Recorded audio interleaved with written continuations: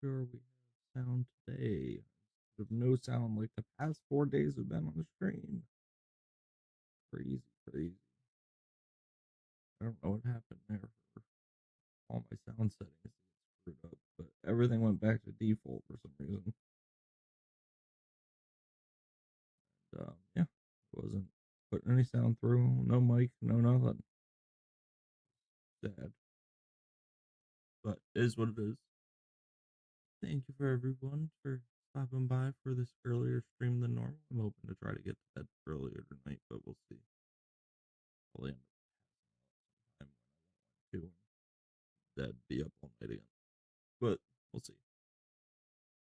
We will see. So, I don't know what's in store for today. I feel like I'm toothache and all over.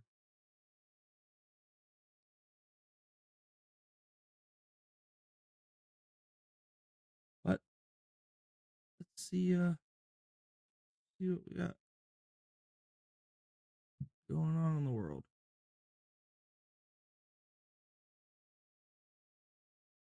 And do you basically see this as effectively the modus operandi of groups like ISIS today? Well, this has been the classical understanding of Islam up until the fall of the Ottoman Empire. No Muslim really ever had qualms with it. It's what it was, and this is the method. Oh, I did want to watch something with you guys. That was very interesting.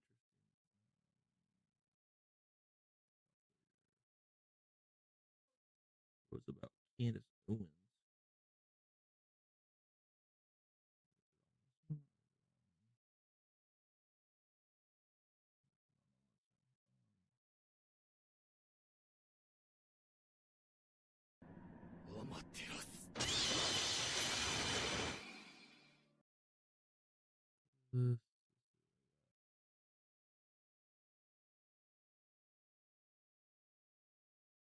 Tate became the most viral person on the internet.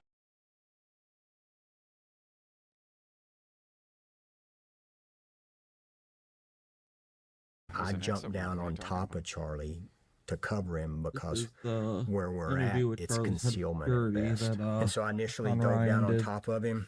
Which is first aid, by the way. Was on him almost face to face, and when I was doing that, I went down. I could see the wound, and so I immediately shoved my hand into the wound to stop the bleeding. First aid. Just trying to find the pressure, and right away. Still, and I'm on top of him that close, and it was still coming out enough that I guess it squirted through my fingers, and I could taste it on my lips. We have a video from the head of Charlie Kirk's security team, which clears up all of the conspiracy from Candace Owens and none of these bullshit theories that have no truth associated with them. That's what conspiracy theorists do, and that's what Candace Owens has repeatedly done. YouTube channel anymore. And it is going to clear up the air regarding Charlie Kirk's assassination. So I really suggest that you stick around. By the way, I am the other Barack.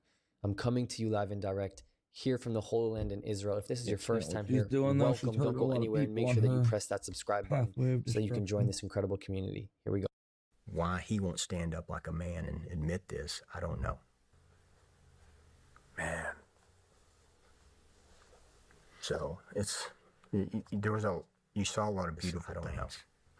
He comes back and he says, you want access to the roof. So you saw a lot of beautiful things. And he comes back and says, you want access to the roof. He's never called us back. Holy.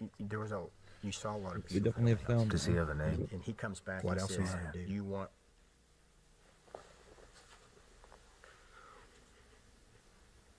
Oh, that's so sad what he says here. When I jumped down on him. The autopsy. You're going to find out what they found. Clinton Jaws. The truth has come out. What you're going to hear, some of it's going to blow your mind, I think. I couldn't believe it. Yeah. I was surprised. I learned a lot. Sean Ryan interviews the head of security, Brian Harpole. I hope I pronounce his name right. Head of security for Charlie Kirk. Was standing beside him when the incident went down. It's Saturday. This aired last night. I'm surprised that nobody has picked up on it. Yeah. But then I realized, here and there. well, they don't pick up on the truth. Let's smoke some cigarettes, sit back, and watch a bit of this. Very common for a lot of people. Oh, please like this video. Left, it's the only thing I care about. And really, I shouldn't call him a security guard because he's a seasoned cop. He's a police officer. Retired police officer that now does this for a living. Mm-hmm. Jesus, I just want to thank you for having Brian here today. And we have just a couple of goals today with this interview, and that we ask that you be here with us in this interview. And we just want to bring some answers to unanswered questions here today. Israel. And to say that we're Mossad or attached to any type of foreign entity, it's one of those, it's crap on its best day. You can go back and look at his speeches, and Charlie was an absolute supporter of Israel. Why wasn't there a sniper on the roof? We have concerns with rooftops. Oh, listen to this. I mean, we got a location that we're not keen with. This is unbelievable. We know what our responsibility is. We know what our statutory authority is. We know that we can't go up and set up our guys in sniper observer positions. It's not going to be allowed. And so we have some correspondence with the chief of the school. Why he won't stand up like a man and admit this, I don't know. But he's watching a bunch of men lose their careers. Yep. These guys and he's okay hurt because of crap candidates. On Monday before, like they this didn't correspondence do their job to the best went of to their Chief ability. Long. Hello, Chief Long. We received this message today from the student group. There is a student roof access pretty close to where CK will be set up at the Utah Valley. The Sorensen Center has a couple of staircases that go up to walkways on the roofs. And so he comes back and he says, you want access to the roof. And came back and said, I was told students have access above us. If this is true, it would be nice to either have it controlled access or allow one of my guys to be there as well if possible. He comes back and his last correspondence was, I got you covered. He didn't have it covered. What else am I to do? The bus. When a command level person from an accredited police department says, I've got this area. He did. Jeez. Have you been in who was that? That was the chief of police for the UVU police department. We've called him. He's never called us back. Holy Disgusting. Does he have a name? Chief Long. So literally all they had to do is post anybody at that stairwell. Stairwell, or roof. Put a drone up. Or let us. Let you do your job. Mm-hmm. Or let us. You've seen some of the idiocy out there. Palm gun, exploding microphone, hand signals. It's like, it doesn't even have to be true, and it doesn't matter. Mm-hmm. And so you're just using that First Amendment as a sword and not a shield. When the shot was taken, what did you see? What did you hear? I heard the gunfire, and then I don't know if you've heard this, but I heard that bullet slap him. And so, I didn't know so that. you hear two sounds actually. And so I jumped down on top of Charlie to cover him because where we're at, it's concealment at best. And so I initially dove down on top of him. Which is first aid, by the way. Was on him almost face to face. And then when I was doing that, I went down, I could see the wound. And so I immediately shoved my hand into the wound to stop the bleeding. First aid. Just trying to find the pressure. And it Right was away. coming out still. And I'm on top of him, like close.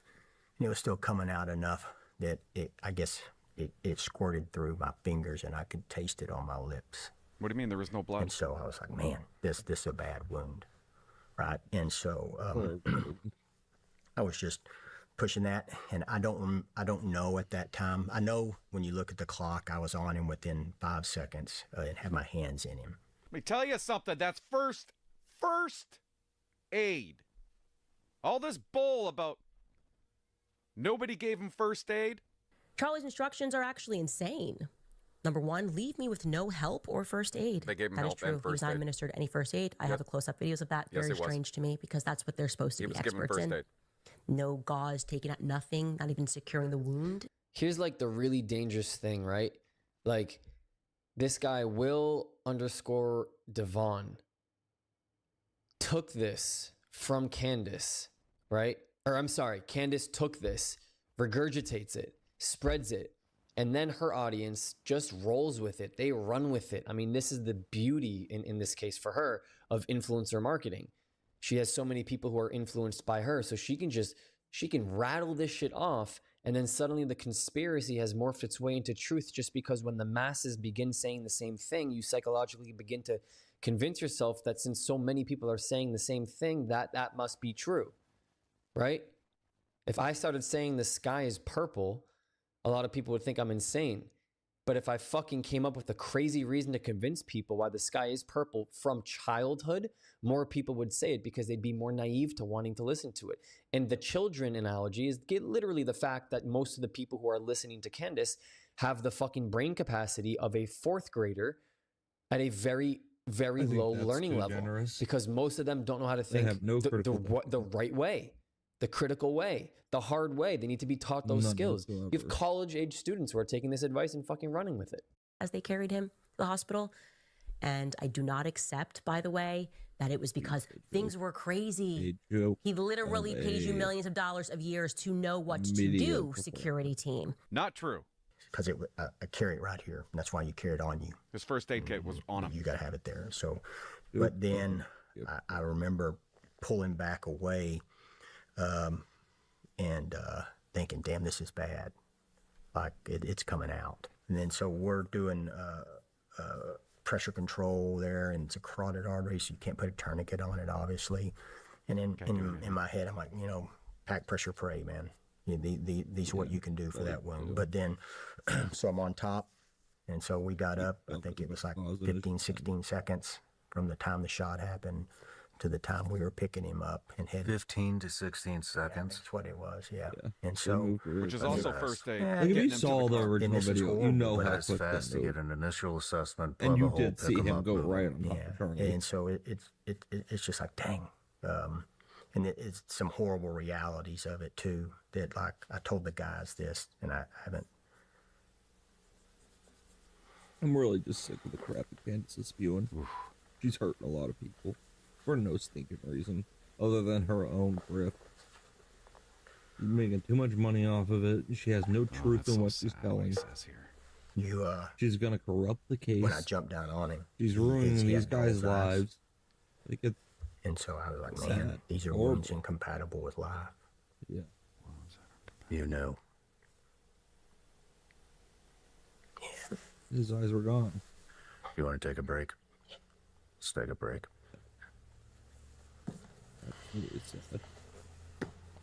You want a minute? Good. How do you get through that? You don't. Ever. No. And you don't get past it either. They get Charlie in the car. And they're going to the hospital. On the way to the hospital, they touch speeds up to 100 miles an hour. Packing, pressure, repack. It gets saturated. You don't take it out. You just keep packing on top of it. I end up putting about 36 feet of dressing in him. There's the gauze. 4x4s and then 2 hemostatic 4x4s on the way to the hospital, and then just pressuring the whole time. So you're adding pressure as much as you can get. Everything on their power. Pressure, adding pressure. They get to the hospital. To all the people that say there was no blood, listen to this. The thing that really stood out to me, and I just kept asking him to replay it over and over and over again, is that there's no blood from the back. I'm very confused, not by what I saw, but what I didn't see. Okay. Covered in Charlie's blood. Yep. Yeah, I had it all over my face. And I had it all over our arms. How can that be? From about here down was just covered. And and it was, I feel bad for the nurses, hospital staff, because we showed up looking like that, and they didn't know we were coming. Right here's the big moment. Watch and learn. There's been a lot of rumors going around about there was no autopsy. What? What'd they find when they did the autopsy? Raycon. Yeah. It's tough to watch. Ridiculous. Get Stanford. There are a couple of things that are quite indisputable. And I was thinking about this when I was consuming the media and the information about the incident. And you know, I'm no security expert. I'm no military guy with a background. But I was appalled the same way I was quite appalled when shots were fired at Trump when he was giving a speech. I was appalled at the visibility and the line of vision and the ability to get onto a structure, in both cases, are roofs, and nobody taking account for that. I mean, guys, we're talking about Trump and fucking Charlie Kirk. Could have been Obama, could have been, if it was Kamala, I'd say the same thing. Really? These things aren't accounted for by the school? I don't think you need to be a genius to understand that, you know? And then the second thing is that Candace Owens is just an absolute psychopath. She's psychotic. She's insanely ill in the head. Hopefully that clarifies it after watching this video. Here are 4 ways you can help us grow a few. Yep.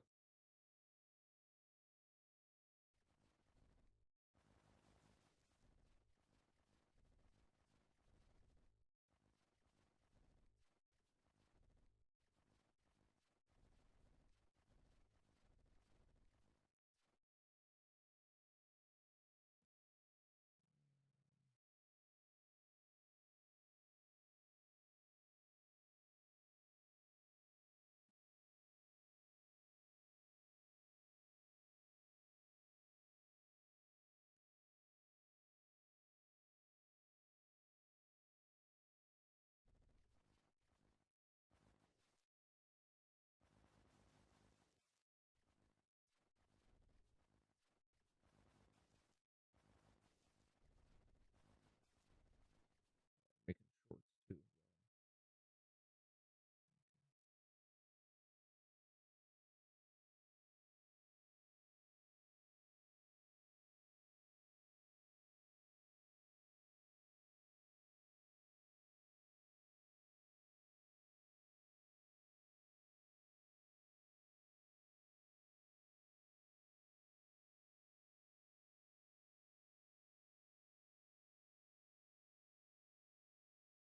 I can't.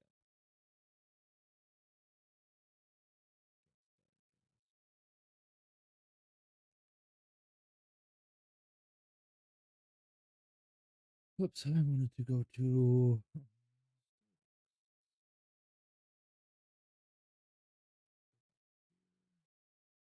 Tate became the most viral person on the internet. Him and I were speaking when he got out of jail, and you know they're now on house arrest, and we're having a conversation. Storybox comment on it. Candy Owens started her career by doxing teenagers, and I guess old habits die hard, right? She decided to release the number plates of the Egyptian people that she's after at the moment. Or she seemed to think that we need to be investigating these Egyptian individuals that were driving certain cars. Now, I'm not going to release the number plates on here, and lots of people are saying that it is a rental car company, and they're going, well, you're not really doxing anyone, mate. Who was driving the car? People were driving the car, being part of what organization exactly? Sure, let's dox the organization, and let's try and get the people that were driving the car. Let's try and get their information. Because if we can get their information and we can start questioning them, hey, why were you driving the car? That's exactly what she wants. But everyone's going, oh, there's nothing wrong with doxing a rental car company. Yes. But one question that I've got, it's a major question. Why in the world do you even care about these cars in the first place? I guarantee you it's not going to lead anywhere that you think it's going to lead. But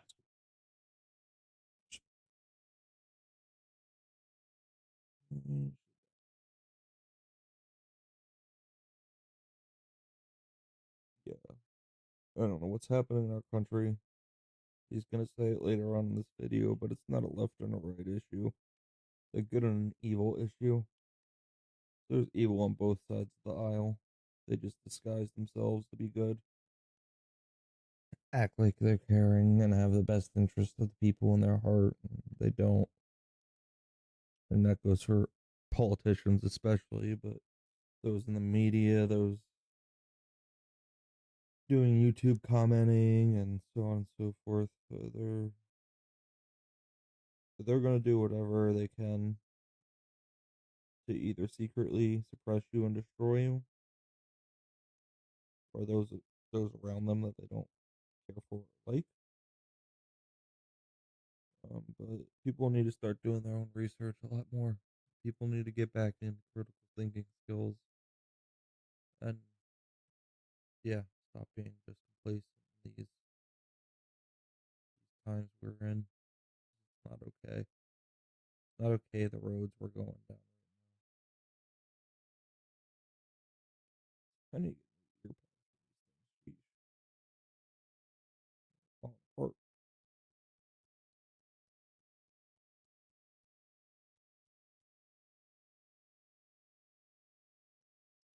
Place away from the entrance, huh?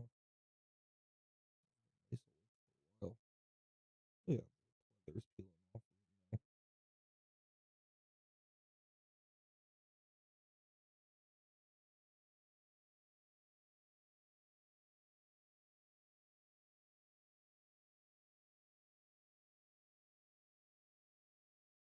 I wonder if I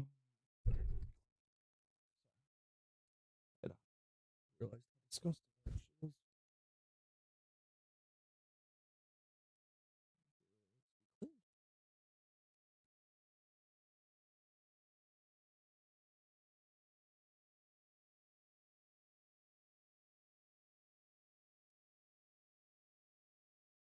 Yeah, I like this guy. He down to earth.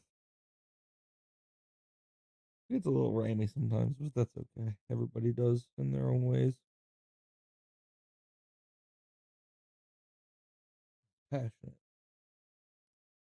He's passionate about letting people know what the truth is and calling out the lies of people that are on the same side of the political aisle as him and those that are on opposite side as him. Again, it doesn't matter what side of politics you are on really anymore. It's battle versus good and evil. It is a war zone. Every day in and out. And wade our way through these turbulent times. There's obviously the Bible, which should be our permanent guiding light,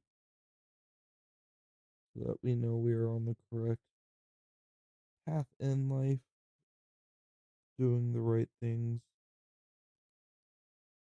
holding those as leaders the right way, accountable.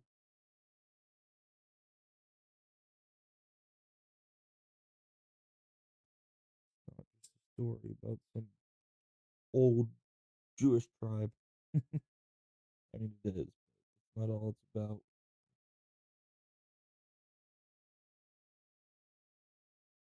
A lot of knowledge in there, a lot of direction, a lot of truth. And then if you're not a Christian, it's still good for guidance, proverbs, direction. If you want to have a morally good direction, instead of morally chaotic like the world.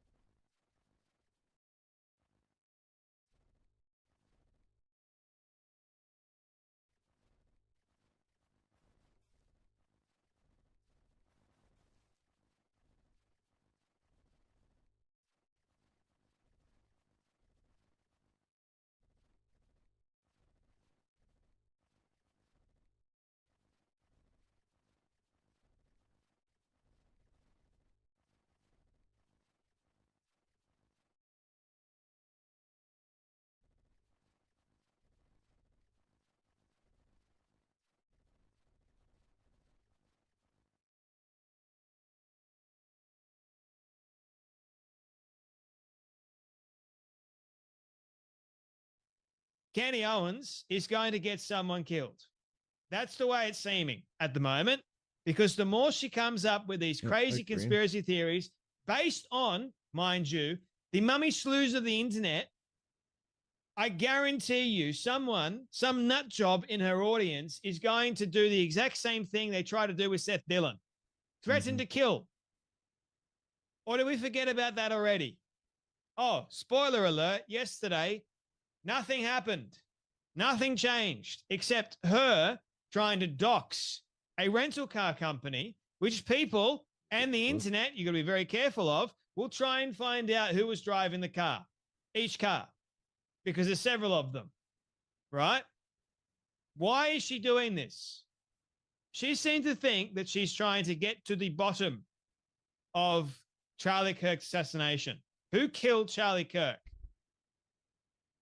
The quartering goes, she's going to get someone killed. I agree. She is. Her cult-like following are nuts, man. They're more invested than what seems like she is. She's just playing off of these crazy conspiracy theories, but she doesn't realize that people are severely invested in this crazy delusional dingbat. These people are insane. And I guess it's up to us to show you all that she's insane. I mean, look how many videos she's been making recently of the Charlie Kirk assassination thing, right? 1, 2, 3, 4, 5, 6, 7, 8, 9, 10, 11 so far. I think there's actually more than that. But she's making a lot of money off of this. Every single day, 5 days of the week, for the last, I don't know how many weeks, every single day, it's to do with something that's the Charlie Kirk assassination. This person did this. This person did that. I mean, one has got to wonder, at what point do her audience go, she's leading us down a rabbit hole that's going nowhere at all? At what point does her audience go, well, she hasn't really dropped anything crazy, but you know, the thing is, she is an attention grabber. She gets your attention. And perhaps, shame on me, I guess, but I'm having to make debunking videos so that people can actually see the truth. I would much rather make other videos of other content, believe you me.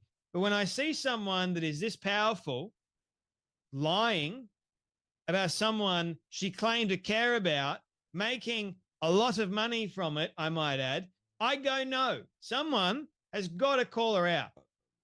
And I think there's like quite a few people that have been calling her out, and it's taken a lot of courage. I mean, she starts accusing Stephen Crowder. You have Chicks on the Right. You have Ali Bestaki. Anyone, Frank Turek as well, anyone that has a brain on them, she goes after them with her almighty audience. She's going to get someone seriously hurt. And by the way, I thought I would share this from Proverbs 4. It's Proverbs 4:27. Turn not to the right hand nor to the left. Remove thy foot from evil. I've said this a number of times, and I'll say it again. Left, right, no. Don't go left. Don't go right. Remove yourself from evil and go deeper into Jesus. That's what we need to do. They're trying to fracture the right, people that call themselves conservatives, by consistently lying and attacking them. It's really a battle between good versus evil. We're on the side of good. They're on the side of evil. And it's time for us to make a stand.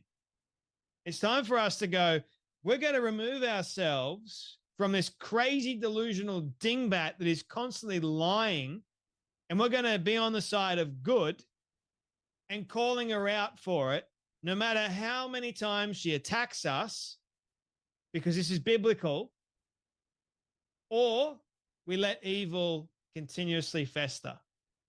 We let evil take over. We let evil do its thing. I know for a fact what God wants us to do. Do you?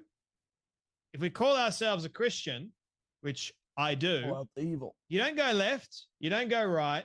You go to good. You go to Jesus. And he will reveal to you what you need to see, the truth. But unfortunately, loads of these Christians have been lied to. They've been lied to by someone that is a wolf in sheep's clothing. And keep in mind that two mass shooters or people that have committed mass killings, in their manifesto, their inspiration for killing innocent people came from Candace Owens. How about that? Candace Owens was their inspiration. Christchurch mosque shooting in March 15, 2019. Brenton Tarrant, a white supremacist, killed 51 people at 2 mosques in New Zealand. His 74-page manifesto, The Great Replacement, was designed as a troll to provoke media reactions and sow division. It named several public figures as influencers to maximize outrage. Connection to Owens. In a section titled, Who Are You?, Tarrant wrote that Owens influenced him above all, praising her insights for pushing him towards violence over meekness.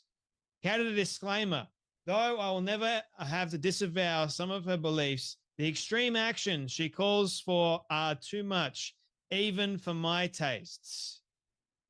This phrasing was widely seen as insincere bait, plagiarizing from far-right tropes. Regardless of whether or not he thought this was sincere, one has got to wonder why he mentioned it. Why he mentioned Candy Owens. Number 2, Antioch High School shooting, January 22nd, 2025. Solomon Henderson, a 17-year-old black student at Antioch High School, Nashville, fatally shot 16-year-old Jocelyn Correa in the cafeteria, injured 2 others, and died by ending his own life. He live-streamed parts of the attack. Police recovered a sprawling online manifesto, nearly 50 pages, linked to pseudonyms, synonymous social media accounts, including blueprints, weapons. The document praised mass shooters, linked to how-to guides for attacks, and expressed frustration with school as daycare. So you have these people that are warning she's going to get someone killed. And then people not only threaten the likes of Seth Dillon, but people actually go out of their way and name her in their manifesto. Now, while Candace Owens is not solely responsible, she's indirectly responsible. She's encouraging this madness. When you lie about someone or something, what are you doing? Have a think about it. And when you've got someone that is very vulnerable and they think, it's like, for example, why is it that you've got 2-point-something billion people that believe the religion of Islam is actually a good religion? It's not. Why is it? Why do they follow it? Because if you believe in a lie, people will choose to follow it. People are interesting.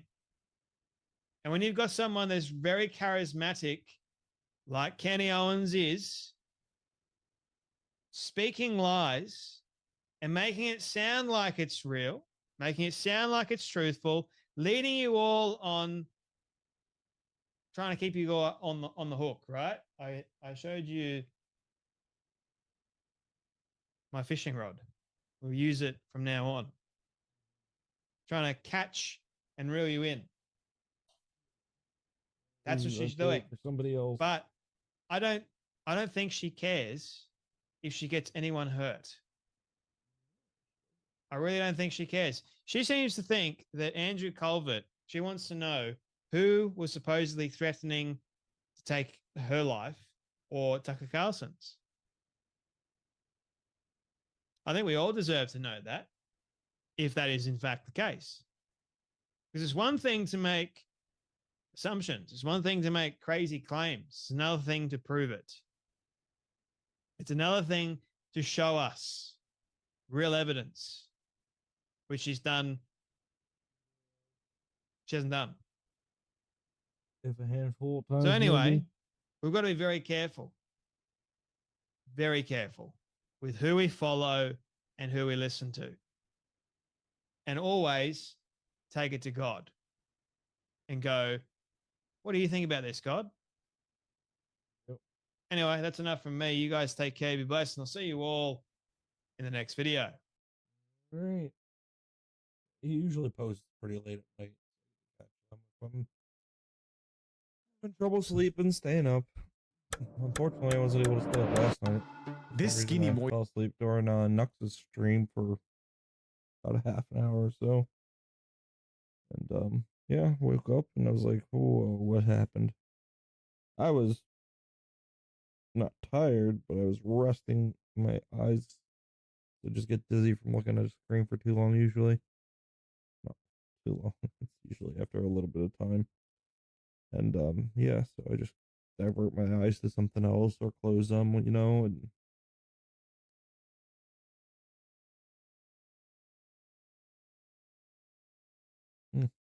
Is there a possibility, like, you know, you can pick exactly however you want this person to be, that you would be willing in that moment when push comes to shove for the decision, right? Like, you feel one way, he feels the other, then you would defer to him. The question is contradictory. There would never be a man who is perfect for me who would ask me to sacrifice my life goals. So the answer is no. No. So hang on. No, he asked the perfect. The man would that not was be the perfect question. The answer is no. No. I'm sorry. If I was asked to move to Antarctica, that is giving up my life goals. My life goals happen here. So the answer is no. Yeah.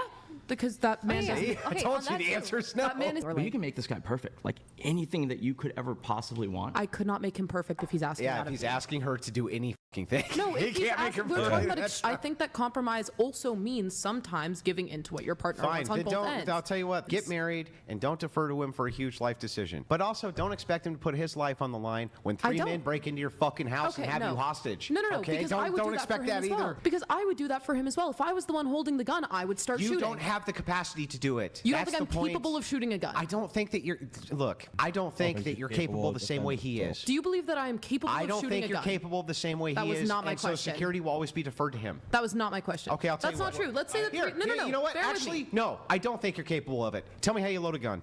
I don't know. Then I think you're that not I could capable learn. of it. Yeah, then you're not I'm capable currently of it. in this. Is there a possibility, like, you know, you can pick exactly how. Those two are drama. Oh, more people were talking about it. Great. I'm glad to see that more people were talking about I jumped down on top of Charlie to cover him because where we're at, it's just trying to find the pressure in our lips. Ladies and gentlemen, we are going into a clip, something very, very dark, something very dreary, something that I don't want to keep talking about, but we will. Charlie Kirk's death. I'm Tall the Traveling Clat, your favorite sweet Zionist prince. Let's take a look at this clip. This is coming from Max Nordell. Watch this clip of Charlie Kirk's head of security discussing the assassination. Two indisputable conclusions. The school screwed up, not by accounting for the rooftop. Candace Owens is a sociopath. I've seen this clip circulate around. Have not watched the full thing. Let's take a look. Why he won't stand up like a man and admit this, I don't know. Man. So you saw a lot of beautiful things. And he comes back and he says, you want access to the roof.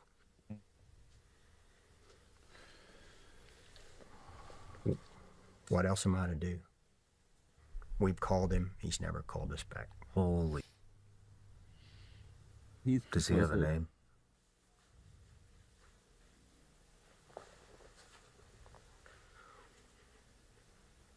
Oh, that's so sad what he says here.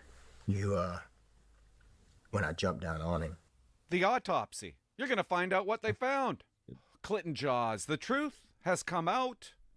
What you're going to hear, some of it's going to blow your mind, I think. I couldn't interview head of security him when the incident. Let's smoke some cigarettes. Please, seasoned.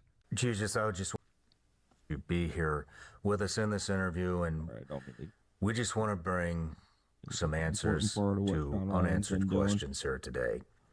Israel. And to say that we're Mossad or attached to any type of foreign entity, it's one of those, it's crap on its best day. You can go back and look at his speeches, and Charlie was an absolute supporter of Israel. Why wasn't there a sniper on the roof? We have concerns with rooftops. Oh, listen to this. I mean, we got a location that we're not keen with. This is unbelievable. We know what our responsibility is. We know what our statutory authority is.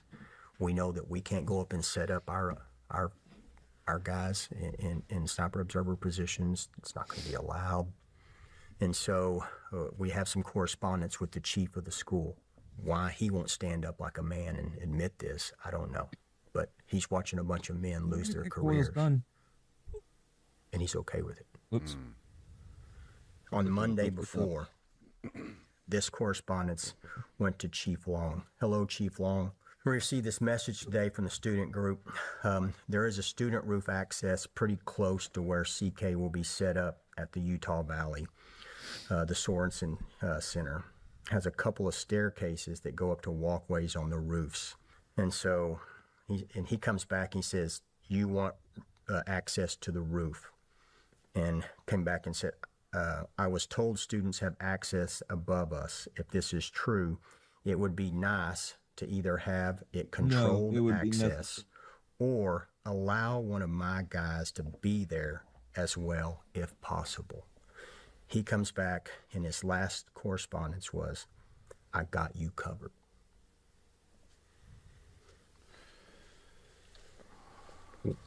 What else am I to do? When a command level person from an accredited police department says, I've got this area. Jeez. Have you been in who was that? That was the chief of police for the UVU police department. We've called him. He's never called us back. Holy sh... Does he have a name? Chief Long. So literally all they had to do is post anybody at that stairwell. Stairwell, roof. Or put a drone up. Or let us. Let you do your job. Or let us. You've seen some of the idiocy out there. Palm gun, exploding microphone, hand signals. It's like, it doesn't even have to be true, and it doesn't matter. And so you're just using that First Amendment as a sword and not a shield. When the shot was taken, what did you see? What did you hear? I heard the gunfire, and then I don't know if you've heard this, but I heard that bullet slap him. And so, you hear two sounds actually. And so I jumped down on top of Charlie to cover him because where we're at, it's concealment at best. And so I initially dove down on top of him. Which is first aid, by the way. Was on him almost face to face, and then when I was doing that, I went down, I could see the wound. And so I immediately shoved my hand into the wound to stop the bleeding. First aid. Just trying to find the pressure, and it was coming out still. And I'm on top of him, like close. And it was still coming out enough that I guess it squirted through my fingers, and I could taste it on my lips. What do you mean there was no blood? And so I was like, man, this is a bad wound, right? And so I was just pushing that, and I don't know at that time. I know when you look at the clock, I was on him within 5 seconds and had my hands in him. Let me tell you something. That's first aid. All this bull about right there, right on. Nobody gave him first aid. Charlie's instructions are actually insane. Number one, leave me with no help or first aid. They gave him help and first aid. He was not administered any first aid. I have the close-up videos of that. Very strange to me because that's what they're supposed to be experts in. No gauze taken out, nothing, not even securing the wound as they carried him to the hospital. And I do not accept, by the way, that it was because things were crazy. He literally pays you millions of dollars of years to know what to do, security team. Not true. Because I carry it right here. And that's why you carry it on you. His first aid kit was on him. You got to have it there. So, but then I remember pulling back away and thinking, damn, this is bad. Like, it's coming out. And then so we're doing pressure control there, and it's a carotid artery, so you can't put a tourniquet on it, obviously. And in my head, I'm like, pack, pressure, pray, man. These are what you can do for that wound. But then, so I'm on top, and so we got up. I think it was like 15, 16 seconds from the time the shot happened to the time we were picking him up and heading. 15 to 16 seconds? That's what it was, yeah. And so... Which is also first aid, getting him to the car. And this is horrible, but... It's fast to get an initial assessment, plug a hole, pick them up, move them. Yeah, and so it's just like, dang. And it's some horrible realities of it, too, that, like, I told the guys this, and I haven't...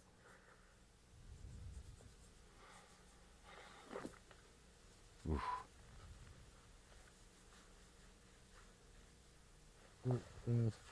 He's heartbroken.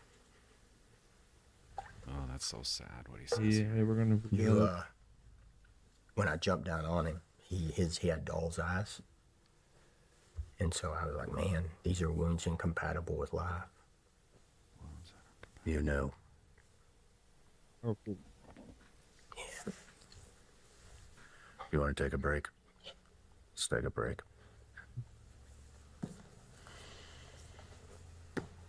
You want a minute? Good. How do you get through that? You don't. Ever. They get Charlie in the car, and they're going to the hospital. On the way to the hospital, they touch speeds up to 100 miles an hour. Packing, pressure, repack. It gets saturated. You don't take it out. You just keep packing on top of it. I end up putting about 36 feet of dressing in him.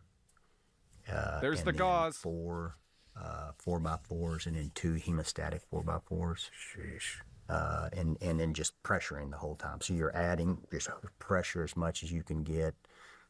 Pressure, adding pressure. They get to the hospital. To all the people that say there was no blood, listen to this.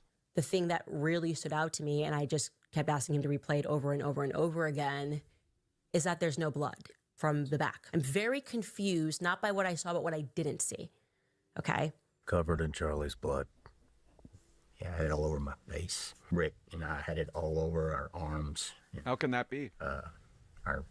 From about here down was just covered. And, yeah, and it was, yeah, I feel bad for the nurses, hospital staff, because we showed up looking like that, and they didn't know we were coming. Right, here's the big moment. Injured in some way. Watch and learn. Blood that was. There's been a lot of rumors going around about there was no autopsy. What'd they find when they did the autopsy? Raycon.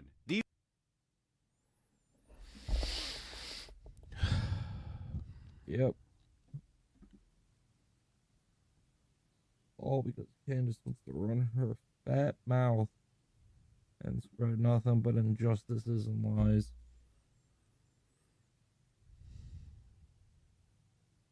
Peace with her right now, unfortunately.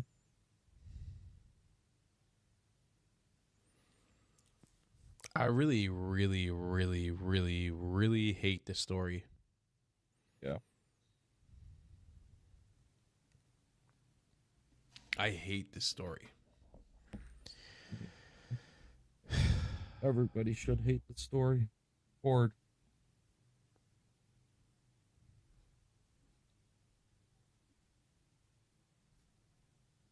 Won't stand up like a man. I hate this story so much. I don't want to talk about it anymore. I don't want to cover it anymore. I want this to be over.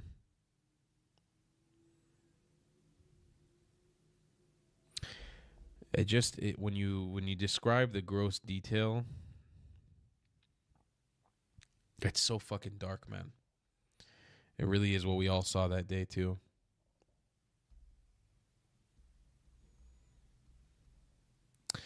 There's a big question as to as a security detail, why was that roof still not like? Why did everything proceed if that was not 100%? Well, rock solid, that roof being secured. That's a big question that still needs to be answered. It was answered, which I don't think we have the answer to at the moment. But on top of that, these conspiracy theories that this was Israel and this was the Mossad and this was this and this was that, they are so played out. They are so disgusting. Overplayed, overruled. It's just let the man rest. Let the guy fucking rest. Let him rest. No, but instead you have this gay Mexican, Nick Fuentes, talking about how he wants to take over his organization. You have somebody supposedly his friend tear it down, milking every 3 seconds post his death to try to make money off of, and then blaming Israel and the Jews. It's just this has reared its ugly face, the ugliest faces possible, and it's truly horrific. Guys, I'm at a loss of what I even want to commentate on this. I just rest in peace, Charlie. That's all I can say. I'll see you guys in the next one. I love you long time. Goodbye.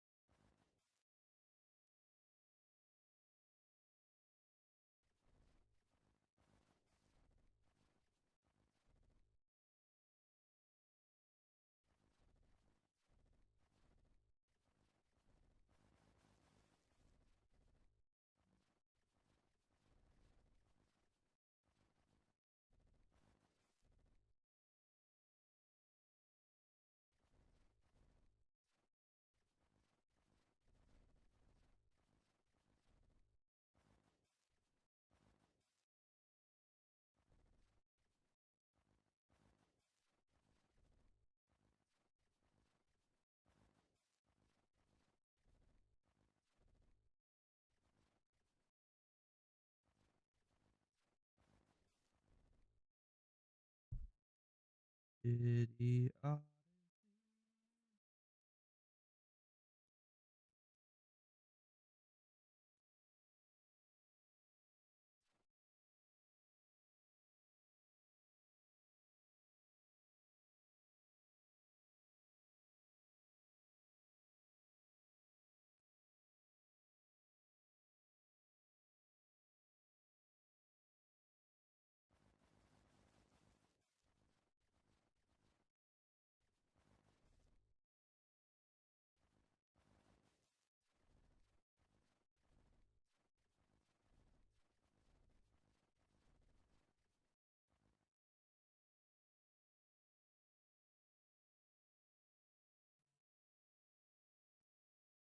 I should have shortened this one up, guys, and cut it up into a couple videos about Charlie Kirk.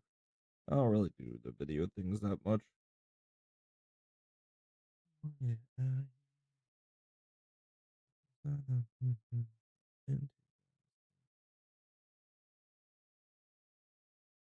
Maybe I'll just tomorrow or something. Release tomorrow or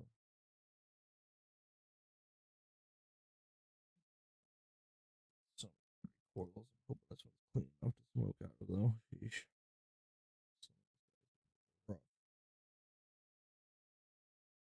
Would be a little less aggressive with cleaning the coil with that wire. I would prefer to like have like a, I don't know, almost like what you would do like a pipe cleaner.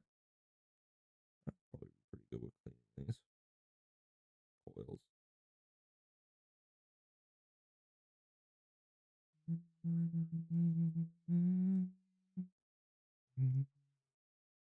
Yeah. I know Campus PD obviously is at fault in some way, whether it's just because they were complacent about the rooftop after it was brought to their attention and just let go, or it was maliciously done. I can't say.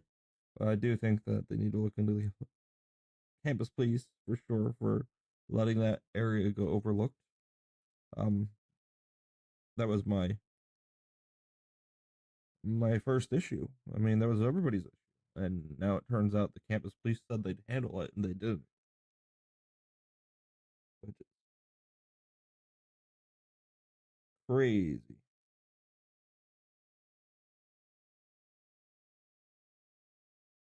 Crazy that it would even do it.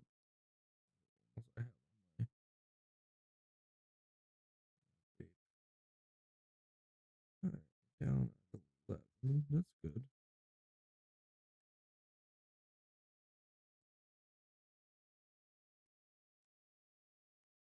Yeah, what do you see? The new Superman movie?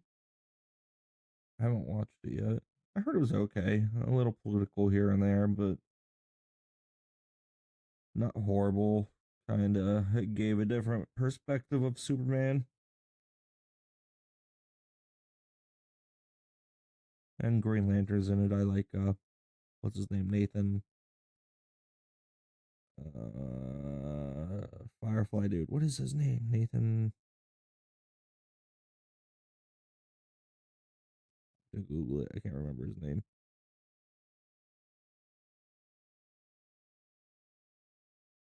For some reason, I want to say Wade, but I don't think his last name's. But he looks funny, goofy but funny, kind of in line with how some of those lanterns have looked over the years. But they kind of did some cool stuff with the Green Lantern in it, from what I saw from previews. That's probably the only cool thing they've done in the movie, but they've shown in the previews, like always. I should fill this thing all the way up, but whatever. Fill it up and let it soak.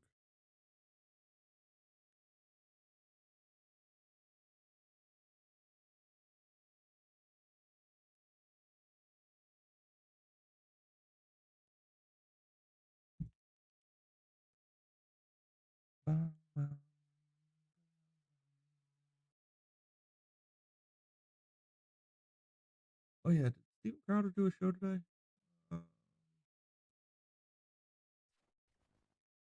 Or is it a only premium show again? It makes me want to get Rumble Premium so bad. Alright, looks like it is a premium only show.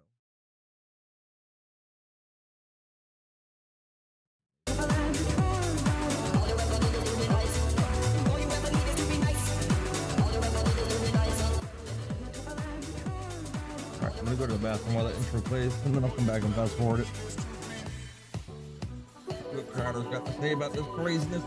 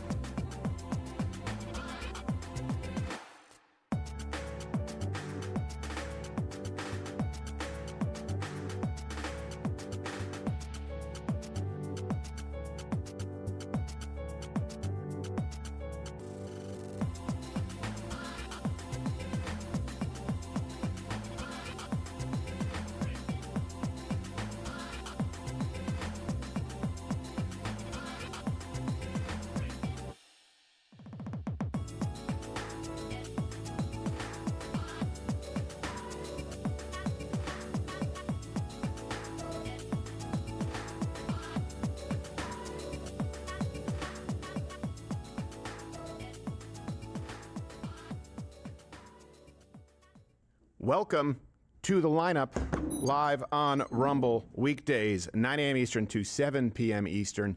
We have a lot to get into today, but look, there's a lot of people talk about a lot of infighting going on the right. I don't think it's nearly as much as you see on the left, but there is some, and we'll address it probably in the coming days.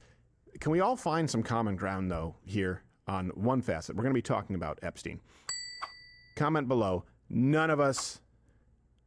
Pam Bondi sucks. Pam Bondi's an idiot. Is that fair? On with the show. All right, let's see. Always love his opening. Josh, what are you doing? Securing my financial future, Gerald. What does it look like? It looks like you're digging a hole, Josh. Yeah? That's what it looks like. And? Well, okay, why are you digging a hole?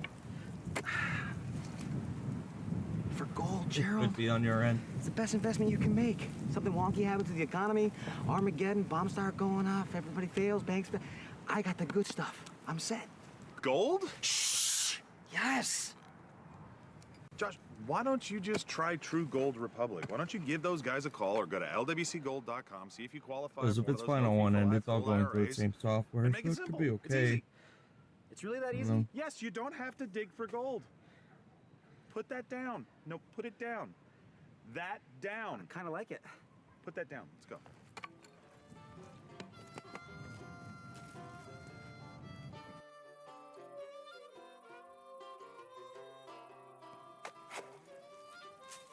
Let True Gold Republic help you safeguard your retirement with physical gold and silver. Go to lwcgold.com or call 800-628-4653. Sign up or call today and see if you qualify for a no-fees-for-life IRA.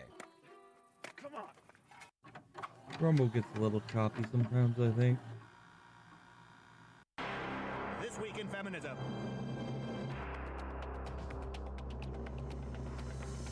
I mean, yeah, I hit him, like, really hard, but he wasn't supposed to do anything about it. He was supposed to sit there and take it, and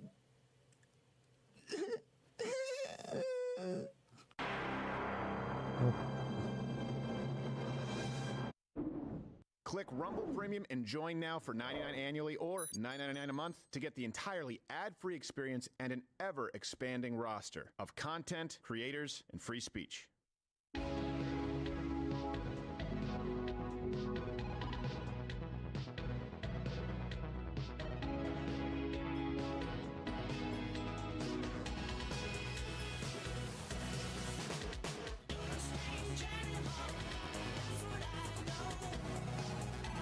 Could also be. It looks like it's taking up fine. Yeah, I got your message. It could just be Rumble because it's all going through the same software, so it was fine on YouTube. Could have just been like a little bit of a glitch. Glad to be with you. That's right. Do I usually do the rundown in the cold open. Yeah. Yeah. I forgot to. Yeah. Oh my gosh. Did a little. All right. Yeah. Well, we're going to be talking Could about be the me Epstein moving files being further away released, from a mic We're too. going to talk about that. We're going to talk about Chicago schools. I don't know if you know, a lot of fraud there. Kids are dumber than ever, but the administration is richer than ever, and the President Trump, Saudi royalty. That was a lot of fun. We'll get into that as well as our greatest ally, not only Japan, but Toyota. No Let me ask you, what are your expectations of the Epstein files that will, in theory, be released? Do you think there'll be anything new? Do you think it'll be heavily redacted? Do you think it'll be entirely redacted? That's about it. Captain Morgan, CEO, how are you? I'm doing well. How are you? You know. Your back's out. Yeah, it's okay. Because Can I say that? sneezed. Yeah. I sneezed because I was sneezing the wrong. So I turned my head to sneeze, and there was already been. It went pop, and I was like, "That's not good." Oh, jeez. Sneezed yourself into an injury. Saturday, December 20th, Springfield Comedy Club in Springfield, Missouri. You can follow him on Twitter at _Firestein. Sorry, you can't follow him on X. That's not him. That's not me. He's Yeah, not you on gotta X. find me somewhere else. But, Yes. Yeah. Instagram. How you doing, Mr. Firestein? I'm excellent. I like this first story. Yeah, I do too. I really so there was Watch React or the story. The story. I just like the story. I like this for many reasons. Jesse. I like this broad lady. Recent Miss World. Was it Miss World? And then she was representing Chile. I don't know. There's Miss Universe. There's Miss World, but she's from Chile, and the talent portion of her competition, Ignacia Fernandez, surprised some people in the best way.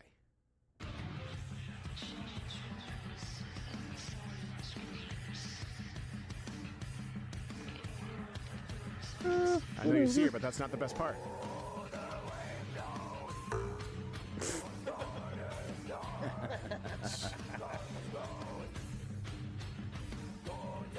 I mean, is that Eddie Bravo on guitar? I don't know which one she is. I don't know.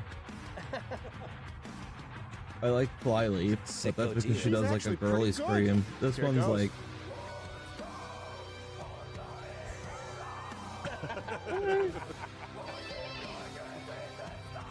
I would unironically listen to this. Is this English or Spanish? Doesn't matter. Nobody knows. It's the universal language of hate. Somebody called Not that lady's always. dad. Yeah. And then someone had to follow that. Yeah. Like, these are my plates. I am going to twirl the baton. Oh, I got it. Give it to the demon lady. She's deserved the win. By the way, we actually have footage of her practicing before that without makeup. I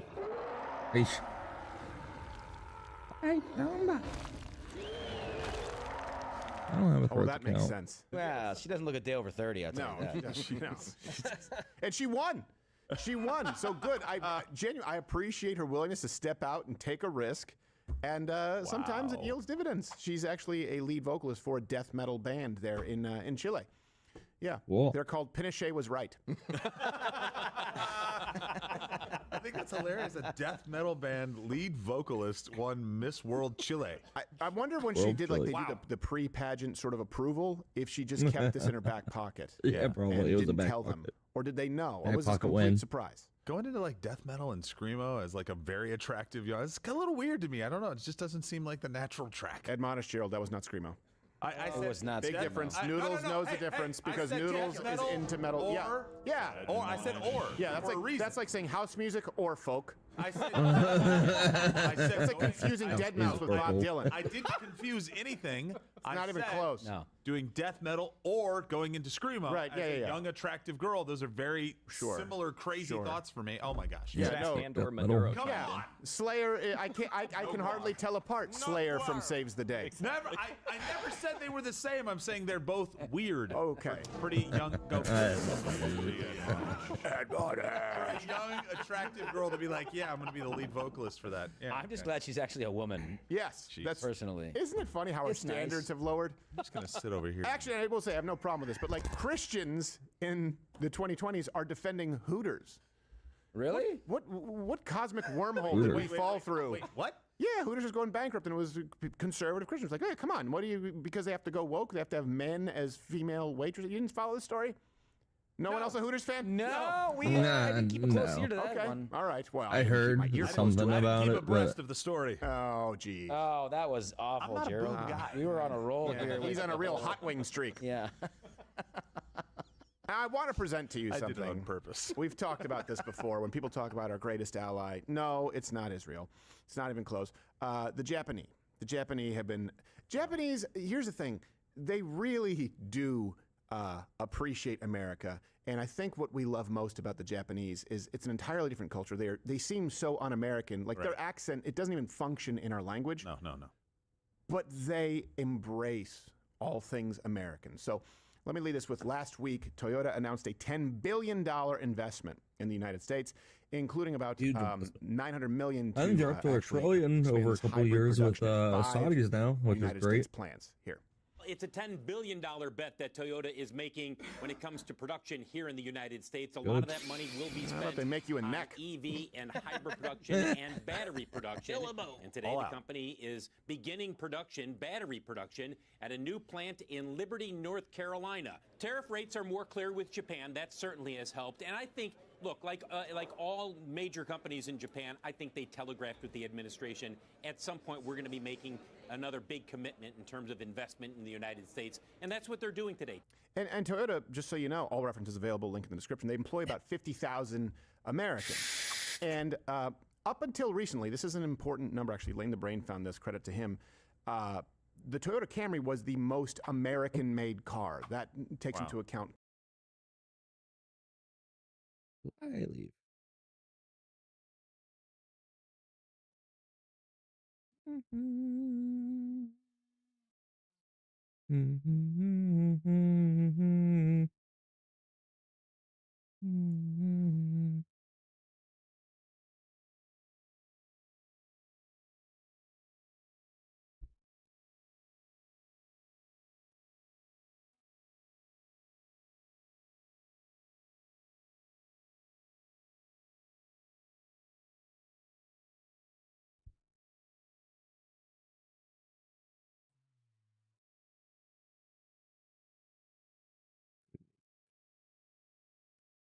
Components, assembly. That was from 2015 to 2016. And now it's the Tesla Model 3. But there's something in the fine it's supposed to be background music while we're watching videos. Toyota, they have 50 H1Bs. Tesla has 1,090. Wow. 20 times the number of H1Bs. Think about that for a second. What would you consider more American-made? A car that brings in foreign labor at cheaper rates to take jobs that could go to Americans, or a place like Toyota that employs Americans. They come here, they set up shop, they open a plant, and Americans work for that company and assemble largely American-made cars. And they're not even an American company. Tesla is. Right. Yeah. In theory, they should have more American cars. Yep. And here's the funny thing is, the chairman of Toyota, his name, so he was at NASCAR. We're going to show you the outfit is unbelievable. His name is Toyota, but it's with a D. But that's just the Japanese spelling of Toyota. We add the T. I just was informed by Lane the Brain. It's not the same. You're thinking of a Toyota. I am a Toyota. It seems like you were born for this role. You pronounce a Toyota is Toyota. You're saying the same thing. No, I Toyota. You say Toyota. Very different. Toyota. Not the same thing. Okay, Toyota. You American have many words, mean many things. Toyota. And words have one meaning. Toyota.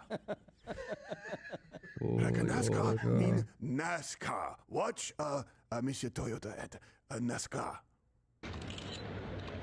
He's got a Vance Trump shirt. I know, right? America, great. I love it. How can you not love that? That's awesome. They're so logical and matter of fact. You turn like, by the way, don't forget, go fast to turn left. Okay. We need a little bit of that discipline over here with the emotions, I think. And I think this is one of those things that is very emblematic of sort of male relationships. Like, we nuked their country. And now we're friends. Exactly. You can let bygones be bygones. We got into a fight, yes, and then it made us stronger afterwards. And I don't think a little brother with a speech impediment. Yes, exactly. That's pretty much it. Basically, we, kind of, I guess you could say, not destroyed their country. We did a number on them. That's fair. We did a number on them. The number and none of us predicted that they would become America's booster club. And that's what they are now. Here, look, here's case in point how much the Japanese love American culture. A bar in a basement where the heartbeat of Tokyo A little Texas. is Texas. They do love karaoke. Mind dancing. I like country music, Texas country music. It's a theme song. Wow. Football. They do football? Yes. Oh, I missed a tackle. I need they all are. What did you go for? He's the biggest tight end in the league at 150 pounds. Yeah. What is this? Rock Elvis breakdancing. Wrestling. It sounds better in Japanese. It does. Merry Christmas.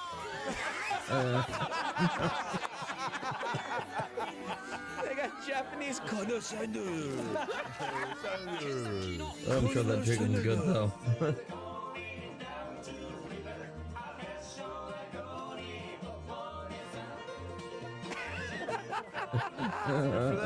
Bluegrass. I'll pray the feeders. Yeah, they love baseball.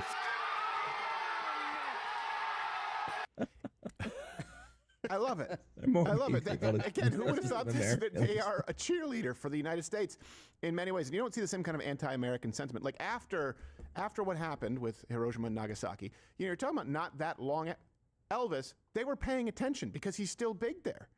There's so many Elvis impersonators. They love Step out my persuasion. You're what? I'll have a blue Christmas without you.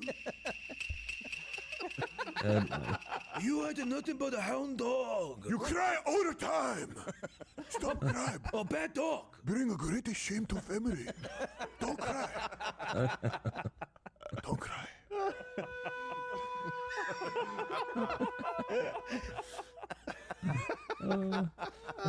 Jailhouse Rock, why you criminal? Not dancing in the jail. It's supposed to be bad. Not a fun time.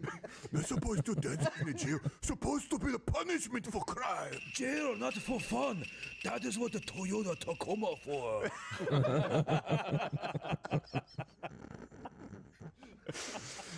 And there's a lot of investment in the United States. Like, great, good. And this is an example of, in Toyota, they talked about how we actually want to build where we sell. And they were saying, you know what, we don't blame the United States. And we can pull this up. There's a quote. He said, we don't blame the United States with the tariffs. That's not what we're not upset about that. We understand it, and we want to work with our American allies. And when you look at the amount of revenue that's been generated through these tariffs, look, there's going to be some growth and some shrinking. There are going to be some ripples that take place. But the Japanese are a good example of how to handle it. And they're an example of what a friend should be, unlike Canada. Also, later this week, President Trump is expected to sign an executive order replacing Diwali with Toyotathon. So that's fun. Yes! Finally, a holiday we can all get behind. Yes. What is a Diwali anyway? Not a real holiday. No savings. Diwali is not a December to remember. That's a different company. It's Lexus, same company. It's the same company. It's just All premium. right. Oh, come on. Or Rexus, if you're. Oh no, Jared can't tell difference because he can't tell difference between death metal and screamo. He confused the Beatles and the Bee Gees. Yeah. One person goes, "Rah!" The other person goes, "Rah!" Sorry, I didn't Now discern do the difference. Slayer and ABBA. Same thing, Gerald. Noodles is about to kill me over here. You're not crying while screaming. It's not the Are same. you listening to Five Finger Death Punch or Five for Fighting? That's right. Sorry, that's ours. He can't tell them from Maroon 5 Finger Death 5. Punch or 5 Flying Monkeys.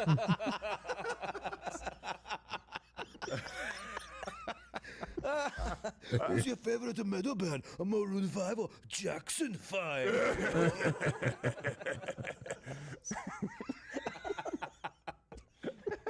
Hey, I guess this is as good a time as any. It's time to, we don't sell ourselves out. We actually give back to you. It's time for Reverse Super Chat.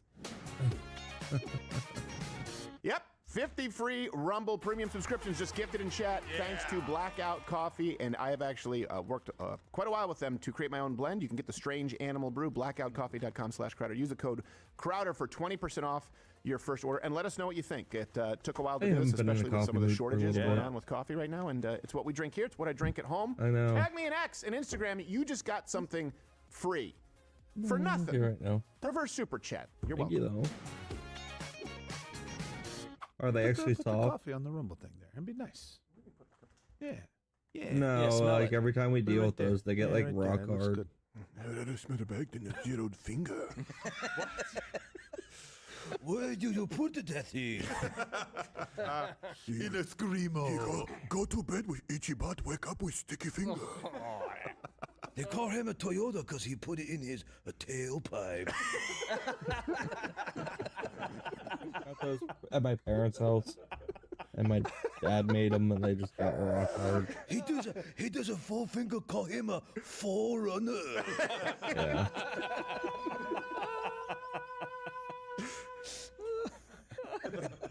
And his wife becomes so cold to him, she called a tundra.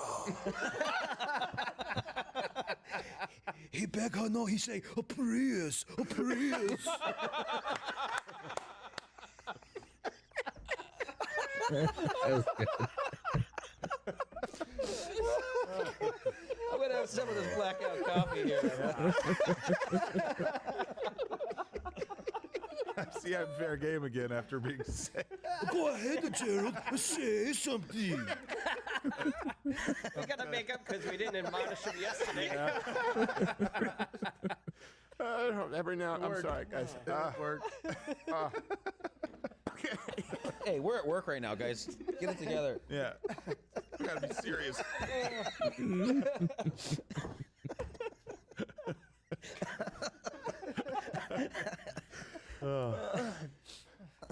Oh, wow, okay.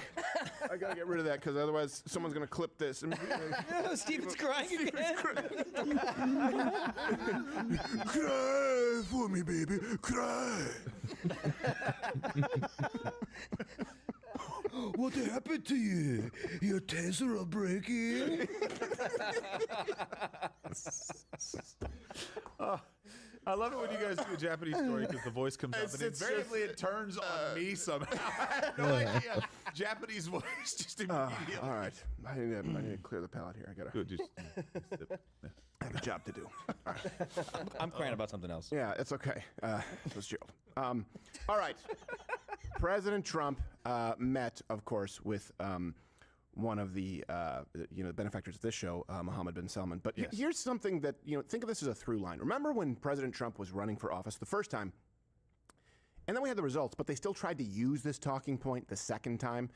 And I think that's a big reason people don't trust the media. They would always say, well, Donald Trump, we're going to be disrespected. We're going to be a laughingstock on the world stage. Yeah. Then we saw what happened with President Trump first term. Then we had Biden. And they still say, if you re-elect Trump, well, you want to be a laughingstock again? I've not seen that. I've seen the opposite. But just so they don't memory hole this is what they told you would happen if Trump was our president. We even lost Canada. Is there anyone in the world that still respects us? I will try to make it happen. All right, 200. He'll make it happen. 200 million investment. He is a great negotiator. Trump has driven America's influence into an iceberg.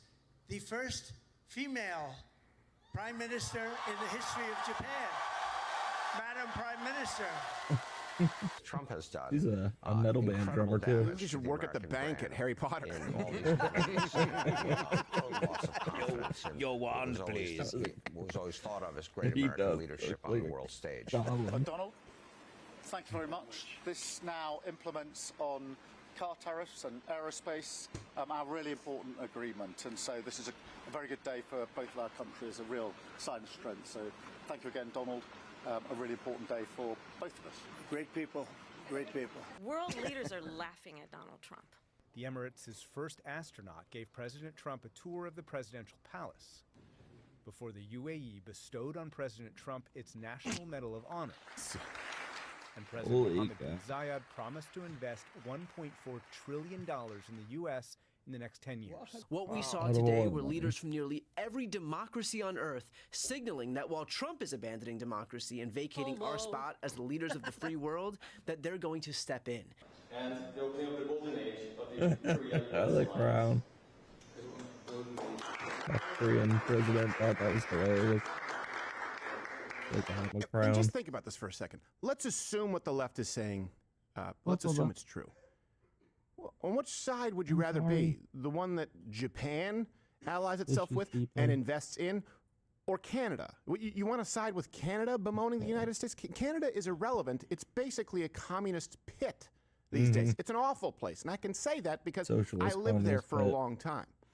So that's even assuming what they're saying is true. And that brings us to Saudi Arabia. Look, I get it. Saudi Arabia, of course, not a bastion of human rights over there, but there's no choice but to deal with them. And by the way, every single president has had to deal with Saudi Arabia. So would you rather have presidents who deal with Saudi Arabia and are subservient, or presidents who will have a meeting with the leaders of Saudi Arabia and actually pressure them into investing in the United States? You have to deal with them anyway.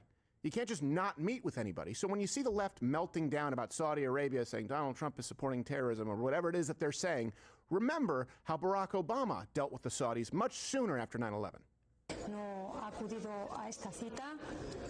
Están viendo al presidente Obama saludando a la familia real saudí. También veían en esas imágenes al presidente del gobierno español. Yeah, I don't have a problem meeting with Saudi royalty. I have a problem with bowing. Yeah. The president of the United States bowing. Yeah. That's us bowing. They didn't even expect it. They were just like, oh, okay, I guess he's bowing now. All right. Cool. So back of we're in charge now. Yeah. I mean, that's what Barack Obama did. Donald Trump welcomed the Saudi prince, and again, benefactor to a lot of credit, Mohammed bin Salman. White House, it was eventful. Mr. President, Arms wide is it open. appropriate, Mr. President, for your family to be doing business in Saudi Arabia while you're president? Is that a conflict of interest? And Your Royal Highness, the U.S. intelligence concluded that you orchestrated the brutal murder of a journalist. 9/11 families are furious that you are here in the Oval Office. Why should Americans trust you? And the same to you, Mr. President. Now, who are you with? I'm with ABC News, sir. You're with who? ABC News, sir. Fake news. ABC fake news. One of the worst in the business. But I'll answer your question. As far as this gentleman is concerned, he's done a phenomenal job. You're mentioning somebody that was extremely controversial. A lot of people didn't like that gentleman that you're talking about. Whether you like him or didn't like him, things happen. But he knew nothing about it, and we can leave it at that. You don't have to embarrass our guest by asking a question like that. Yeah, he was tough on her. He was one step away from Mike Tysoning her. Throwing her out. Put it like that you can win this fight. Are you talking out of turn? No, I think we're all talking together. I normally don't do interviews with women unless I fornicate with them. So you shouldn't talk anymore. Unless you want to. Rumble. Crazy peak Mike Tyson. I don't talk with reporters unless I've fornicated with them, so do you want to? I don't think so. Fish hooks. You're talking out of turn. By the way, and I just realized who Mohammed bin Salman looks like. Mission Control, put side by side, he looks like terrorist, when he smiles, terrorist Brendan Schaub. Find it, you'll see what I'm talking about. So Mohammed bin Salman responded to the assertion about 9/11 in Khashoggi. I feel painful about, the families of 9/11 in America, but, we have to focus on reality. Reality based on CIA documents and based on a lot of documents that Osama bin Laden used Saudi people in that event. The reality for was, main purpose dude was 16 is to when destroy 9/11. this relation. He had Destroy nothing the to do with it. American-Saudi relation. That's the purpose of 9/11. So whoever buying that means they are helping The Osama Crown bin Laden Prince of purpose Saudi to destroy Arabia. this relation. About the journalists, it's really painful to Go hear. ahead, take it. But go Anyone get changed, that been and then bring losing it his back. life, Hey, bring your walk then. no real purpose or Go on, not go in to a the mom, legal get me. way, and it's been painful for us in Saudi Go Arabia. for it. We've did all the right steps of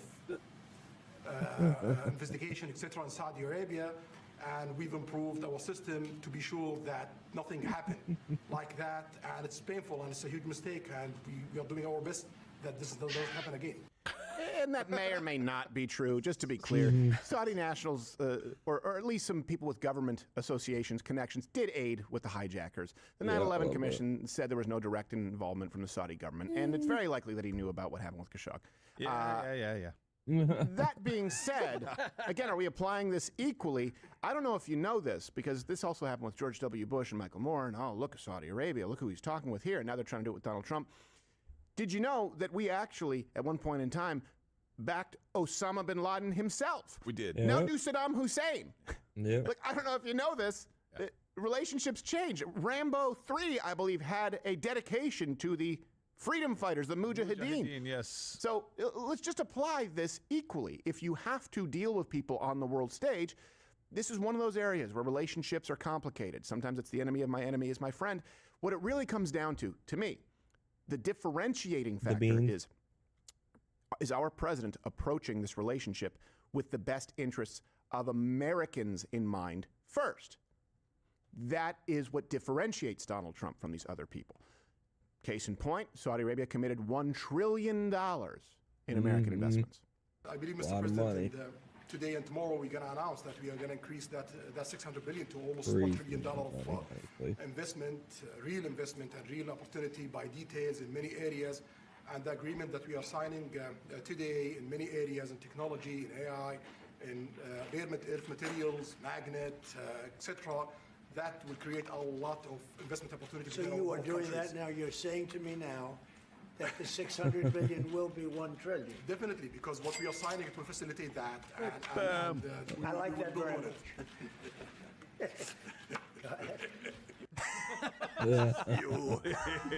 What was that, Huck Finn and Tom Sawyer? Think of the difference between the bowing and the smack. He did it again later. He gave him one at the chest. Yeah. One of the old George W's. Yeah, one of the old, you tell them Cole Santa Claus better get a raise. That one. Name that movie line, if you guys remember. Yeah, it's a very, very different approach. Yeah. And there are far more commitments, investments. By the way, Saudi Arabia, their GDP is like $1.2 trillion. Appreciate that show. So this is very significant. President Trump also agreed to sell Saudi Arabia some F-35s and elevated them to a major non-NATO ally status. And the reason that that's notable is because Israel definitely doesn't want Saudi Arabia to have F-35s. Oh, but I thought he was in the pocket of the Jews. Right. Now that brings this is where it's complicated because Israel at the same time would also, in some instances, ally with Saudi Arabia because they are one of the most vocal protesters to Iran getting nuclear weapons. Right? Yep. So they have aligned interests there. But of course, Israel doesn't trust Saudi Arabia. They would not be happy that Donald Trump is selling them F-35s. No. It seems to me like he's the one leading the dance there, and Israel kind of has to follow suit. Israel tried, I think, convincing him to not sell them F-35s. They'll be an equal stature. But yeah, Trump said, screw you. We're going to sell them what we want to sell. They're our allies now, and if we think they need the best of the equipment, we're going to give them the best of equipment. Which, good on him. Can I get soda? Love, I guess soda. Suit. That's a good thing to me. The response, of course, from the left. Again, keep in mind, are they applying this equally? And remember, their starting off point was Donald Trump will lose all American respect on the international stage, and they want it. They need it to be a self-fulfilling prophecy. So at every turn, they have to say, see, we've lost respect in the international stage. This comes from the New York Times. Trump dismisses journalists' murder while praising Saudi Crown Prince. Adam Kinzinger, your favorite. So we are now going to sell F-35 to Saudi Arabia. It will be interesting to see what kind of deal the Trump kids get. I wonder how many hotels or cryptocurrencies for this one. America is for sale. The Bulwark said, it is a total neglect of American values. You want to read Robert Reich, your favorite? Oh, gosh. I hate this guy. Trump welcomes MBS to the White House today to discuss a new arms deal. Trump's family also has lucrative ongoing real estate deals with the Saudis. He'll overlook the murder of Jamal Khashoggi to pad his pockets and boost the bottom line of the military-industrial complex. Shut up, you silly little man. Well, and I would understand this if Donald Trump was the only one to meet with this guy. And I'm online all the time. Every single president has. So when it doesn't exist in a vacuum, contextually you go, okay, how did those meetings go? What kind of relationships did we have? Right. How did it benefit the United States? There's only one president who has dealt with them in a way that has benefited the United States to this extent. That's Donald Trump. And so to me, when I see some people on the right saying, oh, this is a betrayal, well, hold on a second. Who do you replace him with? Another Democrat who still meets with and is friendly with Saudi Arabia but doesn't force their hand to $1 trillion worth of investments? Also, do you think it would be a president who doesn't realize that Mohammed bin Salman looks like terrorist Brendan Schaub? Bring it up. Come on. Come on. Okay. Yeah, it is the same man. Has anyone ever seen them in the same room? I don't think so. I don't know. Did he do Riyadh Comedy Festival? I don't think so. I don't think he did. Of course not. Can't. And this is different from a comedy festival because you can't just not meet with them. This is why I also have a tough time covering geopolitics, because a lot of things can be simpler than people present them to be. International politics are very complicated because alliances, as well as opponents, they change all the time. There was a time in this country where we supported Saddam Hussein. Oh, wrong on that one. Oops. Osama bin Laden. I mean, there's a time I don't remember. Yasser Arafat got a Nobel Peace Prize. Yeah. You guys remember that? That happened. And right now he's meeting with the same guy, the same position, royalty that every president has. How many other people or other presidents got them to commit to $1 trillion worth of investments in the United States? So is Saudi Arabia an ally? Well, they do some things that are beneficial. They use their status, by the way, as the leading oil producer. OPEC, they're the leader there to stabilize global energy prices. Like in April, Trump got them to pump more oil to lower prices. That's why you have lower gas prices. And I know we should be weaning ourselves off of foreign energy, but because of previous administrations and because of policy for a long time, we're not there yet. So it's good to have people who can make sure that the American citizens aren't left holding the bag. Again, he's negotiating on behalf of you, having to fuel your car, going to work. They're also one of the biggest purchasers of weapons from the United States, right? Helping to kind of balance that region. Now, it doesn't mean that they're angels, right? And I don't have any faith in that region at any point as Earth exists, just to be clear. But currently, they do kind of help with some counterintelligence, some anti-terrorism operations. We do need some strategic locations for our bases.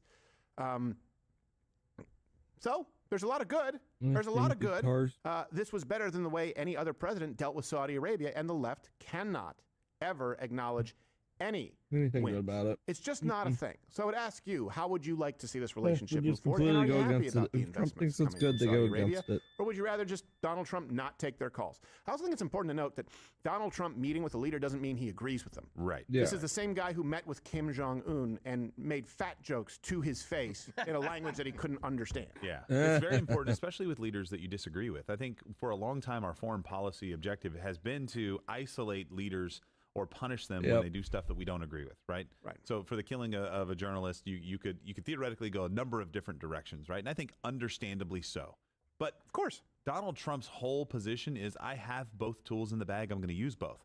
Our other presidents didn't have the ability to go and meet with these guys and to have a good conversation and be able to tap them on the leg with this and be like, oh, that's a fantastic thing. They just didn't have that. Yeah. Donald Trump does, and he's using both very effectively. Sometimes they get the stick, sometimes they get the carrot. Well, it's also important to see, what action is taken from the leader and then the reaction.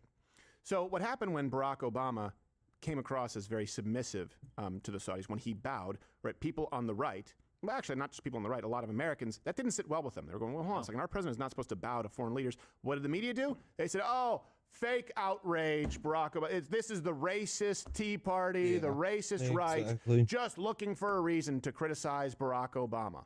When Donald Trump meets with him and gets him to commit to $1 trillion worth of investments in the United States, and by them I mean the Saudi government, I know that things change, people change out. They go, oh, look, this is a betrayal of the American people. So it's not when Barack Obama bows and gets nothing for his efforts, but it's a betrayal when Donald Trump is leading the dance and forcing them to invest. You need to apply the standard equally. Look at the action and look at the reaction from the media and the left, but I repeat myself. One quick note here, just on the Khashoggi story. This is what he tweeted out, I guess, the day that bin Laden was killed. I just fell apart crying, heartbreak to you, Abu Abdullah. You were beautiful, brave in those beautiful days in Afghanistan before you succumbed to anger and passion. So it is a controversial figure for sure. Yeah. But when you say as the... Who wrote that? That was Khashoggi. Khashoggi, sorry. Tweeted that out. When you say, as a crown prince, we're going to, make sure this doesn't happen again. It's not like you, forgot to put somebody's fries in the bag in the order, in the drive-thru, and you're like, we have procedures in place. Like, somebody came into an embassy in Turkey, I believe, and never left. It was your guys that killed him. Yeah. That's a big problem. It is. That's something you have to fix. But we can isolate them and cause further problems for ourselves, or we can start working with them. Biden tried to isolate them, and then had to go and beg them to start pumping more oil. Right. Do you remember that? Yeah, His administration? Yeah, that's a good point. So Donald Trump seems to be doing a pretty good job. Do you want to be in a position of meeting, or do you want to be in a position of begging? Yep. It's kind of your choice. Yep. It was pretty clear what Barack Obama did with the bowing. It was pretty clear what Biden did, going and begging later for them to pump more oil. And Trump made them come to him. Very clear. Yeah, he did. And he made them come to my house. And he made them dress up. Not like that Zelensky piece of shit. Well, that's literally in a dress. Wow. Look, Zelensky can't put on a jacket. You put an entire picnic on your head. Is that the cornucopia from Fruit of the Loom? They stole it! Well, that's a whole thing, the Mandela effect, where people say there wasn't a horn. There was until the Saudis. There was. Yeah, there was. Yeah, but apparently there was never.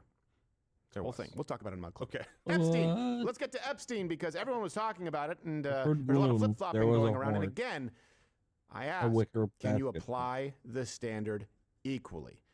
I tried to hang myself with a force meter, recreating the entire cell of Jeffrey Epstein here. We did a whole special on it. You can go and watch it. I don't believe that he killed himself. I believe there was foul play, and of course I believe that he was involved in sex trafficking. I disagree with Kash Patel. I understand that he has access to information that I do not. A lot of this doesn't pass a sniff test. Yeah. I think the files should be released. I've always thought the files should be released.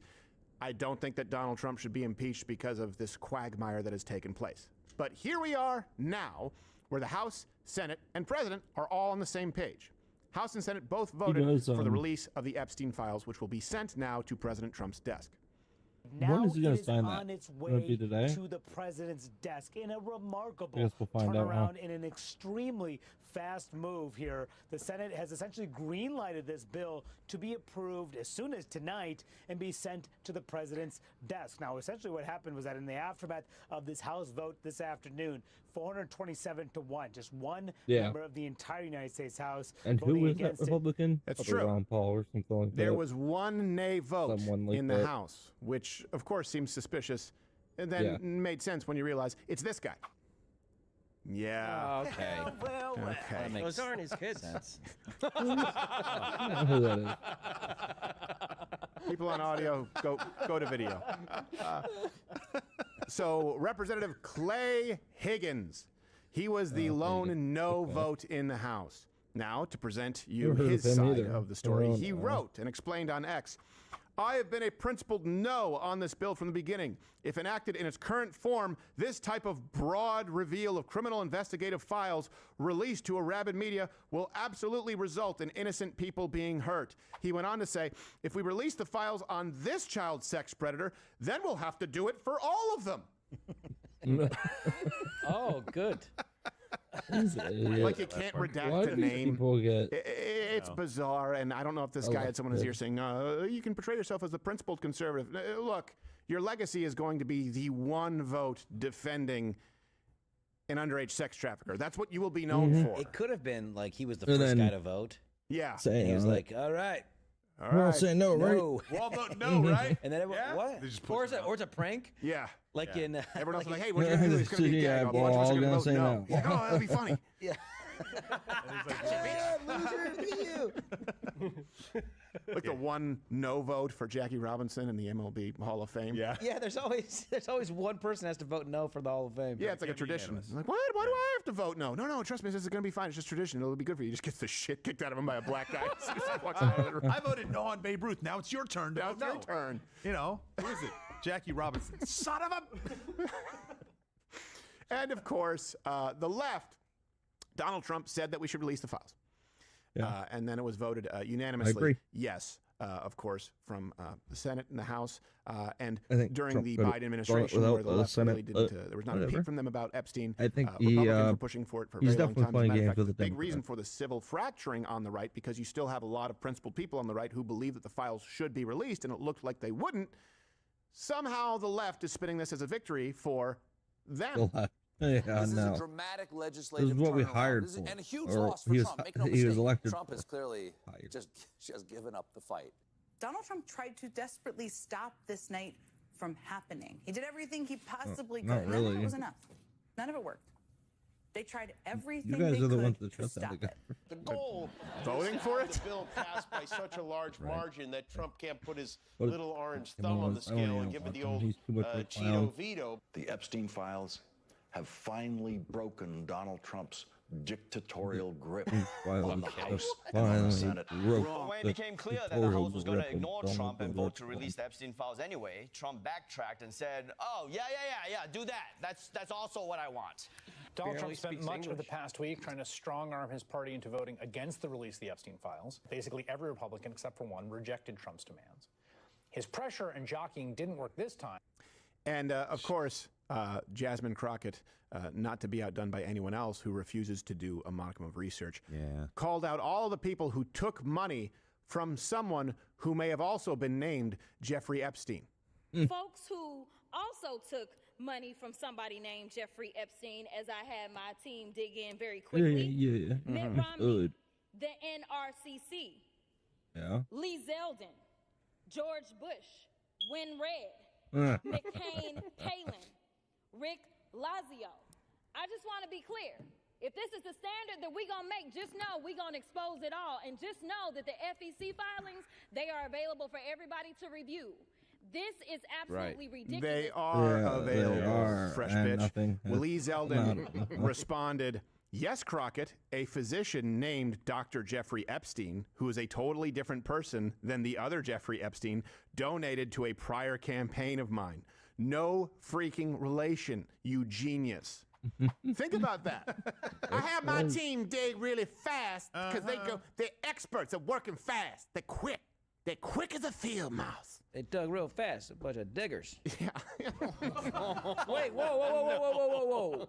They digging up all the dirt. Not what I meant. You didn't just fact check it at all? And that shows you, again, these people have no fear of accountability. Wasn't a long list either. She listed like 6 people from like 20-something years ago. And one of them wasn't even close.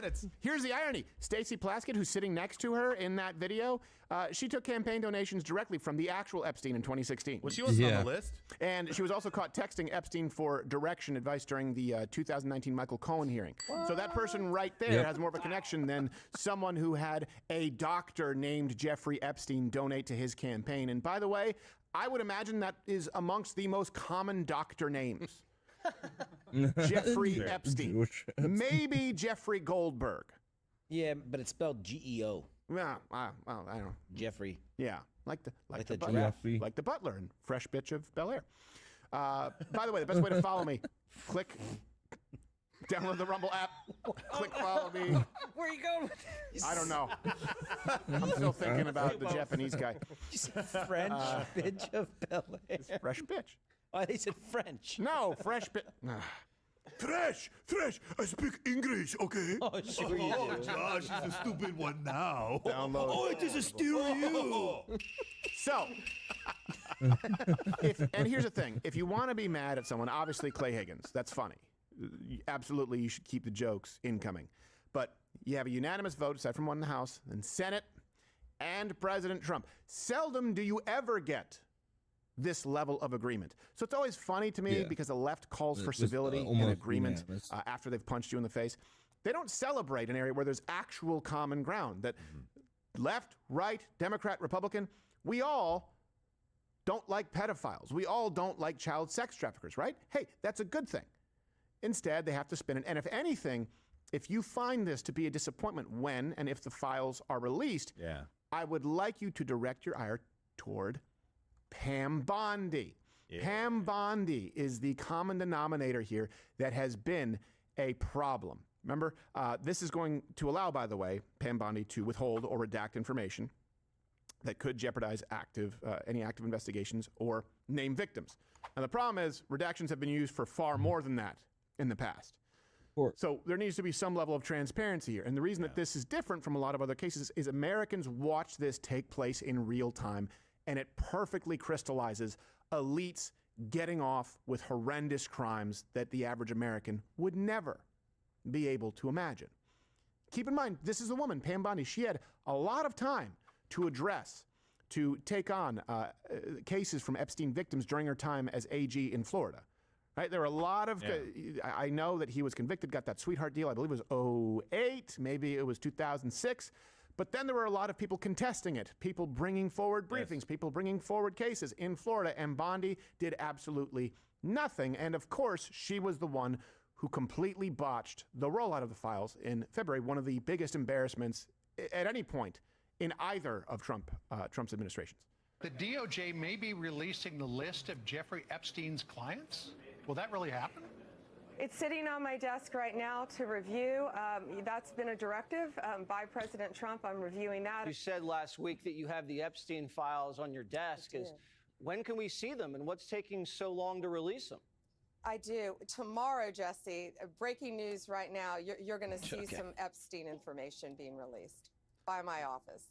Yeah. Wow. Remember, it was just influencers who can be, most of whom can be bought very easily with binders, and there was nothing new in there. Matter of fact, there was less information in there than stuff was public. redacted that had been publicly released already. But keep in mind, President Trump ordered her. She said that was an order for me to release it. Then she made a judgment call. If this is disappointing, if what comes to fruition, remember, the final judgment call as to what will be included or redacted rests with Pam Bondi. If I'm going to criticize President Trump, it is his loyalty or any fondness that he has for Pam Bondi. Yeah. She's an embarrassment. She's been harming this administration. She has been from day one. When people think about the swamp, about corrupt politicians, there's a picture of Pam Bondi next to the definition in their mind. Yeah, exactly. How many months does it take to redact files? And by the way, if you're redacting people's names that have actually come out and publicly spoken on this, on the steps of the Capitol, right? They're right over there. Just go ask them, hey, guys, are you good with me leaving your name in here so that people understand the story? Because you've held up pictures of yourself at that age, right? And you've discussed these stories already publicly. This is just, this is the biggest misstep, in my opinion, of this administration so far. Yeah.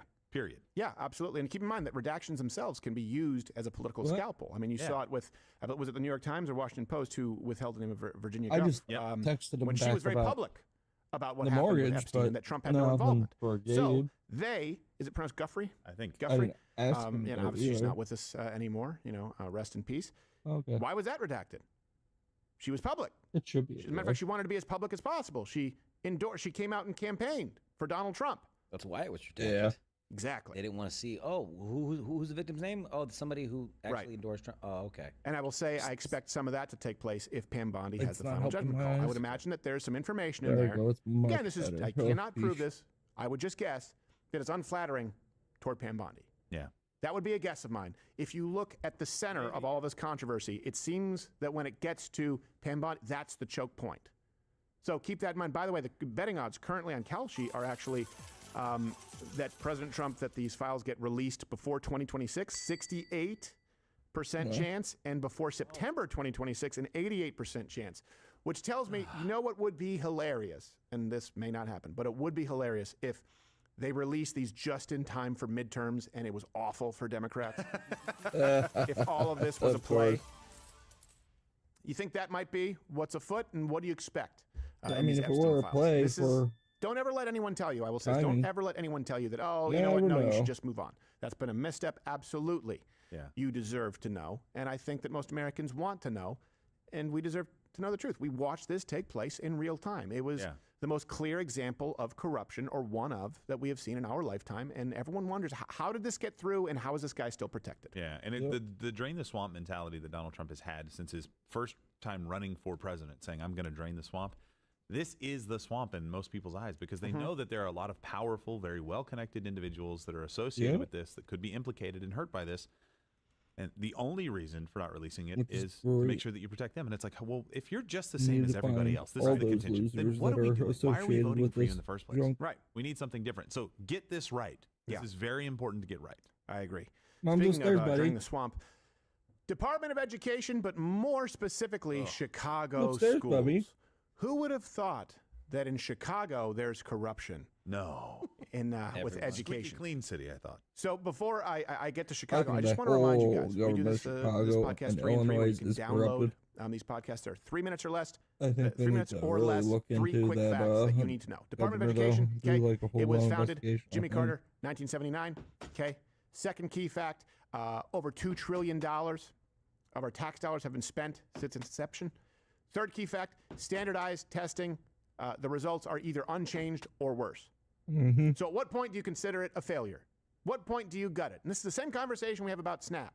It's the same conversation we have about H-1Bs. When it's more fraud than good, do you reform or do you gut? Do you eliminate and create something else? typically you eliminate, just like CNN should have eliminated Brian Stelter, but he's back. Oh my gosh, Brian Stelter's back. What's he talking about? Let's see. All over the American media, the way that the Saudis have in their country. But Trump acts like he wants to have dictatorial powers over the press, and him bringing up Brendan Carr was really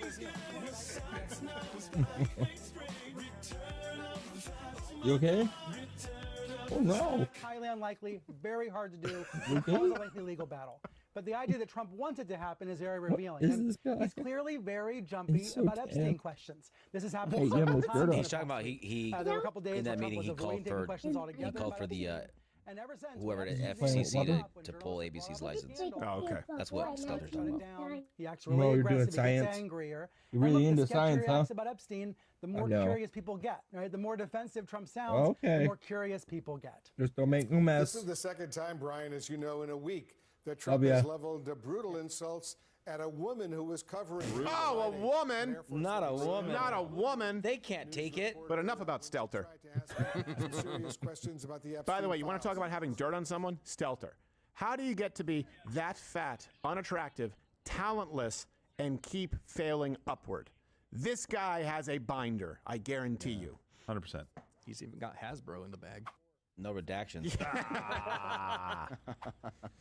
All right, so that's the Department of I didn't mean to Education. interrupt it, but I saw Stelter. I I get had it, to. I get Tim, it makes Tim happy. Yeah, it makes me happy too. Yeah. That's just to set the stage. Now let's go to Chicago, and this is real life. It's no Family Matters. Chicago school employees More science. busted. Wow. Well, Chicago Public Schools is under fire for some money that was spent on student and staff trips. And this is coming after a new report $23 from million. the CPS Inspector General that alleges travel abuse. What? We're talking last-minute flights Oh. and limo rides, all charged to I look taxpayers. sleepy.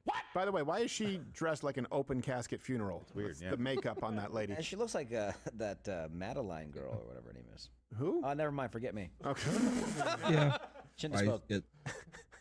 Well, you know, doesn't have to pay her. Not Wearing- like her, but like- Carmen San Diego's jacket. everything was like Wednesday Addams sensitive. shirt. And have to close it for a while. Yeah, I can't that's really it. like Emily? watch this I don't game know. directly. Oh, all the that time. yeah, maybe. I don't Never know. mind. That's why I All right, close my look, eyes so much. $23 million on lavish travel, on luxuries, and yes, taxpayer funded. So you, and in this case, it you might want just me? be mostly Want me to hold Chicago you? because a lot of Yeah. the funding for public schools are not just federal, Oh, but good state as thing. well. The tax dollars were spent on what? References available, links in the description. $1,000 per night hotels. Wow. African safaris. Oh, okay. Now I know you're saying, well, He that said could be yes. educational. Sure. How about trips to Vegas? How about you guys discussing your future in singles? Not to mention limousine buses. Yep. Ooh. Look at those You got to limo take a buses. field trip to Vegas. Compliments of the Chicago Public School District. We had that. And here's the other thing. No, not the, let's go through 3 key facts on Chicago. Key He fact said number we had 1. normal-sized buses and short Illinois buses. students are failing. So this is being spent while their students are failing. These schools, fewer than 1 in 3 students read at a grade level. Fewer than 1 in 5, meaning less than 1 in 5, are proficient in math. So when people say when the Air Force has to host a bake sale to get bombers and our teachers get paid, well, yeah, okay, hold on a second though. If you suck as a pilot, you Bake don't get to sales keep for being bombers. a pilot. No, These schools you suck. kinda die. Their job is to educate your children. can't Again, when pilot, you look at you it, you end say, up dying. the majority of children are clearly not being educated. At what point do you say, well, we don't need to reform this. We need to do away with it. We need to do away with it. Key Yeah. fact number 2. The money to, and This this is what we're happens doing. in schools across the country, and you can say the same about healthcare, it's going to the pockets of the administration, not teachers and not necessarily students. So Chicago from 2019 to 2025, the administrative growth, 40%. Teacher growth, only 13%. Student enrollment, down 20%. And so that also dispels another myth where people go, well, it's about class size. Okay, class sizes are smaller. There are more teachers, and there's certainly Yeah, more it makes me administrators. huge. The scores are getting worse. How does an administrator help with class sizes? Right. A teacher hire, sure, you can explain that to me, but And there are also Yeah. plenty of examples of very large class sizes in public schools. There was a study conducted on this, 30 or Catholic schools, 50. private schools in New York, where they had larger class I sizes. think Thomas Sowell wrote about Yep, this. they outperformed the public schools dramatically. Same building. Yeah, and this, by the way, mirrors what you see across the United States. Chicago is just a microcosm. In the U.S., from I believe the years are 2000 to 2019, students and teaching positions, they increased less than 10%. The administrative positions increased by 87.6%. Jeez, man. 87.6%. This is what happens when you just throw money at a problem. Again, 79. 3 facts about public Department of Education. Established in 79, over $2 trillion spent. Scores are the same or worse. And as a matter of fact, if you go look at different municipalities, often where you see the costs or the taxpayer sort of what's paid out, you see scores worse even where you see more spending. In places like D.C., in places like Chicago, in places like Detroit. You certainly cannot argue that there's a correlation with increased spending and better results. Usually, you're seeing the inverse, to be clear. But 87.6% increase in administrative positions. That's what happens when you write a blank check to a failing system. Not to mention some of the teachers themselves facing criticism for their poor student relations. I'm in charge of this class. I'm the warrior chief. I'm the merciless god of anything that stirs in my universe. You f with me, and you will suffer my wrath. See, I actually I like that teacher. I do too. I think they could use more of that. I wouldn't mess with him. No. Yeah, I don't think he's taking them to Africa. No, I don't think he's taking them to Vegas. Yeah, he's doing the safari right there in Chicago. Yes, he is. Whoa. Key fact number 3. And it's easy to think, too, again, because a lot of funding for schools is state and municipal. But we still do have a federal Department of Education. So you may think, well, I'm removed from Chicago. No, they still receive and waste billions of your tax dollars. From 2024 to 2025, the federal funds to Chicago School District, $3 billion. That's a similar number to. It's very similar. Just that. It's a similar number to what we give Israel each year. Oh, Israel. By the way, cut all of it, just to be clear. And they're also reading and doing math better there. That is true. Yeah, everyone is. They're doing it better everywhere. Keep in mind, in Chicago, the budget deficit with the school district is $500 million. Come on. So they're receiving $3 billion. They're bad at math. You're looking too. at increased administrative positions. You're looking at decreased enrollment, and the students who remain there are dumber. In the age of smart devices, think about that.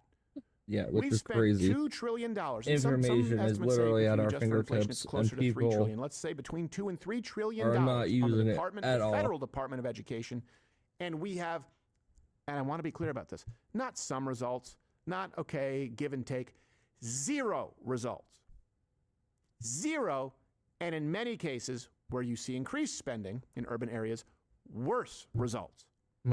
Can you point me to anywhere else in the natural world where you would have trillions, billions, millions, tens of thousands of dollars invested into an enterprise, into a business that fails at its express purpose for half a century and it continues? You wouldn't gut it? It wouldn't file bankruptcy? The only exception is the federal Department of Education. Everyone acknowledges that it's broken, and this is how you know that the left wants control over your life. They oppose school choice. They oppose voucher programs. They oppose everything outside of increased spending into a failed system. There is no way to fix this so long as Democrats exist in the United States. I mean that. That is not hyperbole. So long as Democrats exist in the United States, the federal Department of Education will continue to fail our children. The good news is, personally, you can avoid this. Private school, sure. It's easier to homeschool than ever. We saw that with the pandemic.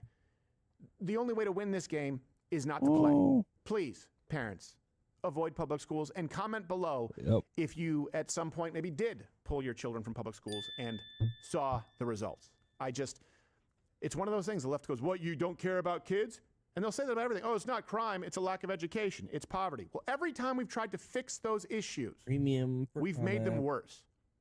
The federal Department of Education is just another wealth redistribution scam. And it only serves to enrich those who are orchestrating the scam.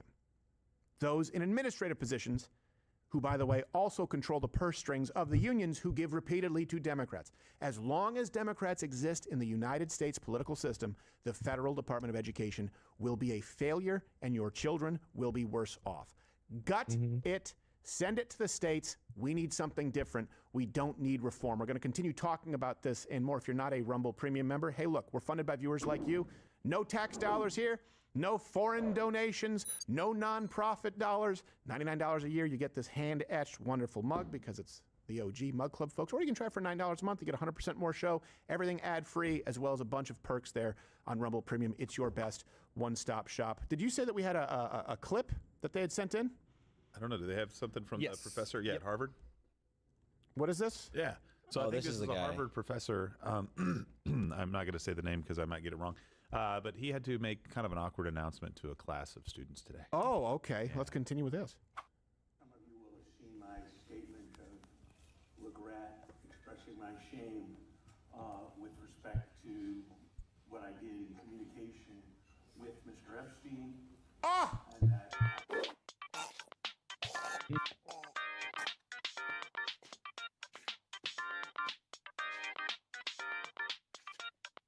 I always enjoy Crowder. It was a good time. What you doing, babies? That's my microphone. Hey. Hey. Hey. Hey. I guess we can get some midstream posts up, huh? Huh? Think we should do some midstream posts? Because once this microphone goes to eat everything out. Alright, let's see.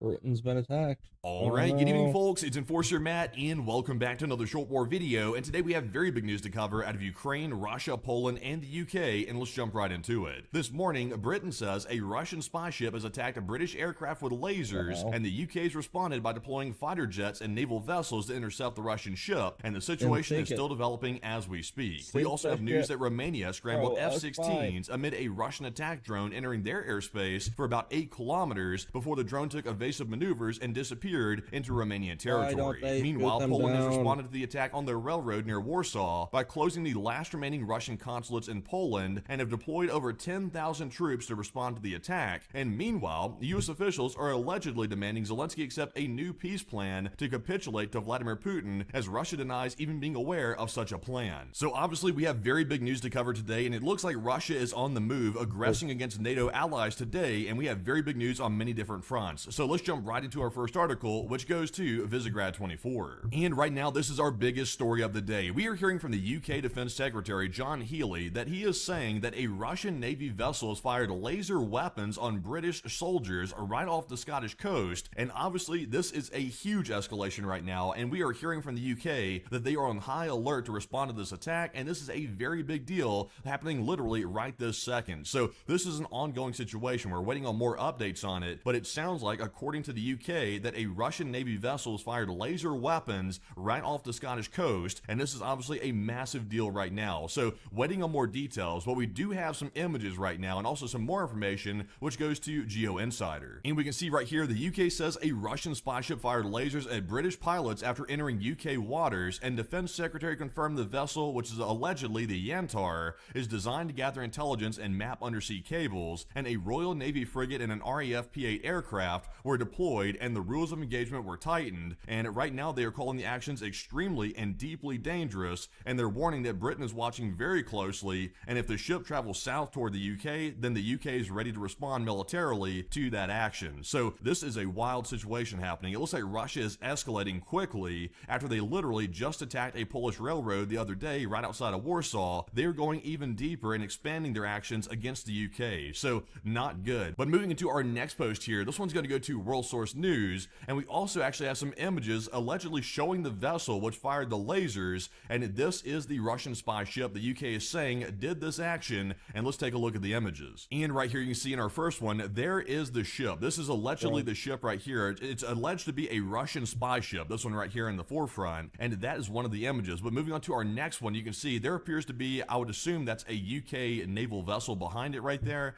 tagging along right near it. So there it is in the water right right there. And also we have one more image appearing to show maybe a thermal image here of the vessel sitting right off the Scottish coast. So that is interesting to see the images. We actually do have images of this thing right here. So waiting to see where this is going to go as of right now. But also moving into our next post here, this one goes to Inside Geopolitics. And we've also heard the UK Defense Secretary states that the UK is going to take action if the ship enters UK waters. So I'm kind of surprised they haven't taken action yet, because if it fired lasers at British pilots, then that's obviously an act of aggression, and that's enough to actually take action against it. But the UK is taking a bit of a safe approach here by waiting for it to enter their waters before they take action. So a very big story right now out of the UK. We will be monitoring that one very closely. But moving into our next post here, this one goes to OSINT Technical, and moving on to another Russian aggression here, we saw last night that multiple airports in eastern Poland, including Rzeszów and Lublin, were closed due to unplanned military activity. And for the reason for that is because Russia was launching a massive missile and drone attack on Ukraine last night, and they were launching these weapons toward the border of Poland and Ukraine,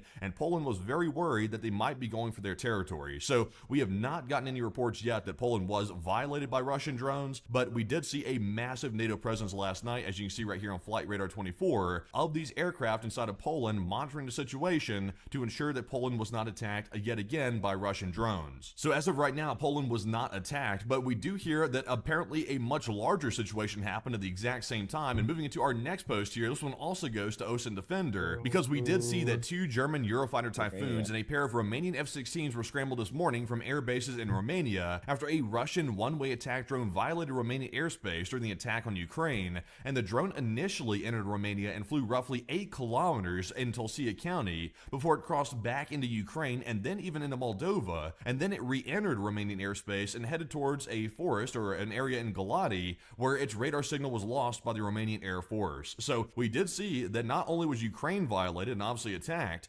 Poland was not violated, but Romania actually had a Russian drone go into its territory and seemingly take evasive maneuvers to get away from the F-16. So that is wild right there. We're also seeing Russia aggress against Romania yet again for like the 100th time at this point, and that's another big escalation. And also it is quite wild that apparently Romania lost the radar signal from the drone, which is also a bit interesting as well. So it was not shot down. The Romanians just let it fly into their airspace yet again, and I guess that's the way it's going to be. But moving into our next post here, we also saw that Ukraine's been launching massive attacks on Russian oil refineries yet again, and we did see that the Ilsky oil refinery was attacked last night by the Ukrainian attack drones. So let's take a look at the video and see the attack on camera.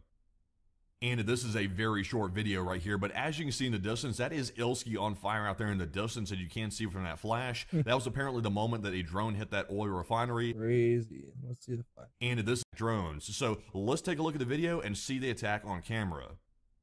And this is a very short video right here, but as you can see in the distance, that is Ilsky on fire out there in the distance, and you can see from that flash. That was apparently the moment that a drone hit that oil refinery. And Ilsky is probably in foul shape at this point because Ukraine's increasing the payload on their drones and missiles. So I'd imagine that facility is really hurting right now based on that image right here that we're seeing off the video. So that is Ilsky's situation. But moving into our next one here, we also saw another one smacked, and we saw apparently a power station in the Ryazan region in Russia was also struck last night, and a fire and smoke plume can be seen. And once again, this is an expansion of the attacks on power stations between Ukraine and Russia. That it seems to be the new targets that both countries are going for. So we did see right here, you can see it on the map, there it is in Ryazan. It was struck, and there's some images right there of the plant itself down here in the bottom right. But we can do better than that though, because I actually have a video of the attack in our next post here, which goes to Military News Ukraine, and this is the power plant right here in Ryazan getting hit, and you can see right here, it's about to be a very big hit. So let's take a look at this video and see the power plant getting struck and taken out by the Ukrainian forces. Let's take a look. And look at that. There it blows right there. The power plant is in deep trouble. And as you can see, a lot of orange smoke, a lot of orange fire coming off of that thing. And also it's pulsating. That is not a good sign coming from a power plant. And also, I can't tell, but it looks like, I think that might be a reflection actually up there on those two poles that are sticking up, the two towers here. But it looks like this power plant's in deep trouble. It's probably taken out of action at this point. And as you can see in the video, it is some very big strikes that were occurring in Ryazan last night by the Ukrainian armed forces. So that pretty much rounds out that video. I'm going to go ahead and stop it there. But as you can see, a power plant has been struck very severely. But moving into our next one here, this one goes to Nexta. And moving on to a different story here, we're also hearing that Poland is responding to the recent Russian attack on their railroad railroad right outside of Warsaw. And of course, it was confirmed by Polish authorities that apparently it was 2 Russian security service members sabotaged and blew up their railroad and then fled into Belarus to get away from the Polish authorities. So that was what we heard yesterday from this attack. And also, we have now heard that Poland has formally accused Russia of that act, and they have shut down the last Russian consulate in the country as a result of that. And that decision came in direct response to the railway sabotage attack that we saw outside of Warsaw. And right now, Poland says Russia will only have 1 remaining diplomatic mission, and that will be the embassy in Warsaw. But all the other Russian consulates in Krakow, Poznan, and also Gdansk have all been closed as of today. And Sikorsky also says that Poland would respond to the sabotage not only diplomatically, but apparently they're going to respond in another way that we'll find out in just a minute, but he did not reveal any details as of the moment. But we actually do have that scoop right here in the video about what Poland is going to do and to respond to this outside the diplomatic front. And moving into our next post here, this one also goes to Visegrad 24, and we've heard that Poland will deploy 10,000 troops to protect critical infrastructure as a result of this attack, and the defense minister says the decision follows the railway sabotage, and the troops will be tasked in particular with securing their railway lines. So 10,000 troops, that is no small deployment right there, and these troops will be protecting Poland from any future Russian sabotage. And once again, we're waiting to see if any more actions are going to be taken by the Polish authorities to respond to this, since it's now been a confirmed Russian attack on the railway. So a very big incident happening with that, and you might notice a pattern here. There seems to be a very, very strong Russian aggression against NATO allies right now as of today, and it's ramping up severely, and it looks to be getting much worse. So moving into our next post here, this one's going to go to Visegrad 24 yet again. And we've also heard from the Rat. The Kremlin spokesman, Dmitry Peskov, said that the relations between Moscow and Warsaw have completely degraded after Poland's decision to close the Russian consulate general in Gdansk. So obviously the Rat is totally ignoring the fact that Russia just sent in saboteurs to destroy the Russian railroad, and they successfully did it. They destroyed the railroad right outside of Warsaw, and the Rat is acting like Russia didn't even do that. They're denying it, of course, and now the Rat's saying that the relations have completely degraded. So, you know, it's the usual Russian stupidity at this point. It's just stupidity. It's meaningless statements, and the Rat's job is to create confusion, and that's what he's doing again, once again today. So moving away from that stupid post right there and onto our next one. This one goes to Dasha Burns, and we've also gotten a very wild story right now coming out of the United States. Because after Russia's been aggressing against our NATO allies and also attacking Ukrainian civilians left and right, we've heard the U.S. is back again with another peace plan, which is also known as a capitulation plan for Putin's sake. And we've seen here that allegedly a senior White House official has told this reporter here that a peace agreement between Russia and Ukraine could come as soon as this week and likely by the end of the month. And they also say that they believe Ukraine is in a position to accept a deal that Witkoff has hammered out with Russia, according to reporting from Axios, according to Dasha. And as for the Europeans, they don't really care about the Europeans, it turns out. Even though NATO is literally consisting of the United States and Europe, apparently the United States doesn't care about Europe very much. So this is the reporting right now. It sounds like the U.S. is once again starting this clown show back up, trying to force Ukraine to accept a peace deal and basically capitulate to Vladimir Putin after Vladimir Putin has literally just launched attacks on NATO allies. So spineless is a mild word for it at this point. I can't even really hide my frustration with it. This is spineless to the umpteenth degree right now, and it's really shocking to hear that this clown show is starting yet again between U.S. officials and the Ukrainian government. So I'm hoping that maybe something comes out saying that this is not necessarily the case. I'm hoping that's the case, but I'll be honest with you, my hopes are not very high as of right now. And also I have some more news about the stupidity right here. And moving on to our next post here, this one goes to Fitux Network, and according to Fitux, the Financial Times is allegedly reporting that the plan aligns with Kremlin maximalist demands, meaning basically Ukraine capitulates, including having Ukraine's army, giving up certain weapons, and ceding the Donbass region in its entirety. And Zelensky is reportedly displeased, and also I'm not shocked by that. I think anybody with a brain would be displeased with that plan, because basically what the U.S. is telling Ukraine to do is to give up and go home after Russia's taken their territory at this point. So like I said, spineless to the maximum right now from the U.S. officials, and I'm hoping that this is not true, but like I said, I'm not very hopeful about it. And they're making wild claims to Zelensky right now. They think they have Zelensky basically in a chokehold because he's currently having some domestic political issues right now, but Zelensky would be foolish to accept something like this. This is basically giving up. So basically, to break this down a little bit further, what Russia is trying to do here with this new peace plan that they're coming up with, if it's even true in the first place, is Russia is trying to get Ukraine to basically surrender, also cut their military in half, so that way Russia can rebuild their armed forces, which are extremely weak right now, and then reinvade Ukraine at a later date when it's more convenient for Vladimir Putin to do so. But also, we've gotten some more news about this whole situation in our next post here, which goes to Michael Weiss, and we've also heard that the Rat, the Kremlin spokesperson, is sprinkling some cold water on these efforts, and we've heard that apparently on Wednesday, the Rat said there's been nothing new in addition to what was discussed in Anchorage, Alaska, referring to the meeting that occurred in August, and Peskov was responding to a question about a report by Axios that a new draft peace plan had been discussed by American and Russian representatives. So what Peskov is saying here is America will do what we want and force Ukraine to do it, or else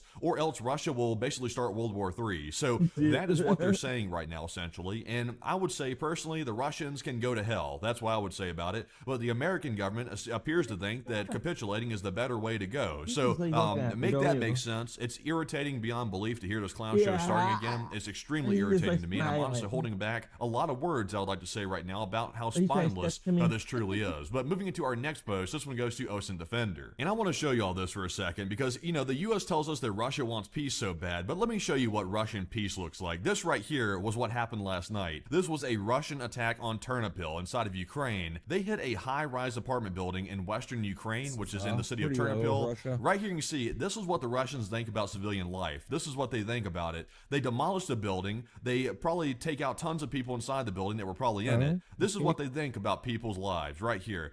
Look at this. More damage and more destruction right here of residential civilian buildings, by the way. And here's more of it right there. And this is what the Russians think about people. This is what they think. This is Putin's method right here, is to go in and take out civilians. So should we be negotiating with something like that? Absolutely not. But apparently the U.S. thinks otherwise. So make that make sense. But also moving into our next post here, this one goes to Visegrad 24. And by the way, that missile that hit the apartment building in Ternopil, by the way, apparently 25 people are now dead after that attack. That's innocent civilians, by the way, including 3 children that are apparently deceased in that attack. Another 73 people were injured, including 15 children. So children, women, men, everybody's getting caught up in this. There's no discrimination whatsoever by the Russians about who they're attacking, and they're attacking civilians nonstop. So Russia really wants peace, right?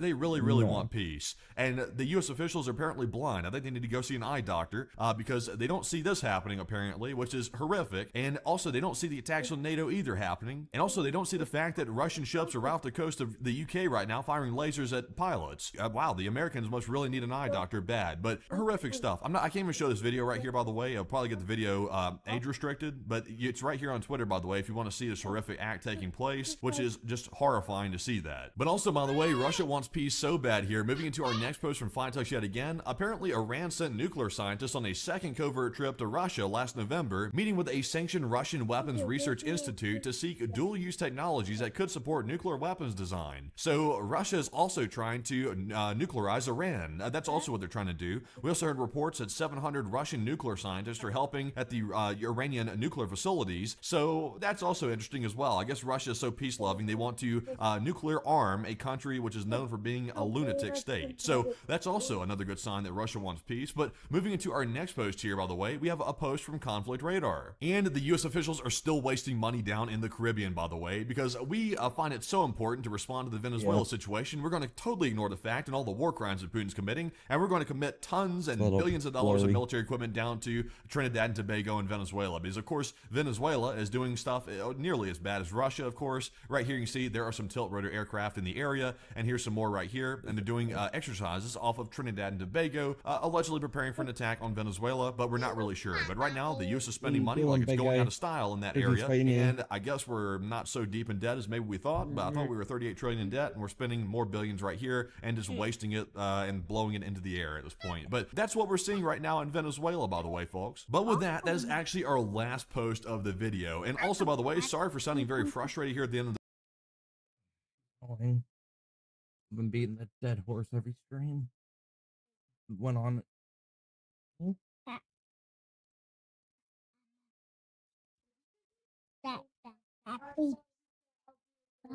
No, they've been beating that dead horse every stream, going on about it for like 45 minutes. You're wasting time. We already know it's crappy if they go to negotiate with Venezuela, which I doubt they will. They're just making them think that they're gonna have safety and living games in this. Yeah, that's called Bill Masters. We're not playing the games. All right, maybe after. Maybe after that.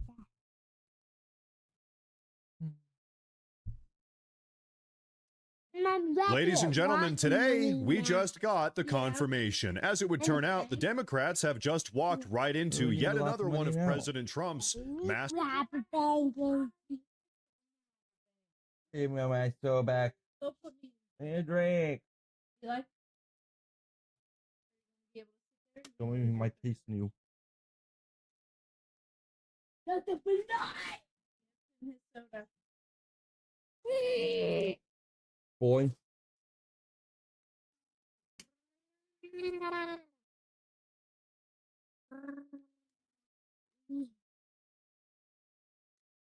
I have much longer arms than you, boy. I fall. Dad, I can steal. Yeah, you should be sharing. Technically, it's me. I'm already sharing with you. It's mine. Master traps. Really, they took the bait, hook, line, and sinker. And so, folks, I'm not kidding when I say this. The entire Democrat Party is pretty much going up in flames right now. And the best part is President Trump personally engineered the entire situation. Now, as I'm sure many of you have heard, both the House Republicans and the Senate Republicans have just passed a bill that, if signed by President Trump, would finally disclose everything there is to know about Jeffrey Epstein.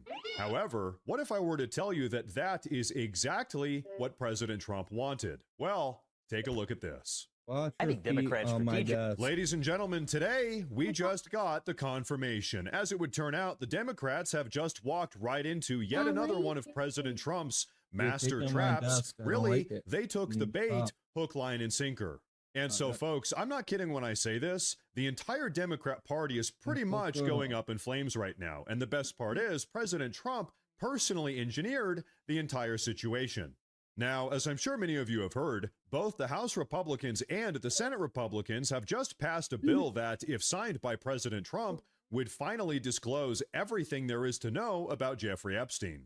However, what if I were to tell you that that is exactly what President Trump wanted? Well, take a look at this.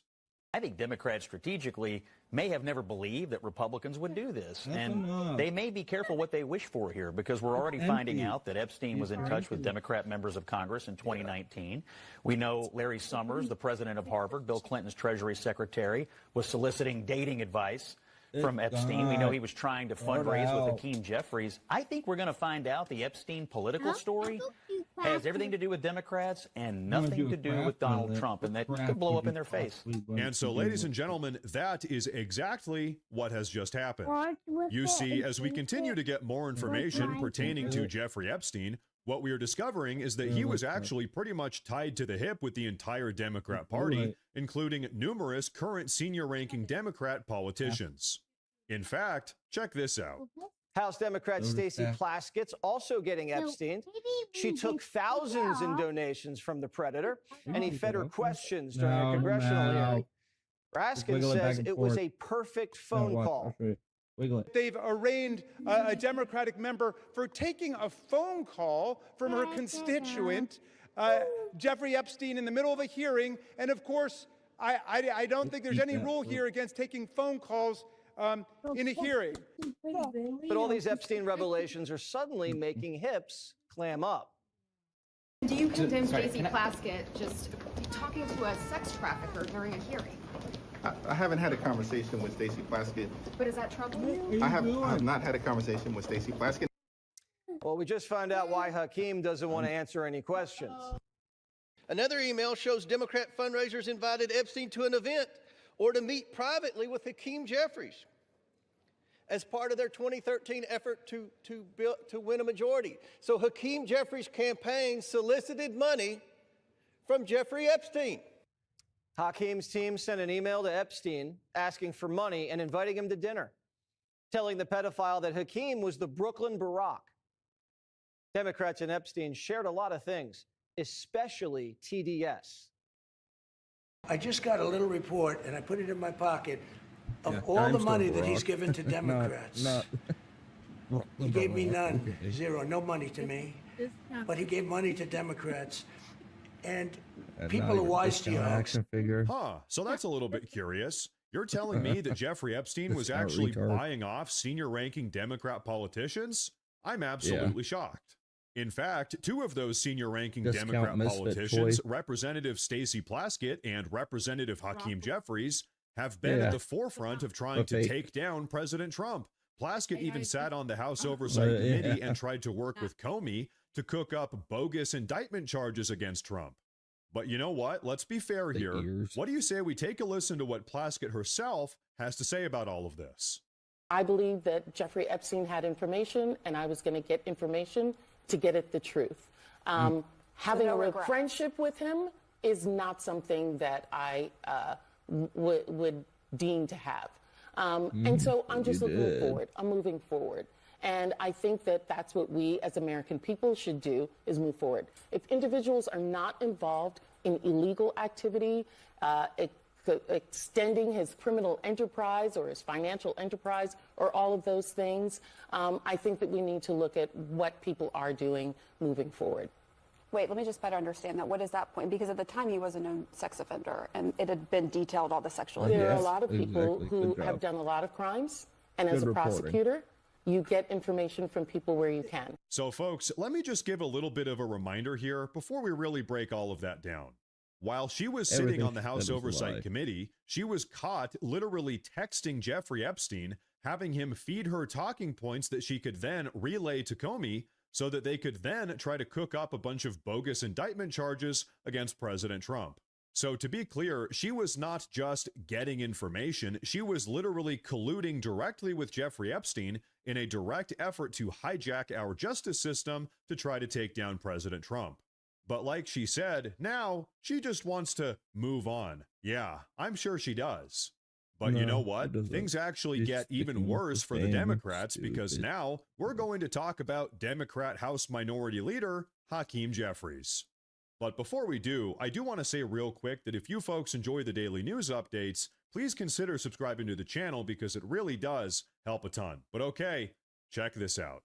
Hakeem's people asked Epstein to come to dinner and meet him after he was convicted for fooling around with a 14-year-old. Yeah, how about that? I mean, this is why the Democrats they're going to regret, I think, ever playing around with this, and they're going to regret embracing transparency, though I'm glad they did. They thought, I think, that the files would never become public. They thought this was all a game. Well, guess what? They're going to get their wish. They are going to become public. The president's going to sign the bill. The president's been right all along on this. He said months ago, make public everything you can that's not classified. Now Congress is finally going to do it. And I think we're going to learn a lot, Jesse. A lot of people suddenly are going to get real reticent to talk about Epstein, whether it's Hakeem Jeffries, whether it's Larry Summers, that Harvard president you mentioned a second ago who worked for Barack Obama. We're going to find out a lot about a lot of folks because you know what else is in this bill that just passed tonight? It's got to be a searchable database. So any American can go in and read the files for themselves. That's how it should be. I'm looking forward to seeing what's there. And so, ladies and gentlemen, that little component right there is what has the Democrats absolutely melting down right now. You see, as you all know, not only do the Democrats not really care about bringing justice to this entire Jeffrey Epstein situation, they don't care about the victims at all. But what's more, they never thought that the Republicans would actually go along with releasing the Epstein files. Their plan was just to endlessly virtue signal about Jeffrey Epstein, calling President Trump every single disgusting name under the sun, hoping that they could ride that rhetoric towards an easy victory in the upcoming midterm elections. However, unfortunately for them, President Trump has just called their bluff, and so now it's the Democrats who are the ones getting exposed. Take a look. He excommunicated him from Right. Mar-a-Lago. He Quite got a rid long of him. time ago. He got rid of him out of his life when he realized the guy was a total scumbag and what he was doing. But you know who didn't get rid of Epstein? The Democrats. After he was a convicted sex offender, you've got him texting with Democrat members of Congress, telling them what to say. Yeah. So you have Trump responsibly excommunicating Epstein and Democrats cozying up to him. Again, I have a feeling we're going to learn about how deeply tied into the left Epstein really was. Yeah. And so, folks, every single day now, what we're discovering is that not only was Jeffrey Epstein cozied up with the Democrats, but that rather, in fact, he was pretty much the leader of the entire Democrat Party. But now, as all of this insanity continues to unfold with Jeffrey Epstein and his relationship with the Democrats, I want to give you all some updates regarding some other massive stories that are currently taking place right now. So on that note, take a look at this bombshell report pertaining to what the Trump administration has just discovered about the SNAP Federal Food Assistance Program. Let it play. Hey, I have a handy dandy chart. I was getting to the affordability piece of SNAP. Almost 40% increase under Joe Biden of what was spent in the people that entered the food stamp/SNAP program. That's 40%. Of course, they were working to buy the election. But what we have seen and what Doge and our amazing team at USDA, 186,000 dead people are receiving SNAP benefits. 500,000 people are getting paid twice. We've made hundreds of arrests. We have a lot more to do. But this was, I think, an unintended consequence of the Democrats shutting the government down for 43 days, is it shined this very bright light on one of their pet programs and now has given us a platform to completely deconstruct the program, make sure those vulnerable Americans who really need that benefit are going to get it. And for all the rest of the fraudsters and the people who are corrupt and taking advantage of it, we're going to protect the taxpayer too. So folks, let me ask all of you a quick question here. Why do you think it is that during the Biden regime, monthly SNAP payments absolutely skyrocketed by a massive 40%? Well, as we now know, it's because Joe Biden and the Democrats were busy enrolling all of their beloved illegal aliens into the program. In fact, right now, as the Trump administration is trying to audit each individual state's SNAP programs, very curiously, all of the radically progressive sanctuary states are fighting back tooth and nail to try to stop those audits from taking place. I wonder why. It's because they've been enrolling millions of illegal aliens. That's why. Yep.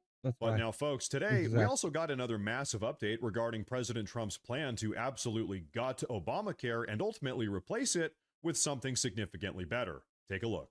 But let's elaborate on the president's plan. There's $26 billion available, if you will, for what Joe Biden put in as enhanced premium tax credits.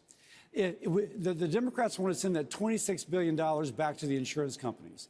They take 20% of that for profit and overhead. That's law under Obamacare. They're allowed to take that 20%. The president and I want to send 100% to patients to put into an account to spend on the health care that they want, not just the health care that the insurance company allows them to have. And so, folks, this right here is pretty much the Democrats' worst nightmare. As you all know, the Affordable Care Act has pretty much worked as the Democrats' personal slush fund for right around a decade now. The insurance providers skim their 20% off the top, then they give that money back to the Democrat politicians in the form of political lobbying. We all know what that means. Really, the entire system is nothing more than a complete and total racket, and ever since the Affordable Care Act, Obamacare, was first enacted, healthcare has only gotten worse while simultaneously becoming more expensive. And so, in order to accomplish all of these massive America First objectives that we're talking about today, President Trump has a plan. Take a look. He's in total agreement that we need to let go of the filibuster. It's not serving the purpose that it originally intended to serve anymore. It's really a moot point, and he wants to see it gone so that he can have the most productive 3 years of any president ever. He's already been so productive in his first term. He ushered through the largest middle-class tax cut in just 6 months, which is amazing. There's so much more work to do. Election integrity, voter ID, getting rid of universal mail-in ballots.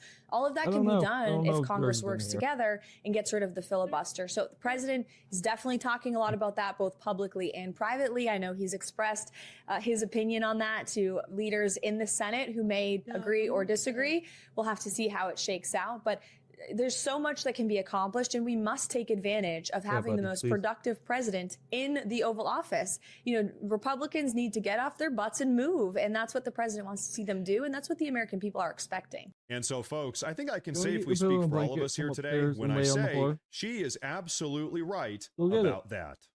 The Trump administration really does have a once-in-a-lifetime opportunity to try to save this country. The journey is going to be a difficult one, but a winnable one nonetheless, and it's going to take resolve and fortitude, which is exactly what we expect from the Senate Republicans. You want to call yourself a Republican? Okay, then it's time to get off He your already butt, had ya. listen to President Trump, He's and in a actually wreck. save the He forgot Republic. something. But so, folks, with all of that being said, it really is kind of funny no, just how it's good. quickly the entire political landscape can change. Last week was you get admittedly your kind of a blanket. tough week for the Trump And a administration. pillow. However, this week, they're just absolutely on fire. And of course, like we said earlier, right now, the Democrats are pretty much just my imploding. Gundams. You always And you know destroy what? them. Good. That's a good thing, because that is exactly what all of us want to Maybe see another if we day. truly want to put America first. Actually, you can play with it as long as you promise not to lose all the pieces. All right. Happy Halloween! I'm actually Craig's mom, but today I'm dressed up as Terry. Oh, I didn't even recognize you. Be careful with camo. them, please. Oh. I know. I am You your stinky mom. poop butt. But anywho, you're probably wondering why the shelves are empty-ish. We've been concentrating on boiled candies, Candy. ribbon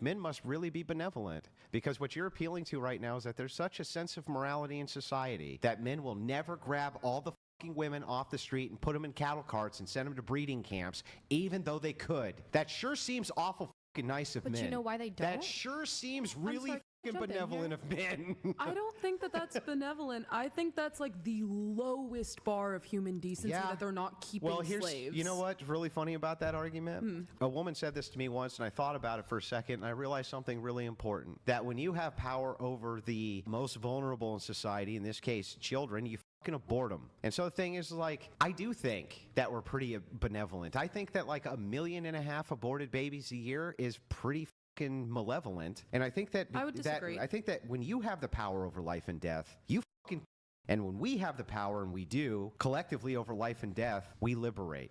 And I do think that that's benevolent, and I think that that's part of men's nature, and I do think that you have to appeal to us for all of your rights. Men must really be benevolent, because what you're appealing to right now is that there's such a sense of morality in society that men will never grab all the fucking women off the street and put them in cattle carts and send them to breeding camps.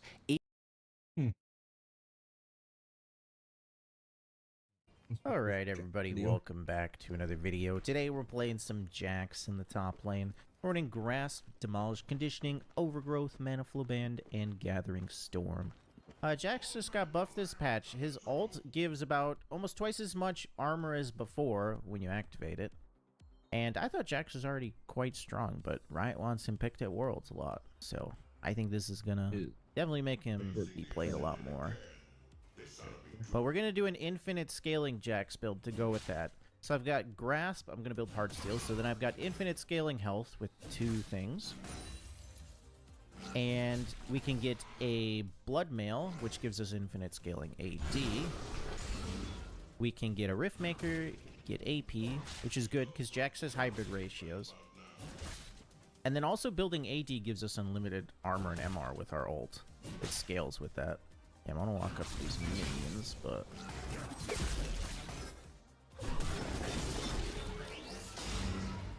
not the worst. You gotta be a little careful of Renekton early.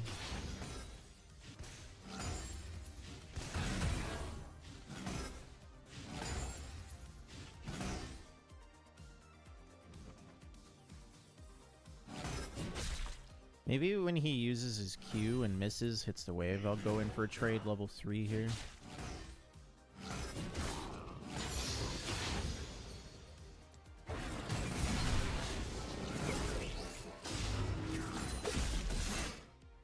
I think we keep fighting. Nah, never mind.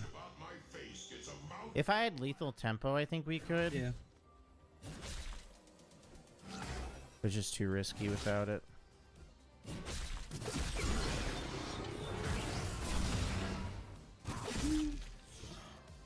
I think I hit a minion there. I'm out of mana now. Does he have Ignite? No. I should have started a Doran's Blade, and I think I would have won those fights. Probably. During shield, I should just play more passive with it. Oh. My minion.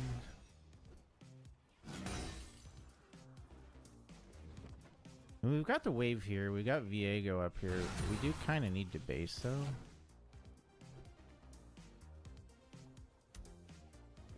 Also, I got the conditioning, so like I need to scale. Renekton's an early game champ too. He teleported.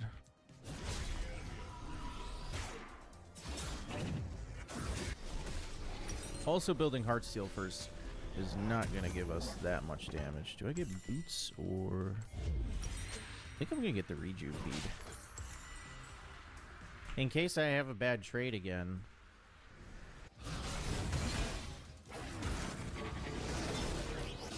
Darn. I'm trying to get him to stun me.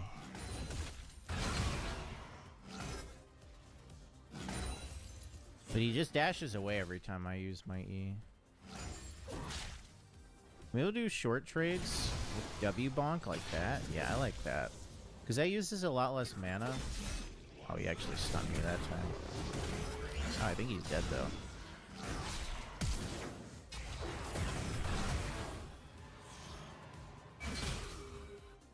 I don't think I need to flash. Yes, I do. His dash came back up, unfortunately.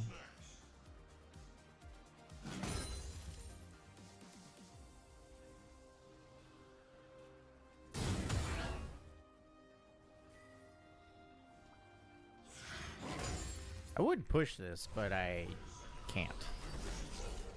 So I'll just leave it as is. I might lose some to the wave pushing in, but this is the better thing to do.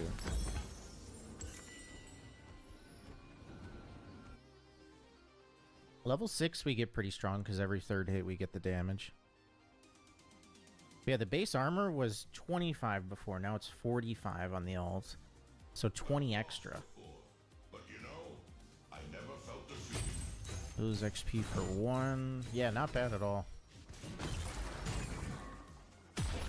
He got a plating though out of that. But I think I would have been worse off trying to push it because I wouldn't have even made it to the turret. Then he gets a freeze. Then I got a base. I think I'll hit the minions when he walks up. I get extra range on the W auto, so we bonk him with that. It hits pretty hard.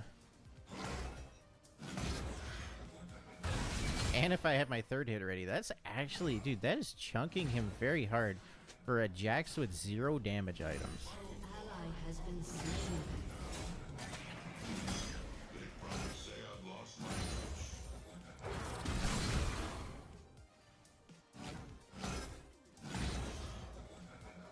I didn't either because I had a feeling he wasn't going to stun me. Now he will. But he still has it up. I think we win this though. Yep. I'm very impressed with my damage. I really thought I would do no damage early. We got demo.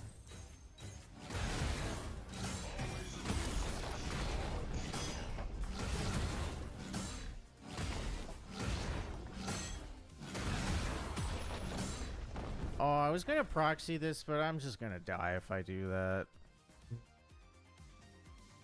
Because I'm gonna have no mana left, he's gonna fight me, and I'm dead. Yeah, we got infinite scaling with the Gathering Storm, too, as long as the game goes.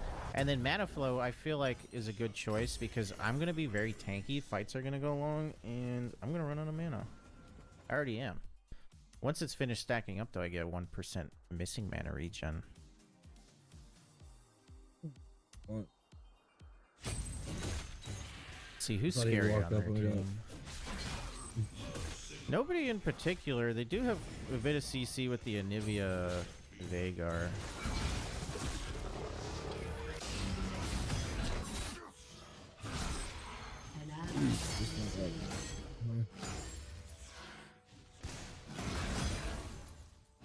We got the first 3 kills.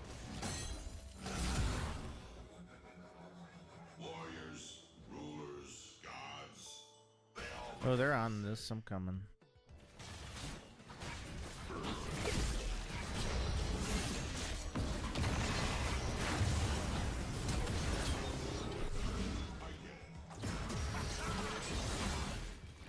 I think Renekton's gonna have his dash.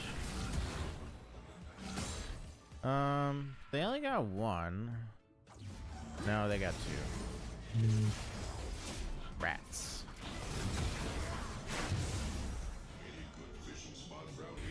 Ooh. Crocodile. Is he going Eclipse?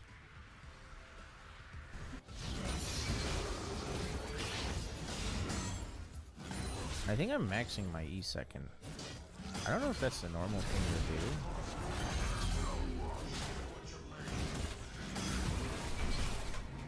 I wanted to trade him a bit before jumping away, but I don't know if that was worth it.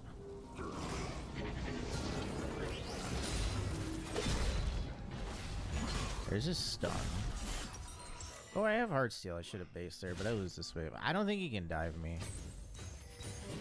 I'm trying to hit the minions.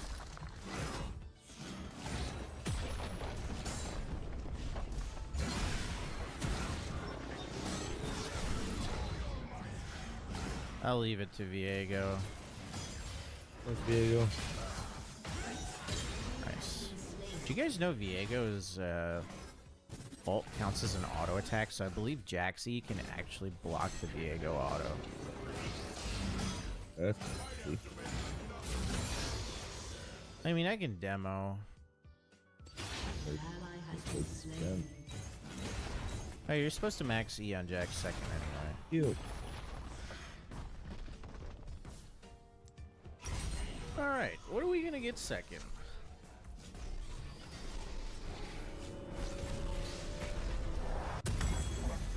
I guess? What about Titanic for the on hit? Oh, dude, Hullbreaker actually kind of seems good too. This is infinite scaling on hit too. Oh, this is tough. I kind of want Jack shows though.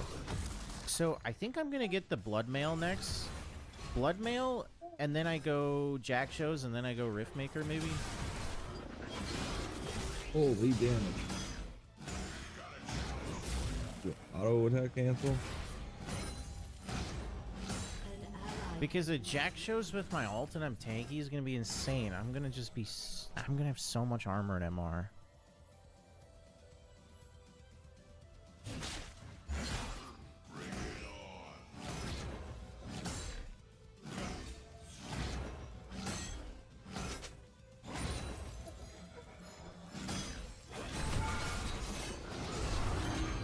Got his stun in his ult.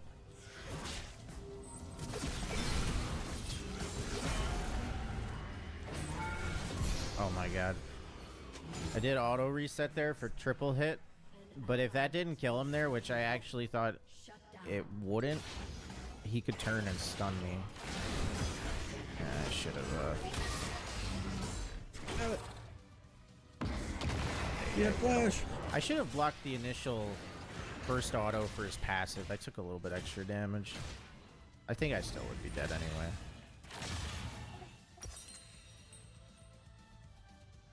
There's a lot of good items I want. But we'll get this out of the way just to have the scaling.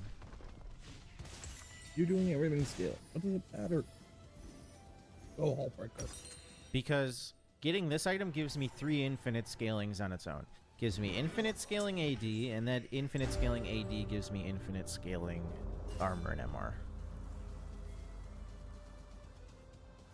So maybe I'll go Riftmaker, and then I'll just get Jack shows after that. And then we'll get I think Hullbreaker when I'm like full build is really good because it scales off AD and HP, and every 5th hit, I'm either going to one-shot a turret or do some massive damage in a 1v1.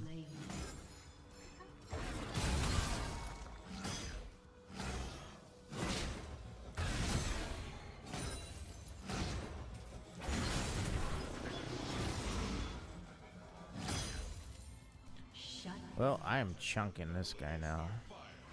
Turret will soon fall.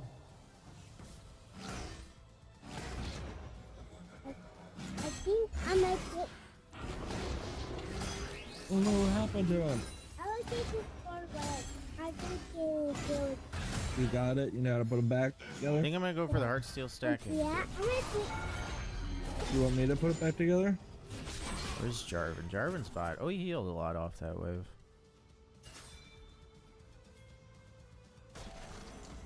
Also, if you guys could please check and see if you're subscribed to the channel. If you're not, please consider doing so. Also, I was gonna say, somebody was complaining yesterday that they can't hear the background music anymore. I think I accidentally turned it down, so I turned it up now. Hopefully, it's not too loud. You guys can let me know. And also, I played some Steam game yesterday and absolutely messed up my mic. I thought my mic was broken, but it made my Microsoft microphone settings put it on 10% volume instead of, I don't remember what it was on, but I put it on 50. So hopefully my mic is a good volume still.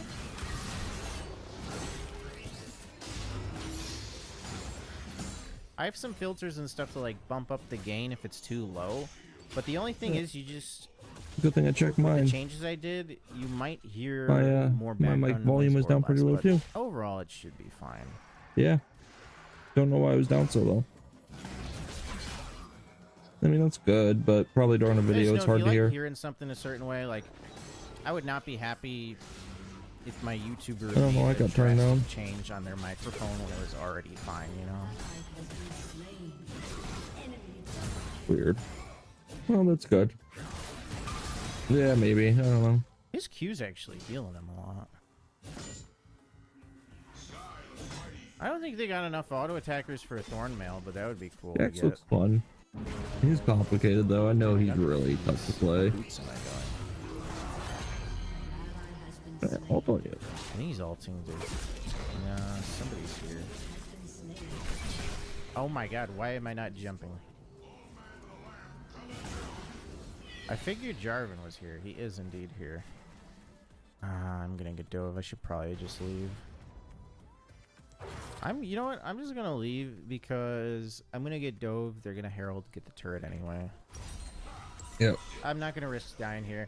I'll TP back. I think I could fight him if I'm full HP, but I'm just so low right now. You can get an item. Now I have a fighting chance. He ended up not coming up here anyway. I'd rather mid. I don't know what happened lately. I'm really bad at ward hops with Jax and Lee Sin. I don't know what I did, but like I feel like the ward doesn't go off when I want it to.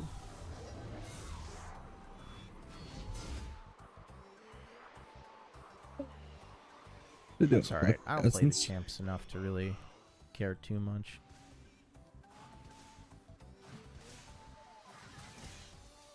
Hello, Vagar.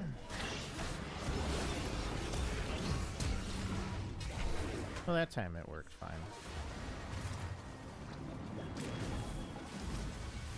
Oh, I don't have another ward to go over the wall.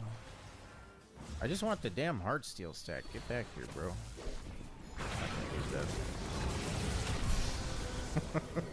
I just bonked him.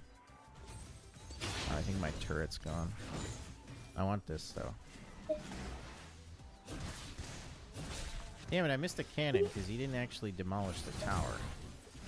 Well, now the turret's gonna live. Well, the end of the world isn't gonna stop itself. Once I get Riftmaker, I'm actually gonna have a lot of damage too. Like, we're actually at the weak part of the build. We're gonna get so much stronger. Dad, it opens up. There's a crocodile. What opened up? Oh no. Yeah, that opens up. Yep, you're right. That happened. No, I think it opens up and I never know what's gonna happen when Aphelios ults. Like, sometimes it explodes again, sometimes it doesn't. If Jarvan's here, I definitely don't want to fight them. Jarvan's kind of fed. He's not here. Look, it is over here.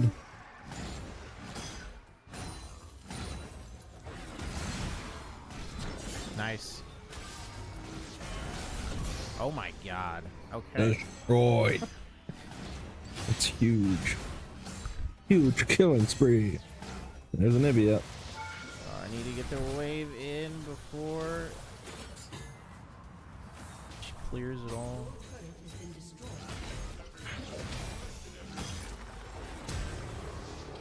Did I get the stack? I did not. I can get this. Okay, I almost that was did a not little get close. that.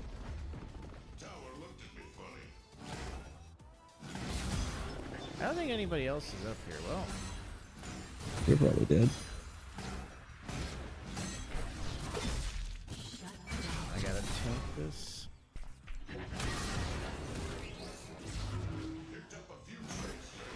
Okay. Scary. At least I lived. No, run, run, run, recall. Oh no, why'd you cancel it? So good now. I think it's an armor boot angle. Careful, bro. He's behind you. Hey, you're low. I'm gonna lose my turret anyway.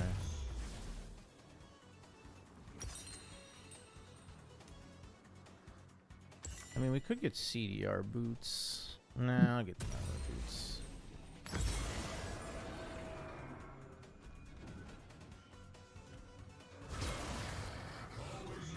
Well, I don't think we've That had new mana objective issues is cool. yet, besides the early game, which is normal.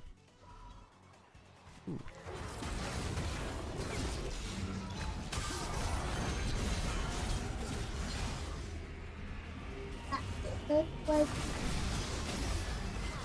I can tank this.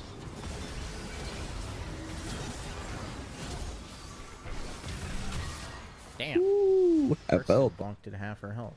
Oh, this guy's chunked.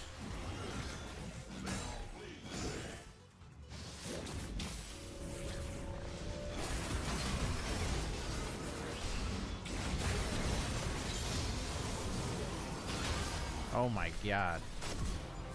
I'm a liver. Triumph would be nice for more healing.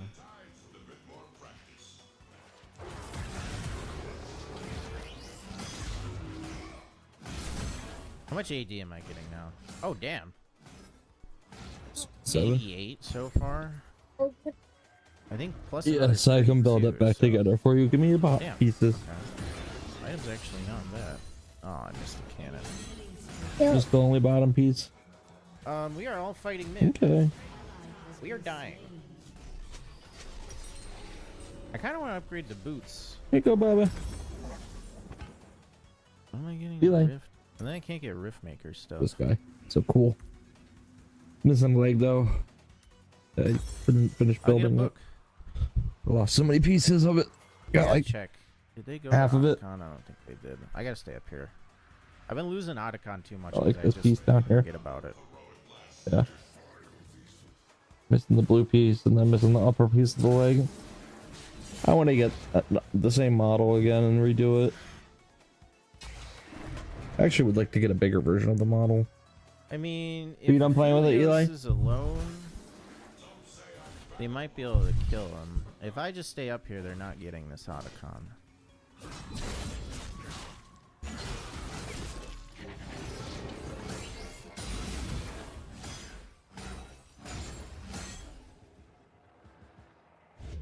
Oh, let's kill this guy. It's Vhagar.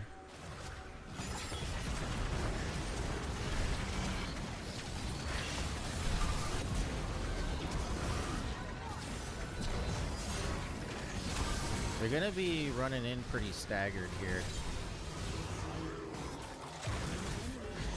Lost Diego. He's gonna jump over the wall like right here, I feel. Dad, you have to do it. I can't do it, buddy. Yeah. MF did a lot of damage to him. Oh nice, she's dead.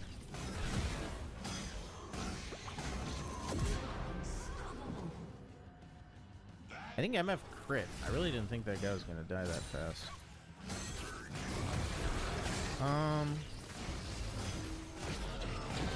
I don't know if this is the greatest idea. Word. Yeah. Got it. No, never mind. That's a lot of damage. Nami might die. Alright.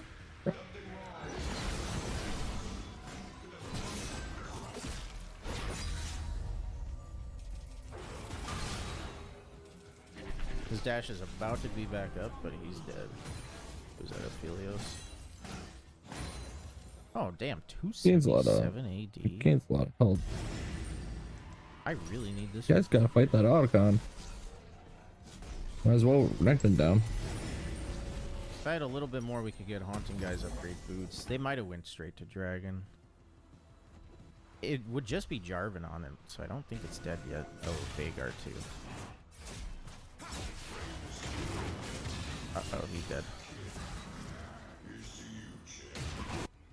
Ooh, it's close. Steal it. Wanted him to steal it. I'm coming. Stolen dragons are pretty awesome. Oh, Vigor's one. Where did he die, dude?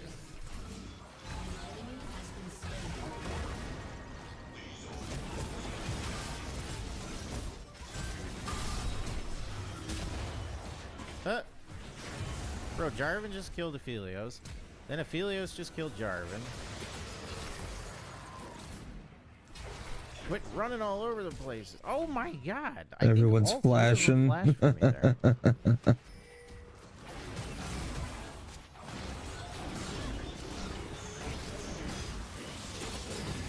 was gonna say, damn, Vel'Koz is Nibby is dead. Yeah, Renekton's back up top. I'm gonna try and get this bot turret since Renekton got top.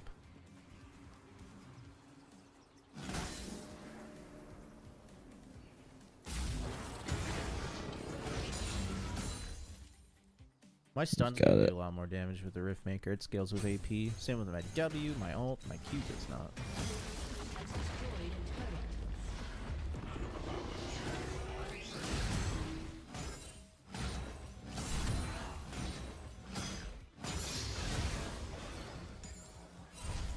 Keep an eye on that Otacon.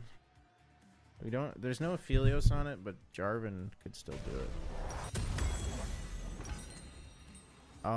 Jack shows are. They're up there. I'm gonna get the Jack shows. Oh, they are on it. It's probably gone unless Viego steals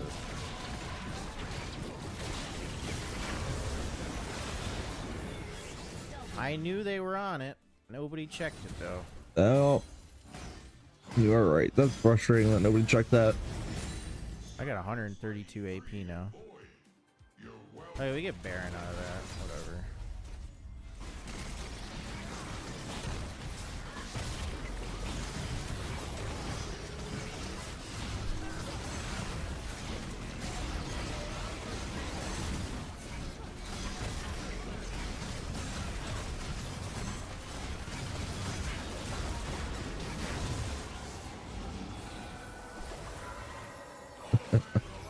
Feels slow. Hullbreaker will give me a little bit of I kind of want to just dive him. I missed. Oh, perfect.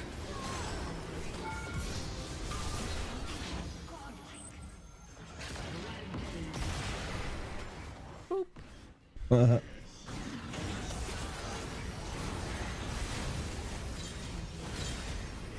I just baited them into their death. They just hop right out of the J4 wall. Who's up? Vagar? Vagar can kill me.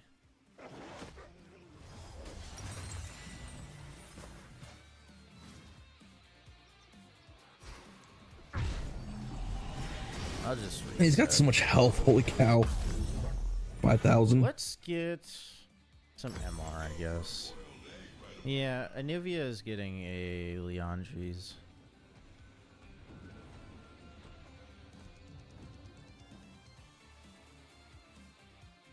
You know what I should have got? I should have got Swifties. Dan, we I'm just having a will. very hard time getting to them because they just run. Luckily, I still have my jumps and stuff, but even with that, I mean, they flashed the last few fights. They didn't have it last fight, so they died.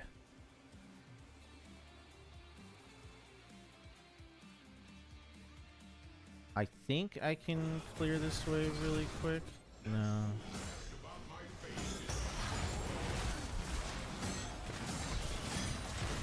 Oh, I tried to steal it, but I wanted a hard steel stack. But if I went for the hard steel stack, it wouldn't go off in time, and I'd steal the kill. I was like, you know what? I'll just try to steal the kill anyway. Oh, just out of range. Oh no, what happened to She that? canceled her R? Why? Get him! Bro, even Vagar's faster than me. What is this shit? Well, at least his ult did absolutely nothing to me because I had 230 MR.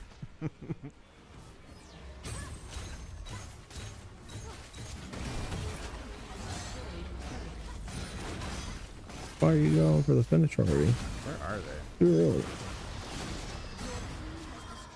Jarvan's top side. I have my Jack shows. My gosh. I am gonna have a lot of resistance. Yeah, definitely going Hullbreaker over Titanic last. I could use that a little bit of move speed.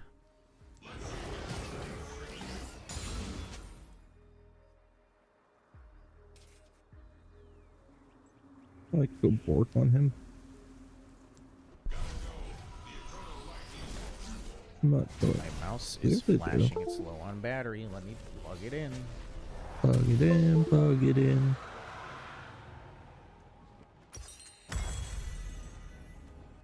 Yeah, this is a really expensive build. Hello. Where did he die?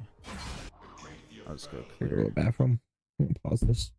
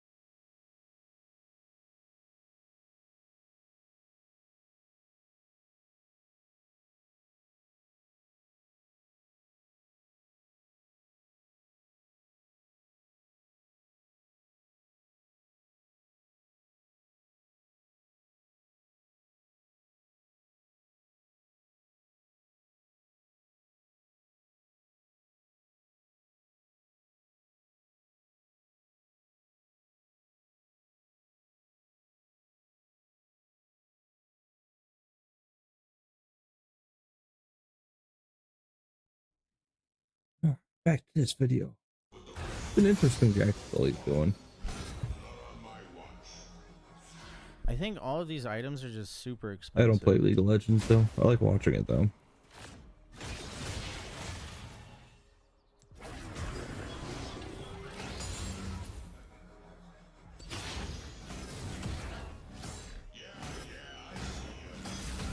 Might start playing it more one day. Could get an Iceborne Gauntlet to slow him. That'd be funny.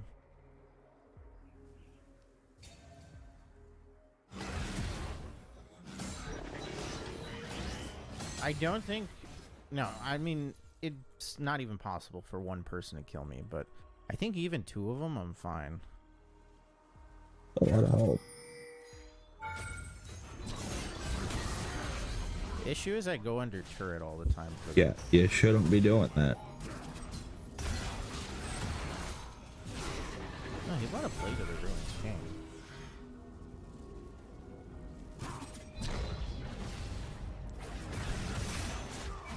Shut down. That actually does good damage for me. Are we winning the fight? We won the fight, I think. An ally has been slain.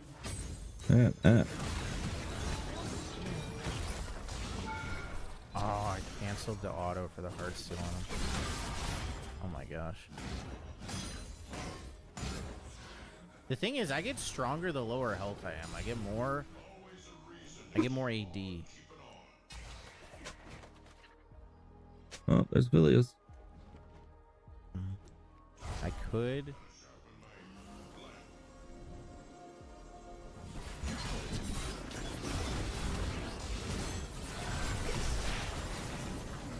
Power's one hit, but I mean, I'm not even that low actually.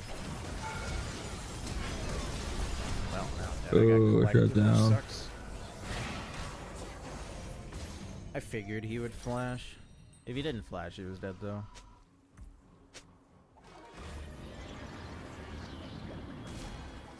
Bro, I kind of want Terminus actually. I don't know what I want.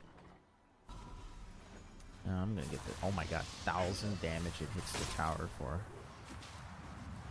I need to move slow. So I just got a little bit of move speed and a little bit of move speed on this. I need to be careful. I don't know why immobile champions always like to just stand in the mid lane and die. Mm-hmm. Nami might be able to save her, yeah. They might go Baron.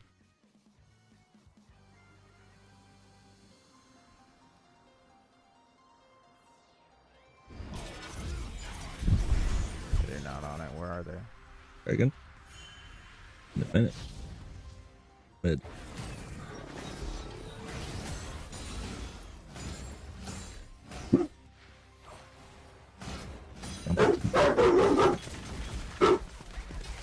Enough. Yeah, messed up.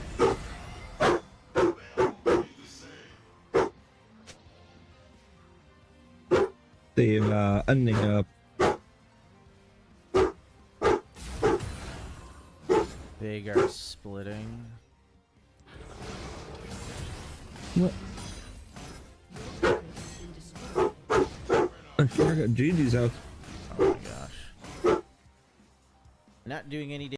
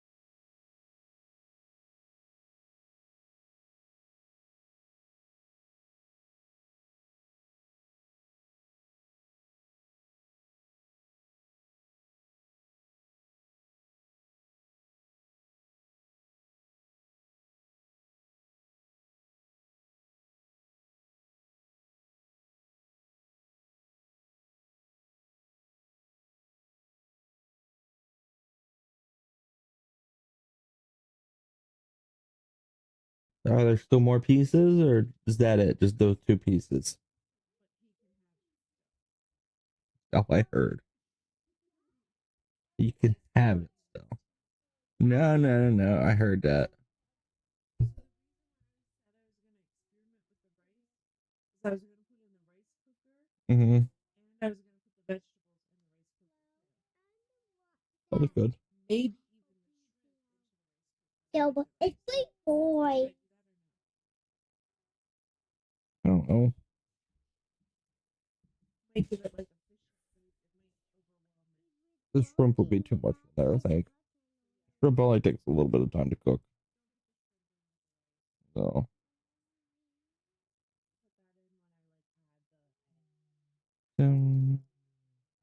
Yeah. Yep.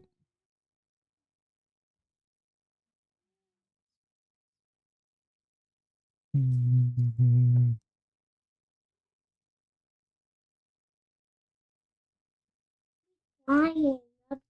Holy cow! Yeah. What? What's gonna change? It doesn't need to burn your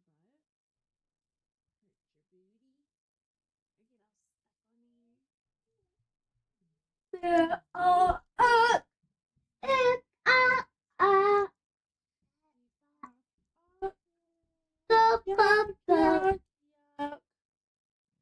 Hey. I'm playing with. You're not putting that on top of her head. I make tricks. I might beat you up with this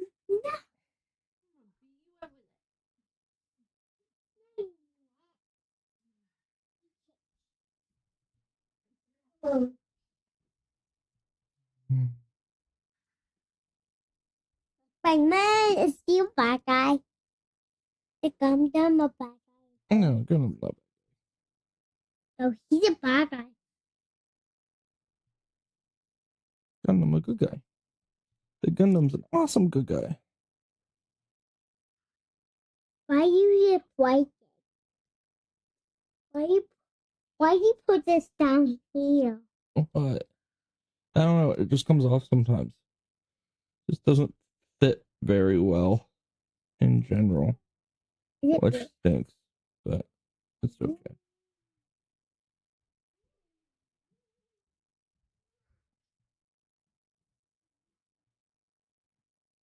Good, Bubba. Look, he's got 4 guns out.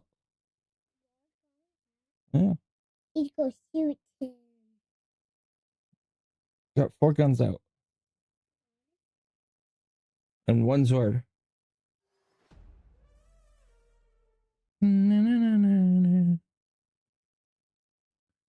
Damage to the minions. Oh, we need this guy not to die. Please don't die.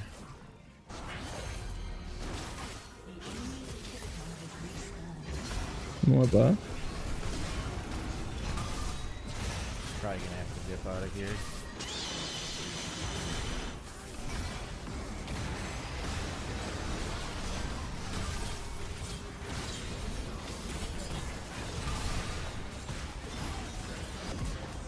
Just getting non-stop stunned.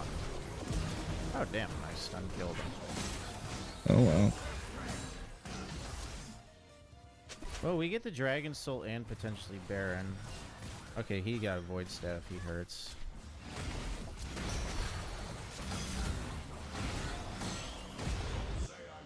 Let's go Baron. I almost have Hull Breaker.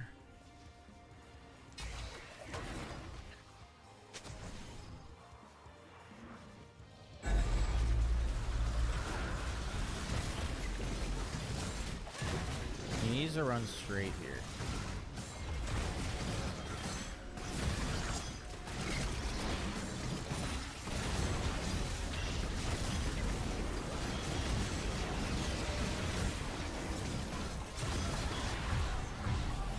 What are these MF bolts? I think I just need a tenacity potion to top it off. We'll go get this bot wave.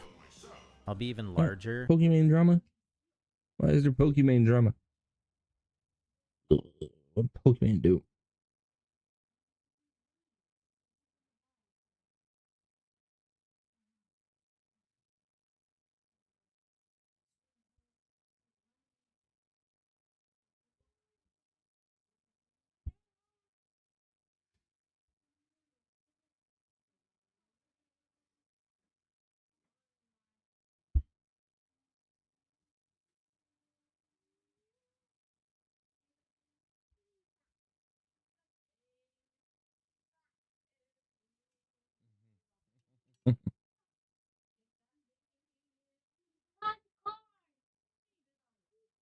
Pokemon complaining about drama baiting and clip farming. Like, that's what she's known for.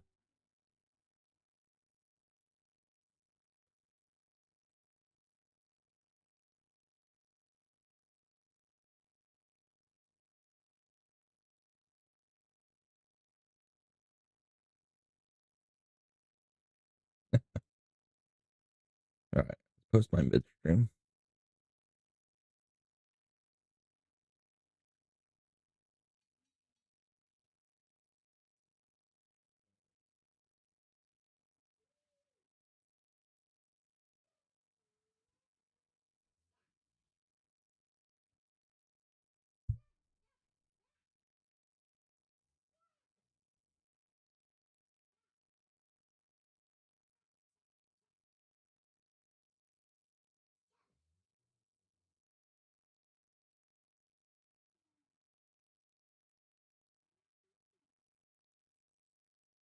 Mm. the rabbit.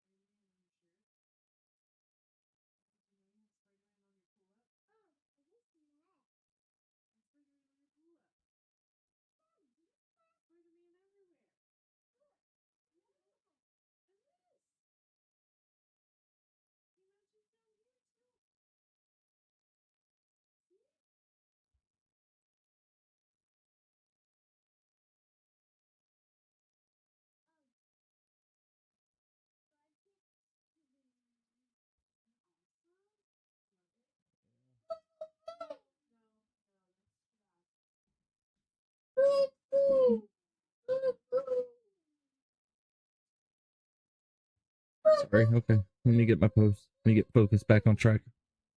Just scrolling. X is just a cesspool. I'm now.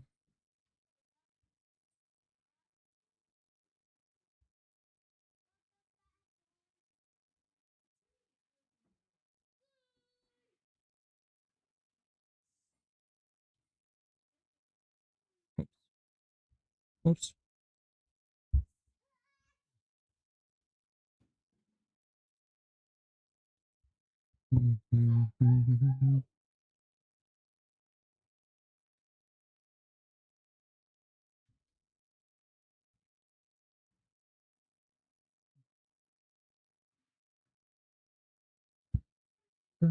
Tastes like coffee ground into my face now. Solid, just another band-aid. Real like it. Very good band. Falling down, falling. A favor with you.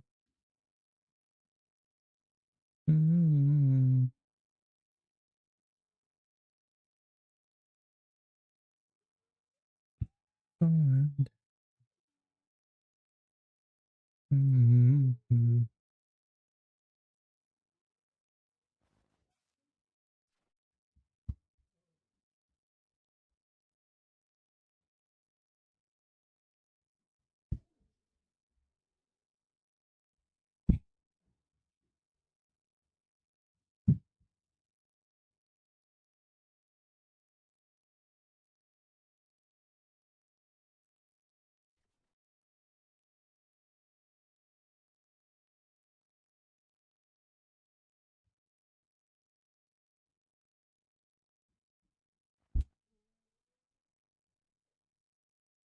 Why you fix it like that?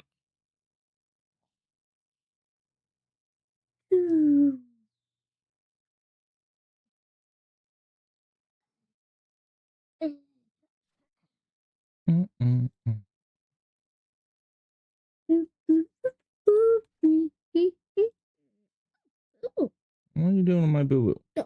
Hey, why'd you pull his head off again? No, it just comes off by itself. Yeah, okay.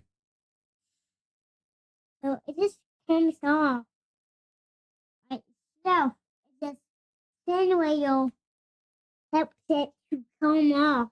Mm-mm.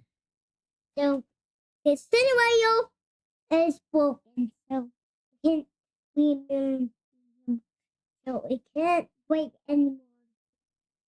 Got any legs?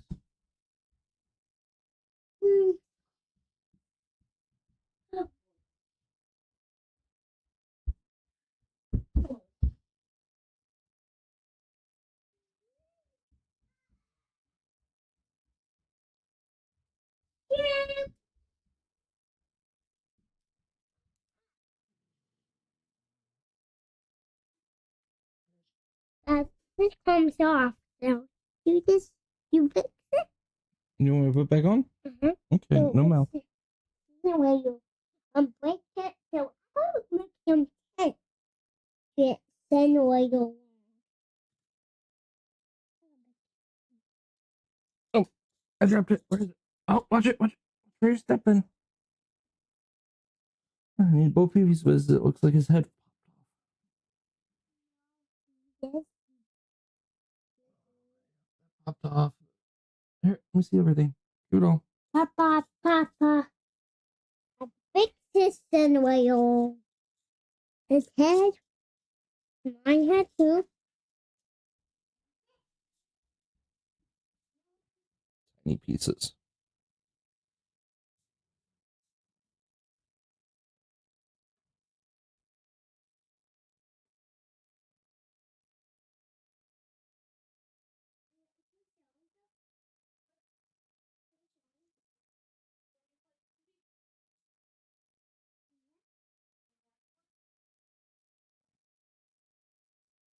I tried gluing this one on at one point. The upper body piece, and it didn't work.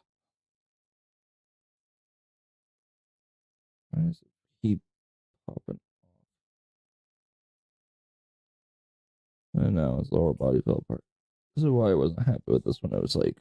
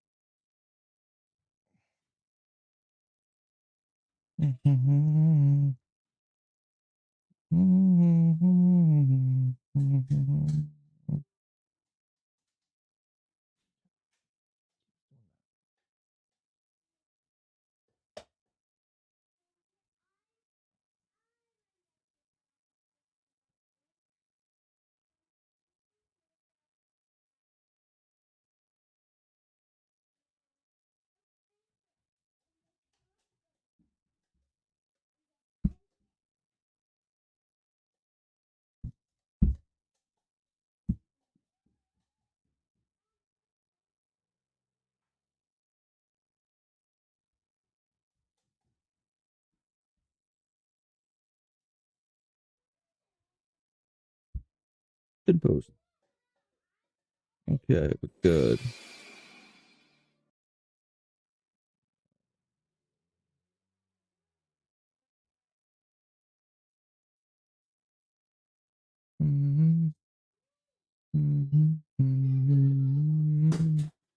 Eli, what are you throwing?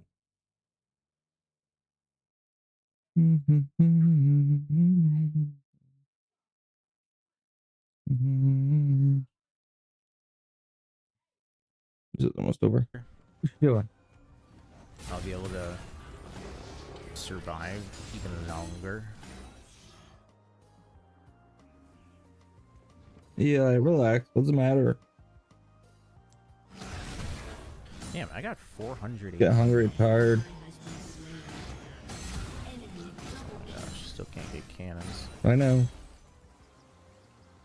Once again, mobile champions just love sitting around mid till they get picked. I don't know why people always do that if they play a mobile champs. Like, you have to sit behind your front line. If you go out first, you just die.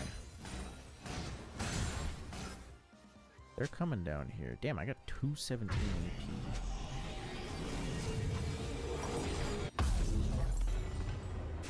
Kind of waste our full barrier build. push. If we get somebody. We need to get side lane. Yeah, they haven't been getting any side lane at all. Inhibs. Can you get top tower? We're probably going to need Elder to end. Just because they have Anivia support wave clear, Vagar wave clear. Oh, he only got his one dash.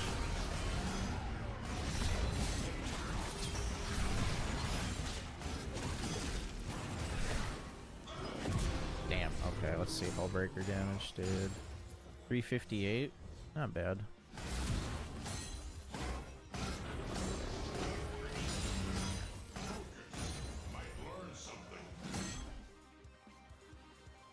MF's top.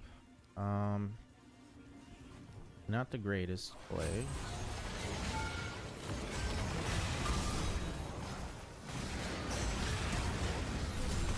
He's not taking any damage. Oh, nice. My flash is up, so I think that means his flash is up.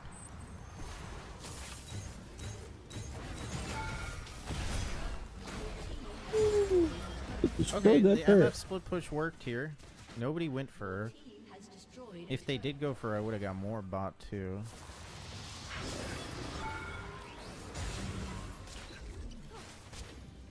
Nice, the cannon's under turret.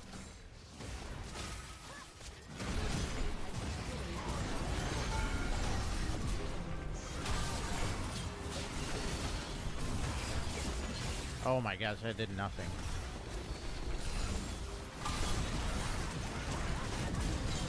There we go.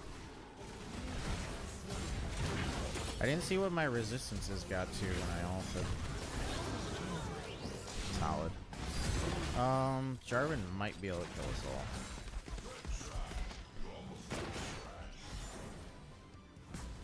all. Well, actually, he might not have dunked up.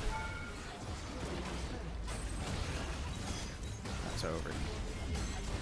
Oh my gosh, my Hullbreaker hits so hard. How much did the Hullbreaker do at the end there? Hell. 931, it did 4,300 to structures. Not bad, man, not bad. That was fun.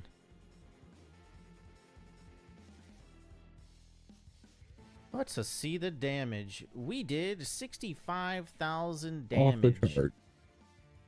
How much damage did we take? Damage taken. 69, nice. Self-mitigated, 100k. Okay, we tanked a lot that game. 5k on Grasp. Demolished did 8,700. And other than that, I hope you guys enjoyed. Make sure to leave a like, comment, and subscribe. I'll see you later. Peace. Cool.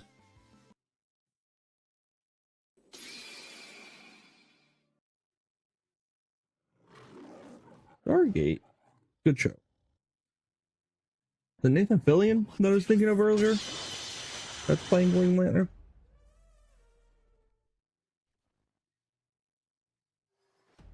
Yep. Playing Green Lantern now too.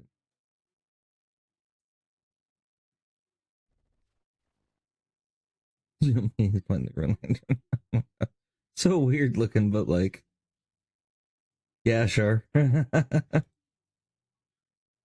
weird bowl cut.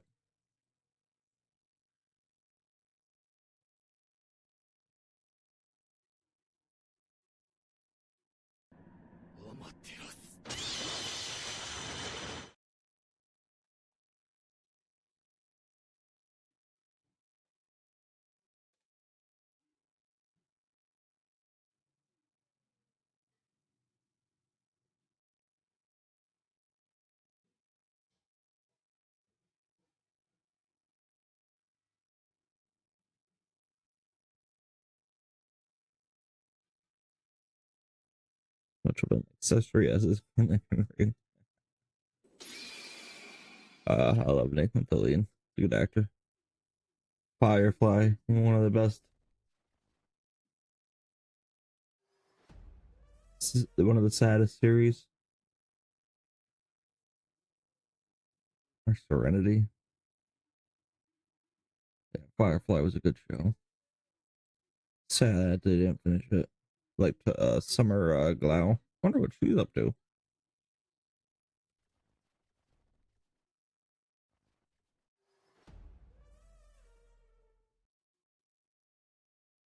She just has such an exotic look too. She was an Arrow. It's a VA. Nothing like super new, right? And the newest one is Arrow. And who does she play in Arrow?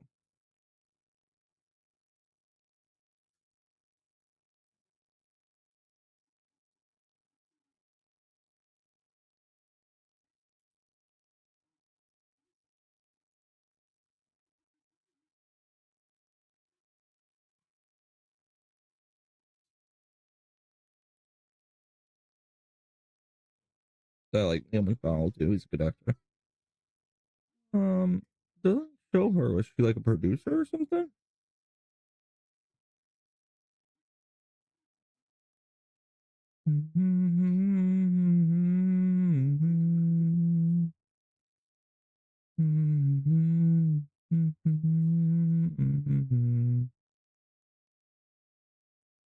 They just interviewed her August 14th.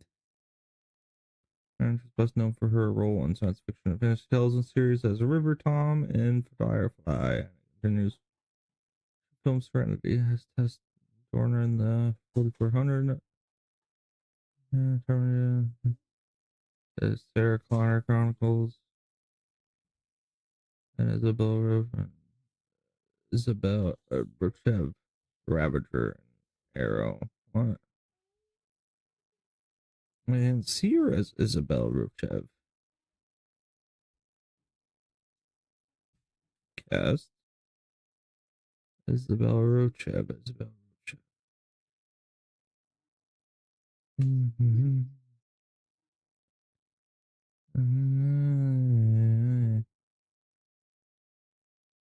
Oh, there she is. Oh, good show. Yeah, I need to watch Firefly again. Serenity. I didn't know she was an Arrow. That's cool. It's cool to know. Yeah, I had a crush on her when I was young. Teenage boy. Well, losers, sinners, failures, and fools. Beautiful let down. I mean, they did an interview with her. Let's see it.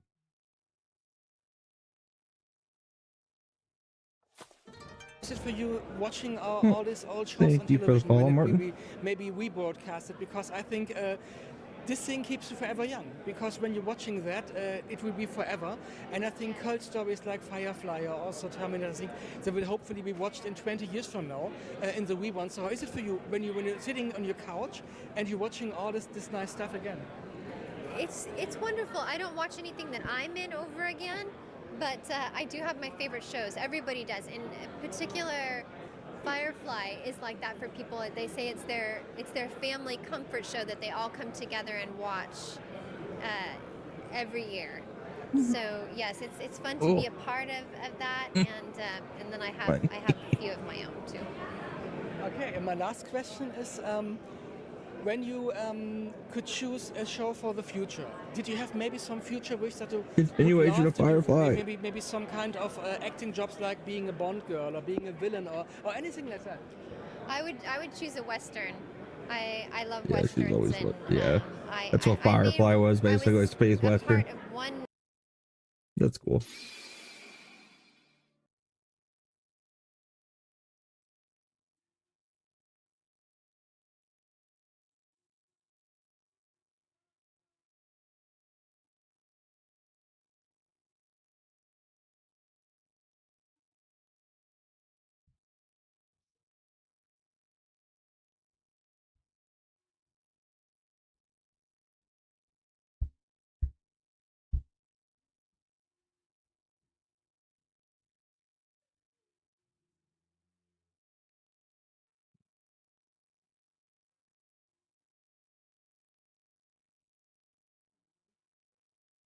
Beyond that, we're not going to do the back and forth on social media. The invitation, Mrs. Owens, is always open.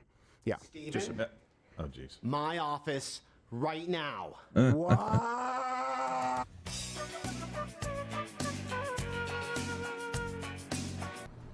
swear, Sam, I'm in the middle of a show. Sam, I'm in the middle of a show. Steven, I know the demands on your time are considerable, but I had to call you in here for a very serious disciplinary infraction. On the show a little bit ago, you called Candace Owens a No, that was actually an either-or equation. Be that as it may, this Meshuggah infraction is very serious, and I'm going to have to discipline you by reading you the Riot Act. Please read this manual here.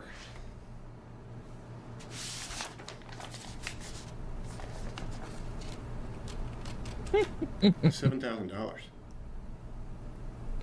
Stephen, I hope that you read this fully and think about Got it.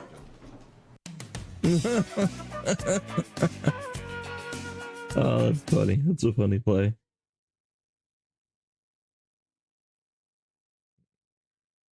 Why Muslims are flooding out of Islam right now? Yeah, because it's abusive and horrible.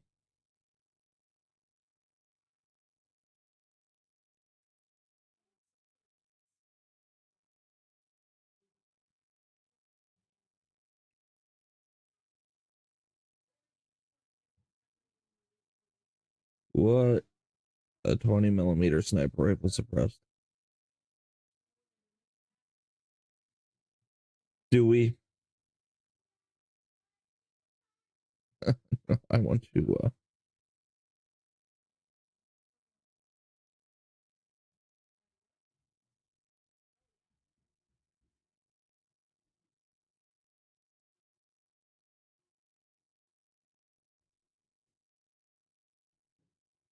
have to watch that Mike Jones debate, but they might review it tonight. Nah, let's play some Marvel Rivals. All right. Anime crackers in my soup. Lions and tigers, whoop da whoop. That was a draft? Cool. What else you got in there?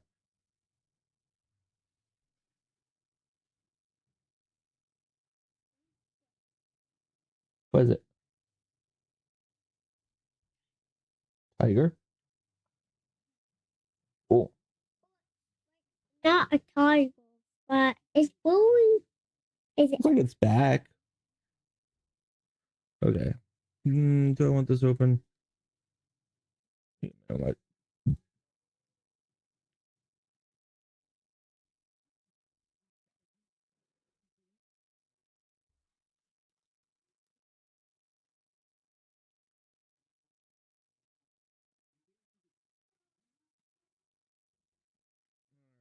Music can go up a little bit.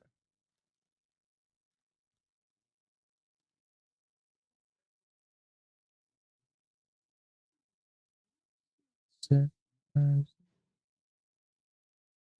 no train, yeah.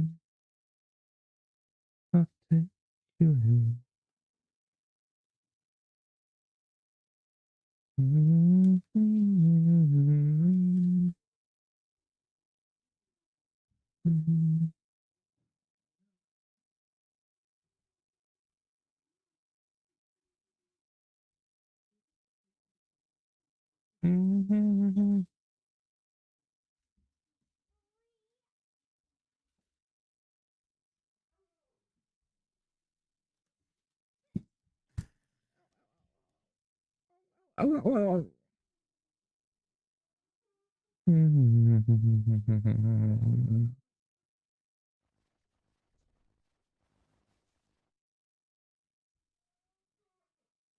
Diva! What?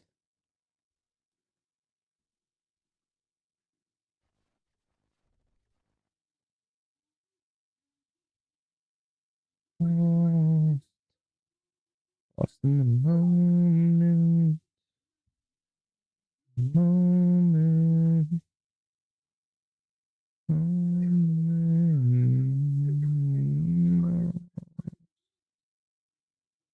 Lost in the moment.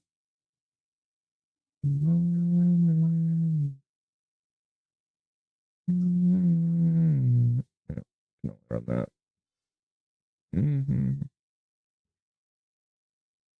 We're gonna play some more rivals, fellas and lady fellas.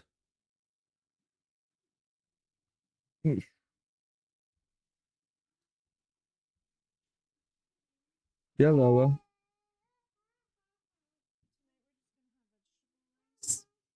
And then tomorrow I will get soy sauce. Why? What? What happened? I don't have soy sauce. Oh, okay. So it's just rice with vegetables in it. Yeah. And shrimp. I was gonna hold off on the sugar till tomorrow. That's fine. I'm not gonna put it in a pan. You make it with egg, right? Not tonight. No, but when you do your stir fry, you do it with egg, like one egg. Yeah. I didn't last time. That was my mistake. Well, remember, I used the Bob Evans. So Okay. this will be Fine. different. Yeah. No, that's fine. Oh, you can always run and get soy sauce still. Now then. But you can always run and get soy sauce still. I was playing what is it? Where Winds Meet. That it's pretty cool. It's actually a very pretty game. I'll have to play that more later, I think. It's like a chill game. Not as stressful as Marvel. Get overstressed. Overstressed. Sunset.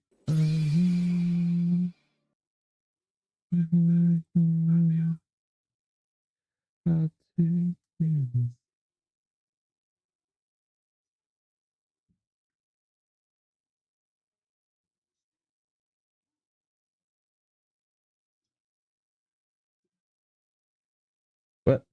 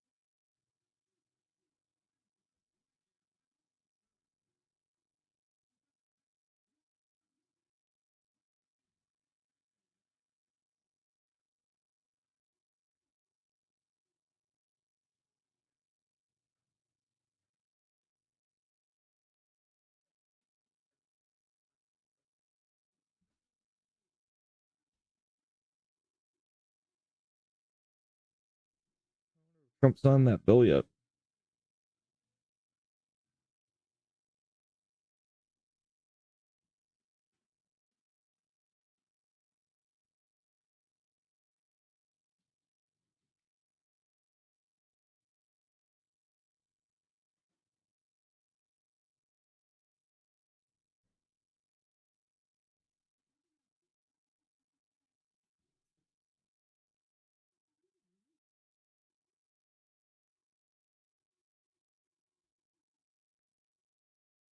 You know, I really feel like getting my forge out and trying to make some tools for my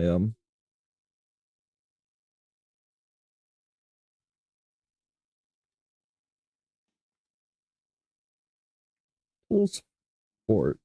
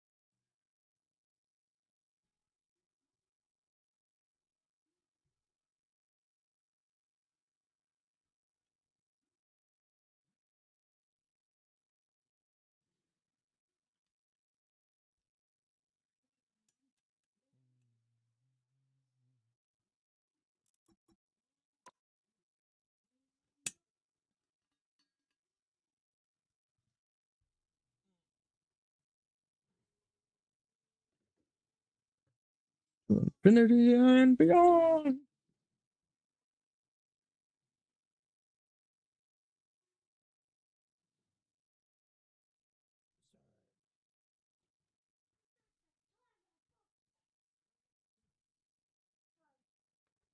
Turtle? Turtle. Ammo get. Yep, I'm gonna put the lid on it. You can have some. No, it's green tea. It's not lemonade, it's green tea. Lemonade tea has the yellow cap. Don't open that. It has the blue cap. And lemonade tea, I think, has yellow cap. Here you go. You can put the jug down. You don't have to be holding it.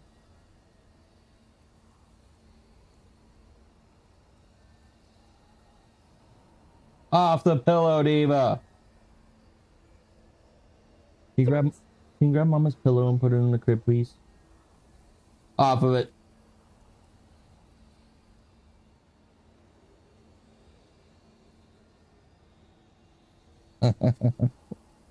Thank you, buddy.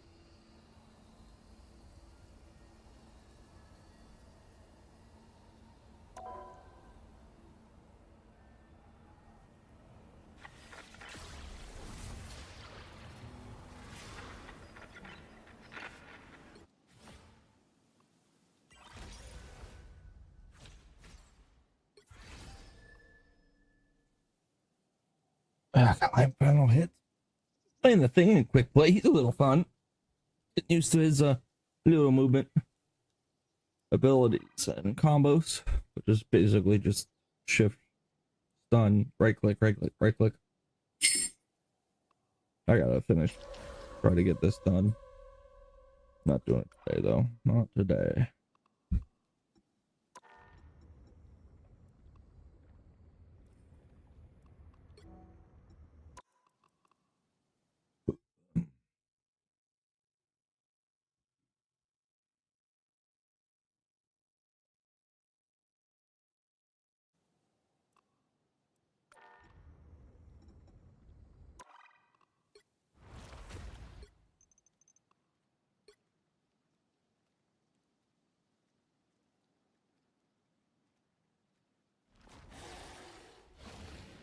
$0.03 short.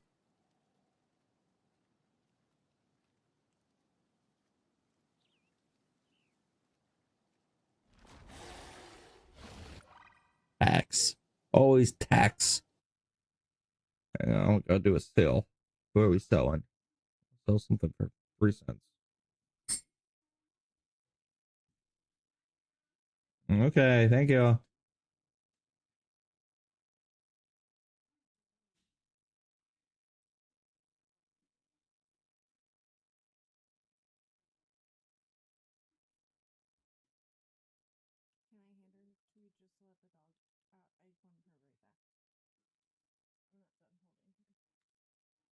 Yeah.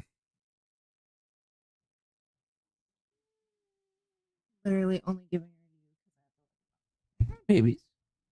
Baby gross.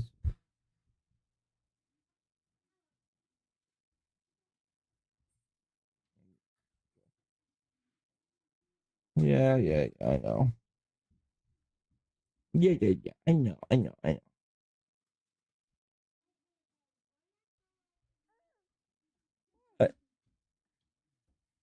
Stand? Do I stand? Whoa. Whoa.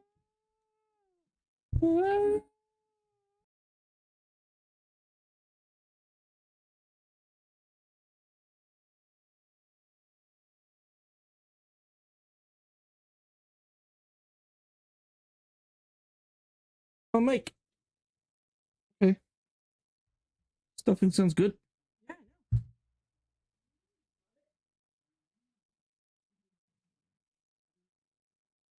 Stuffing's always good. Yeah.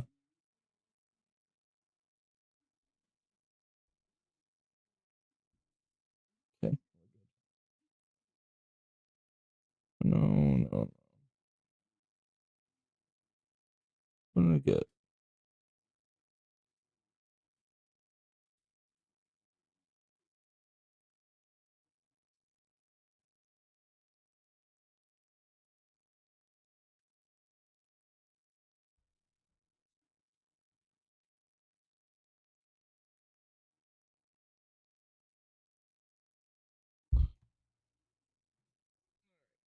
It sells by the end of the night, and then I can buy that. Pick up this bundle. Get the orange venom. And get a costume. I think I'm gonna get either the Thor or the Storm. What? You like that one? That's the one you want?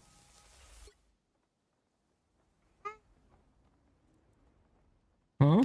Whoa, whoa, whoa, whoa. What did you step on? Were you stepping on the T? Move the T out of the way. Get over here. You almost ripped my arm off, kid. Want to pick it up? It was a figure. I did.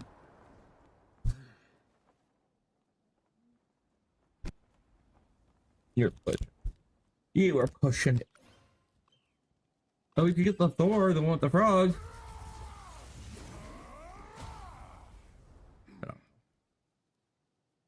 Nah. You get the Groot one. I don't like that. No, not the Groot one. No, I want one. Drop one. But this Where's it? In your tummy? Okay.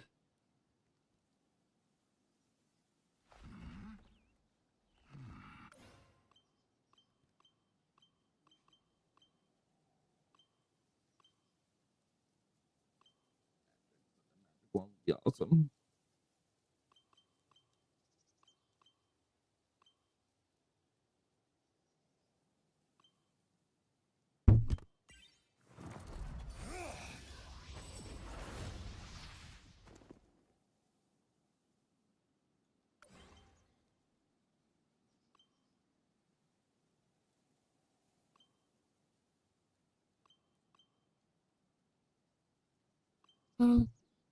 Yeah, Storm Venom. I don't know. that. What, Jeff? Yes. Is snow outfit? I don't play Jeff. I play Storm more than I play Jeff. Oh, what's your bubble? He blows bubbles all the time. Yeah, he does. Why? This How one's that for a one? limited time, and then it'll rotate. It's got... Leave a minute. No, I mean, that's a lot of threes. 33 hours and 33 minutes. It'll be able to rotate. 5 minutes. Venom. What on? Well, yeah, that comes with the bundle once I get money. And of course, she's trying to get back in. You just let her out. Hey. Sorry. She'll get over it. No rush. Yeah. I want to save up to get this. Sure. We need 1,400 more to go.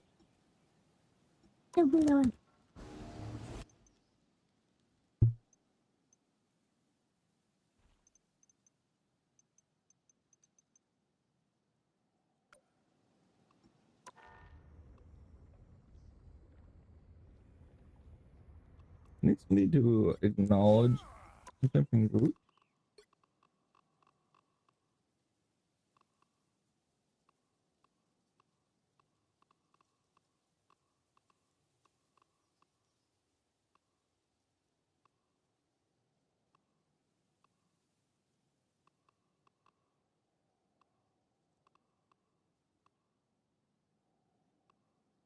Need a response from ally.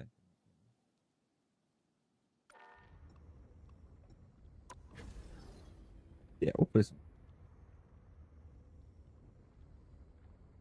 Get practice. More.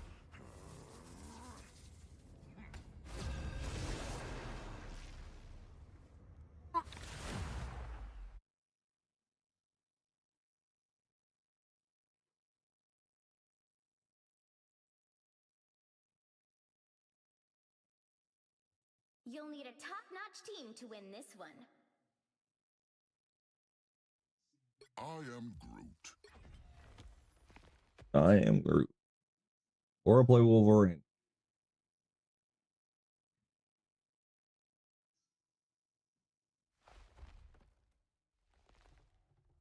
Got a hello.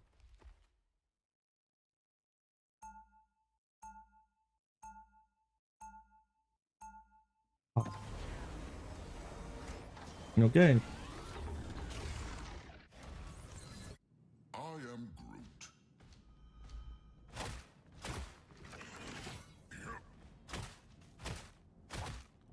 30 seconds before you attack.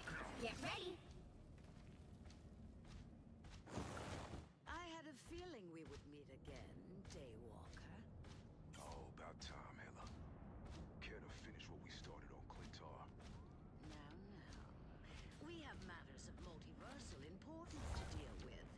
Shall we call a truce? The battle starts in 5, 4, 3, 2, 1. I am Groot! I am Groot!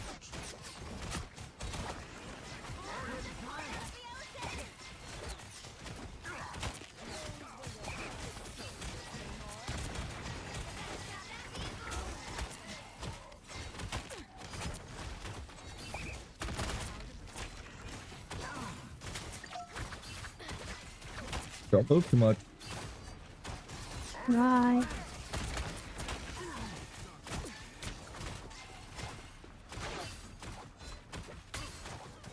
Oh.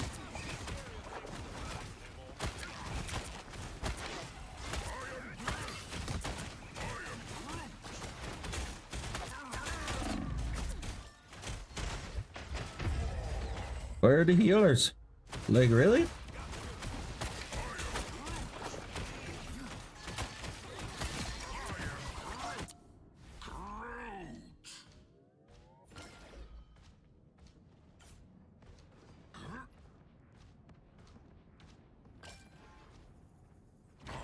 They got it.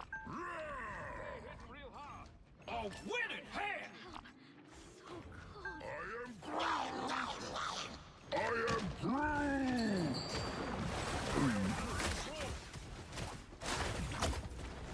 am Groot!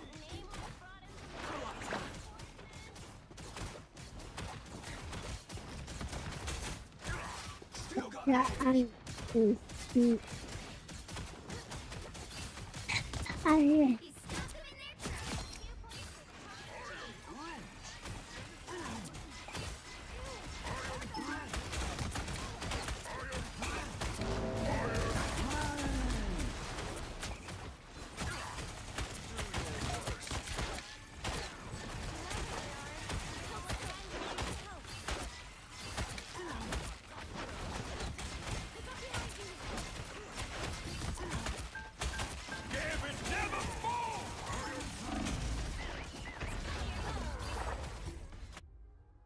Ball.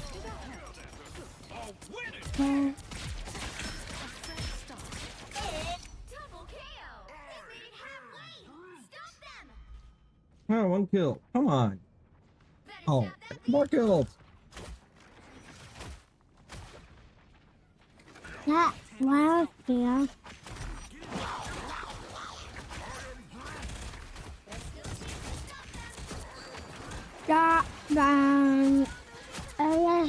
Buddy, stop.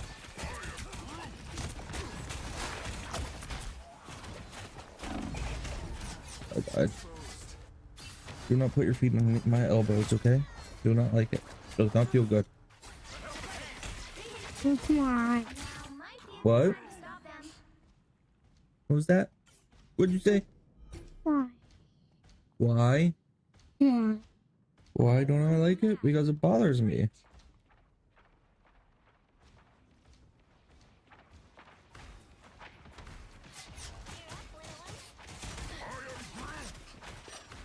I'm gonna get down.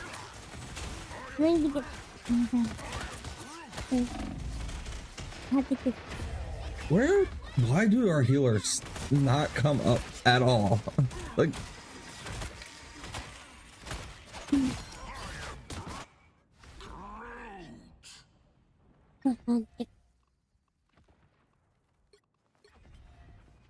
the best there is at what I do, but what I do isn't very nice. I go eat my dinner.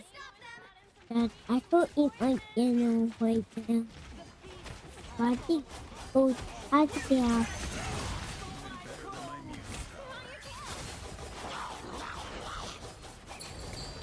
Ow!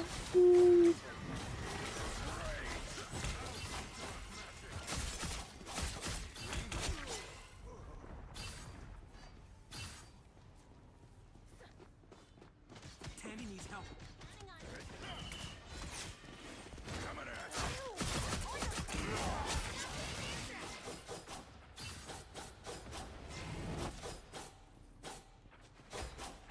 Who could fight? Coming at you.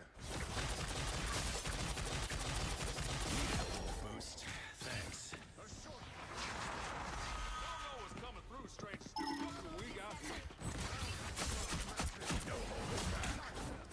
I need to get I need to get off here.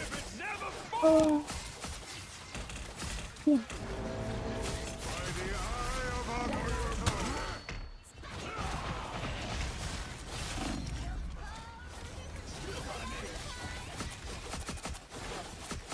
You get me.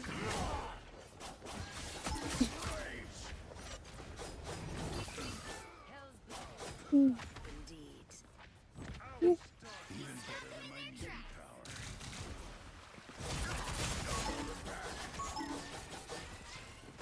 You'll want to protect your rear.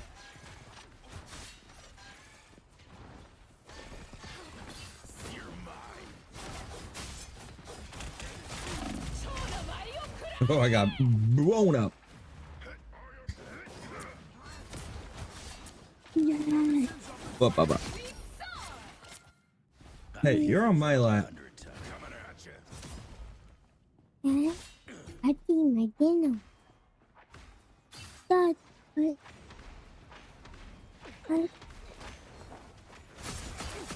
Dad, how do you eat George? How do you eat my dinner? Because I can eat my dinner. And I'm feedback. Yeah, I can't throw a heal for anything, huh? He got up. Is he okay? Is he okay? Is he Yeah, our healers aren't doing the best of jobs for me. I have to get off. I have to get off. Because I eat my mommy. I eat my dinner.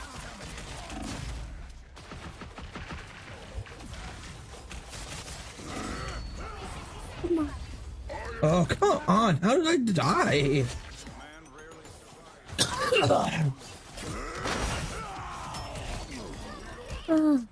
She like one-shot me? Okay, I can't really stand you being on my lap anymore, kiddo. You want to get down and sit next to me? No, I just eat my dinner. You were just eating your dinner? That's not dinner. Yeah, it is. It's way. The waste is dinner.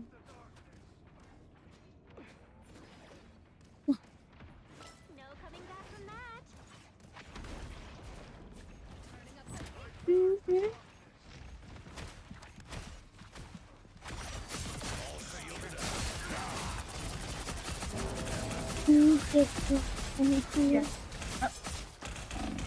What is this? Yeah, please. But then. Yeah, I'm done. Here's your cookie. You can put me down, but I always get back. Can't kill anything with venom.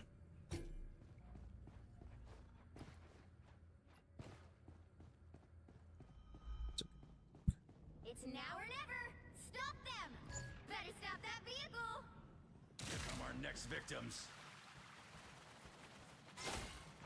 Help. So cold.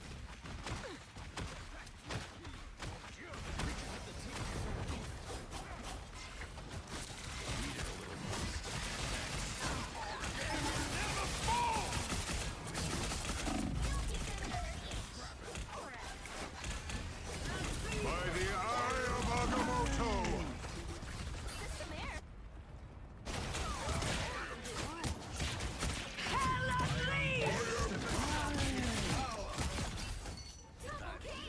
Only 60 seconds left. Coming at you. Well, you can't expect to win them all. Yeah, healers.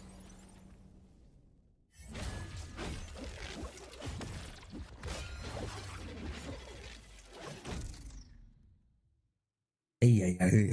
That was rough. Yeah, I kept dying for every stupid reason in the book, just because no healer was there, like just throwing heals out in front of them. Or running up to us when there was a Psylocke on them. I mean, they have the best escape healers for dive character on them. Stay on the penny traps.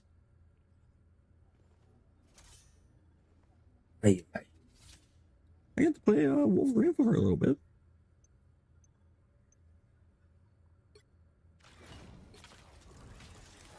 3 final hits. She stole a couple of my final hits.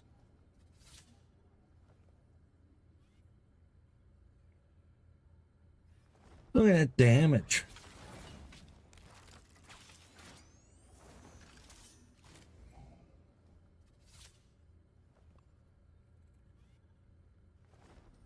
Yeah, they just out healed. Double heals. Don't know what the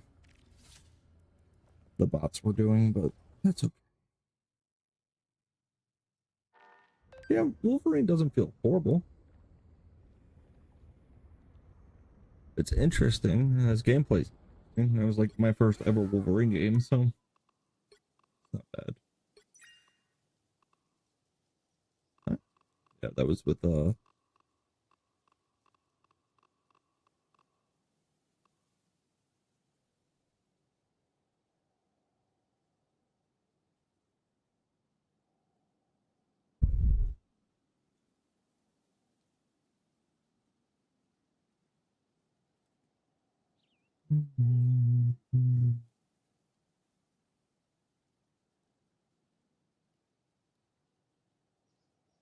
Phoenix with the self-healing, I guess, in a way, but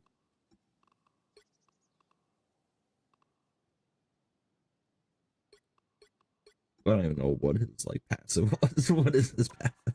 Maybe I should learn a little bit more about Wolverine before I like try to knock out his stand. No, that no feral leap, snatch an enemy on impact, and smash them to the ground. Unless ability one.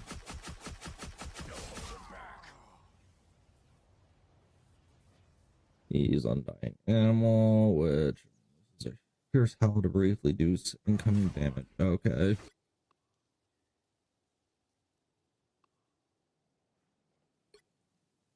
Begin to heal and rise with heavy bonus health, shaking help body heals after a brief moment.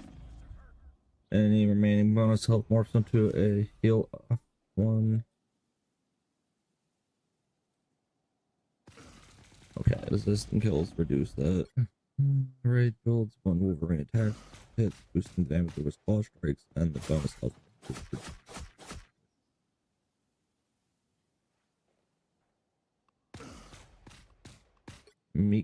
Metal cannibal. Huh?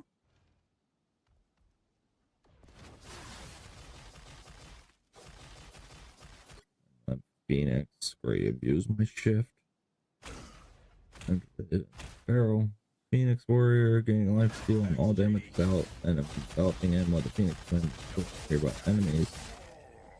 Dealing percentage damage. Black Widow against Phoenix. Okay. Right click in. Start hitting them. They start hitting me, i.e.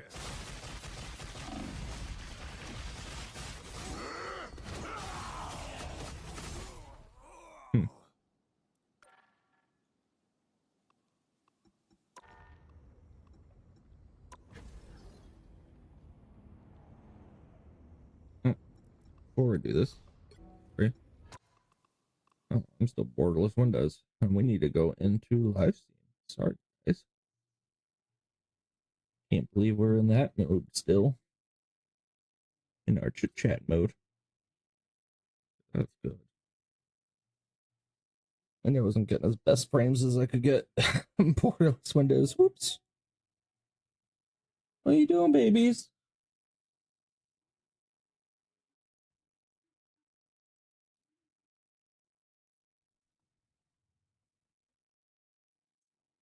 Toy Story, babies. Toy Story.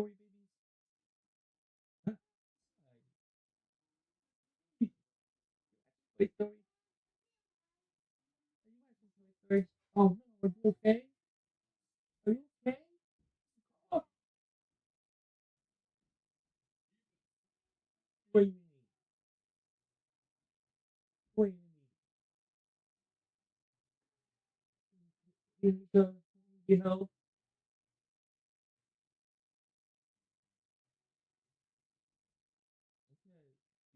Help. You want help? You want that?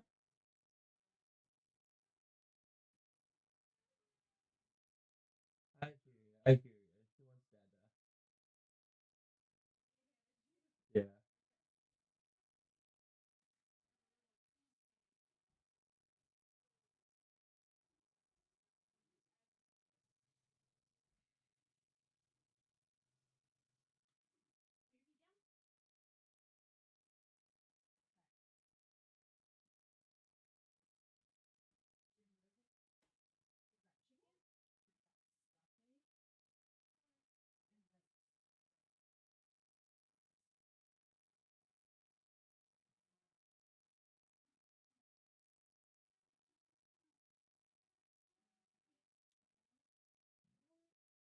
I just saw something about top Dems call for insurrection. And they complained about January 6th. With all the crap the Dems have been talking, man, it's ridiculous.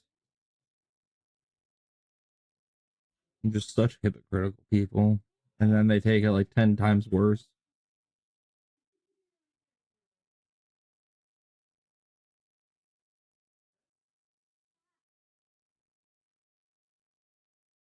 And then we saw earlier the post about the Sean Ryan show interviewed Charlie Kirk's head security guard that was on duty with him. And he's just telling the truth and how much, like, you could see how much Charlie's death impacted him.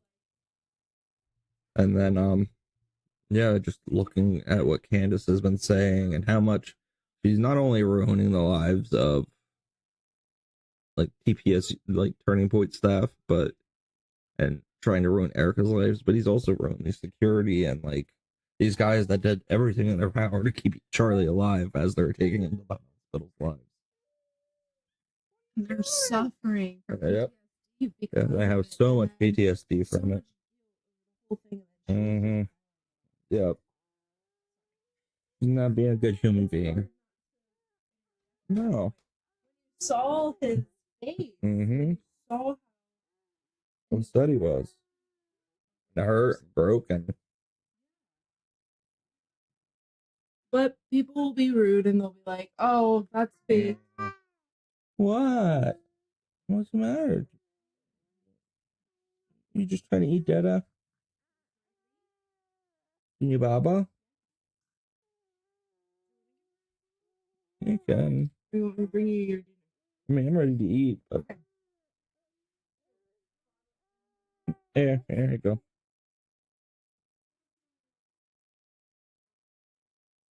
Better? Feel better? Now she's chewing on my finger. Oh, now she's.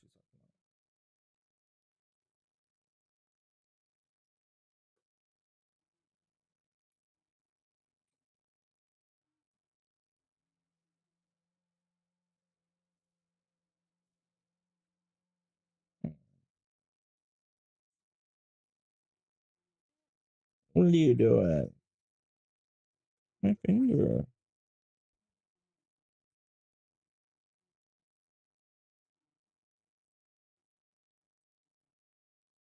Trying to get to sleep.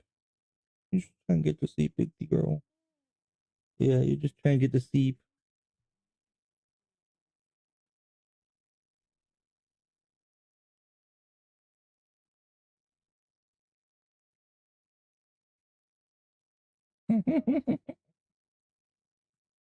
Hand frame movement. Every time I cover her with a blanket, she's always undoing it. Do you guys want to use this hand to do it? Not that hand, this hand. Here, you want bottle? Here, I'll get some bottle. Here.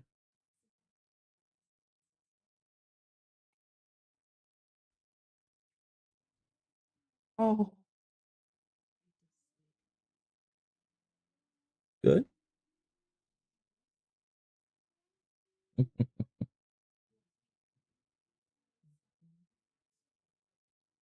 Mm,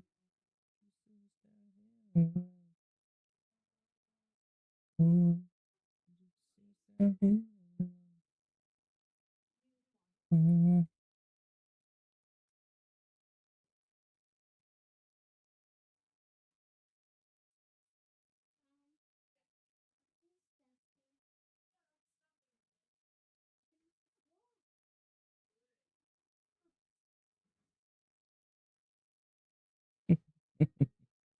Eat the bottle.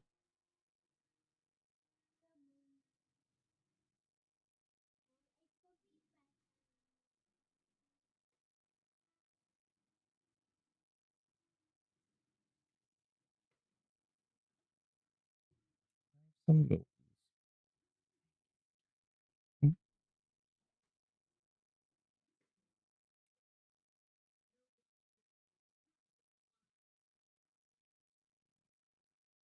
mm, right.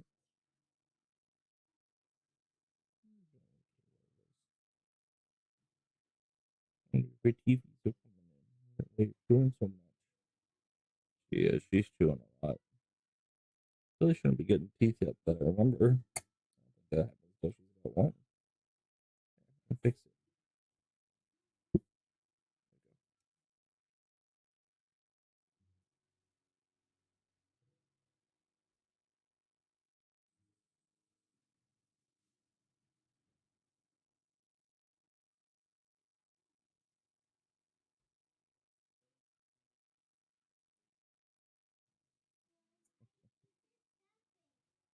Was it good?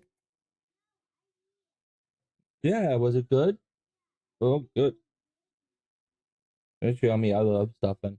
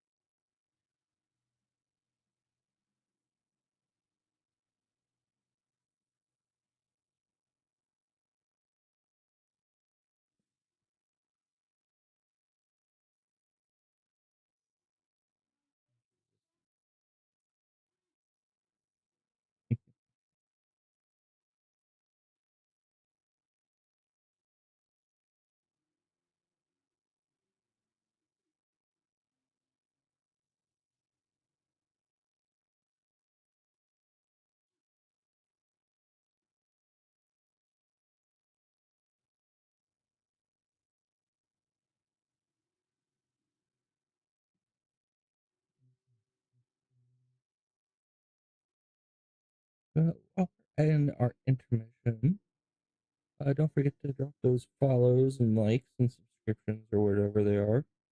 And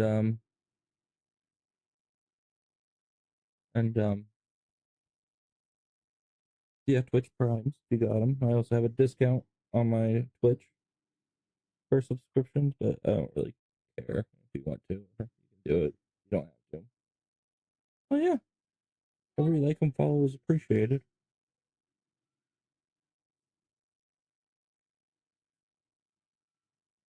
Just doing this for the fun of it. Trying to make a little community, people that are willing to have conversations and sometimes talk tough um, topics, and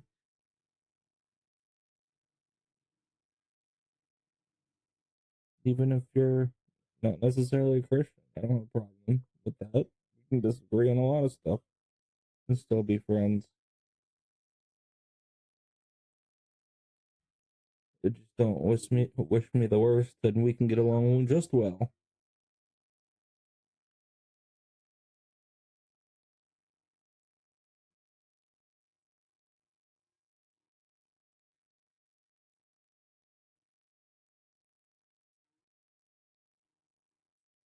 Hey Leah, did you see the text from my dad? You should read it. I didn't get to. I just got just a heads up.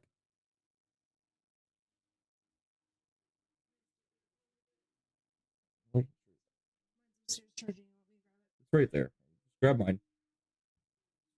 Yeah, just grab mine. It's right there.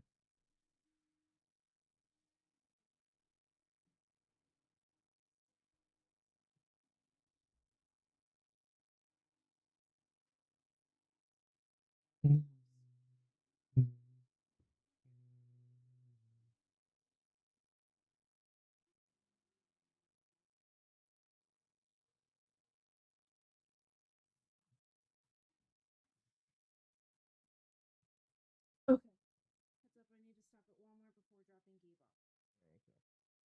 Move your hands. Okay. There you go.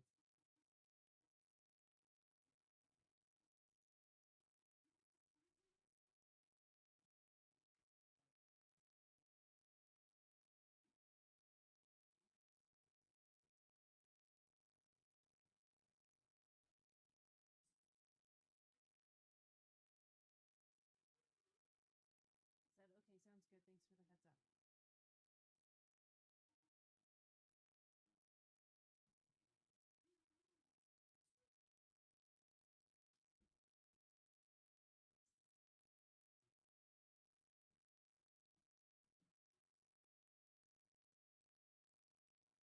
for the heads up.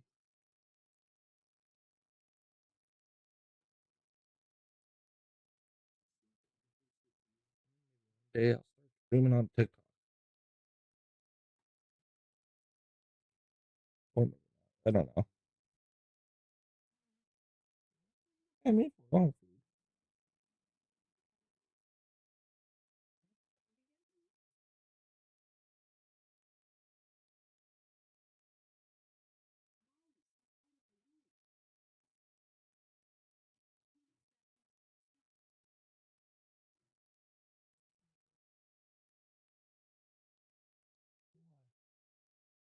I got the babies. Thank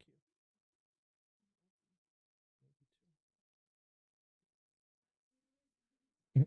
No problem.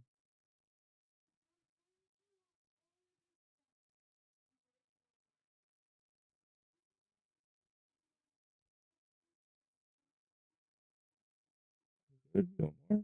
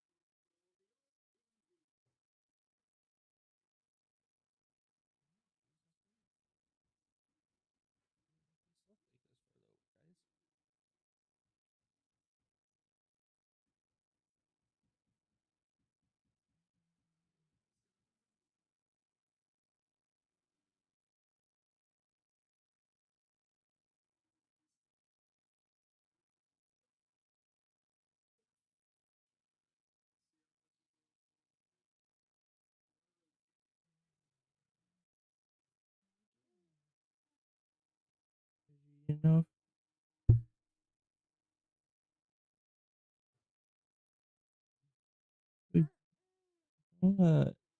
I'll do more. You can go see. Need more milk.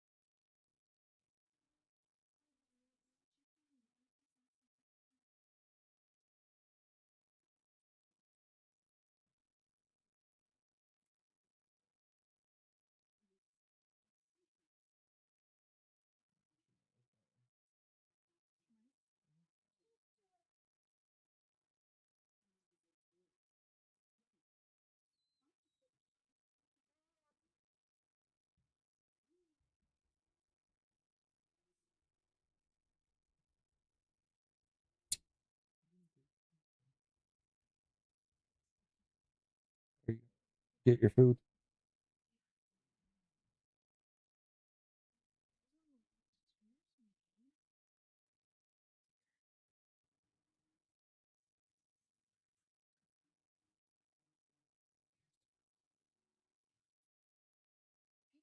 Hmm? We got it.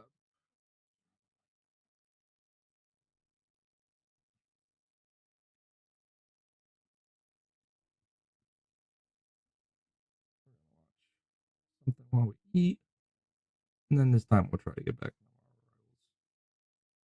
Not good.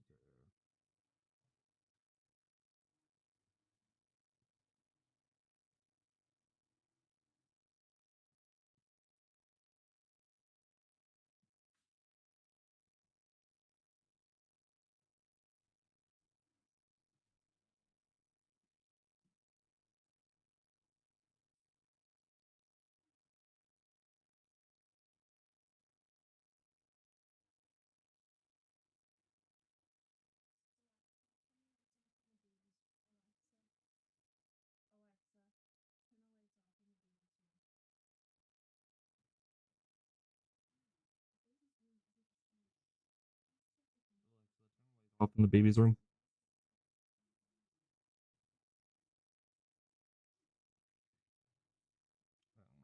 Alexa, turn the light off in the baby's room.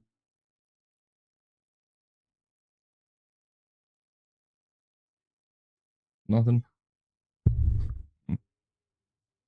Yeah, go ahead. This is not really working for us normal people. I'm trying to switch to.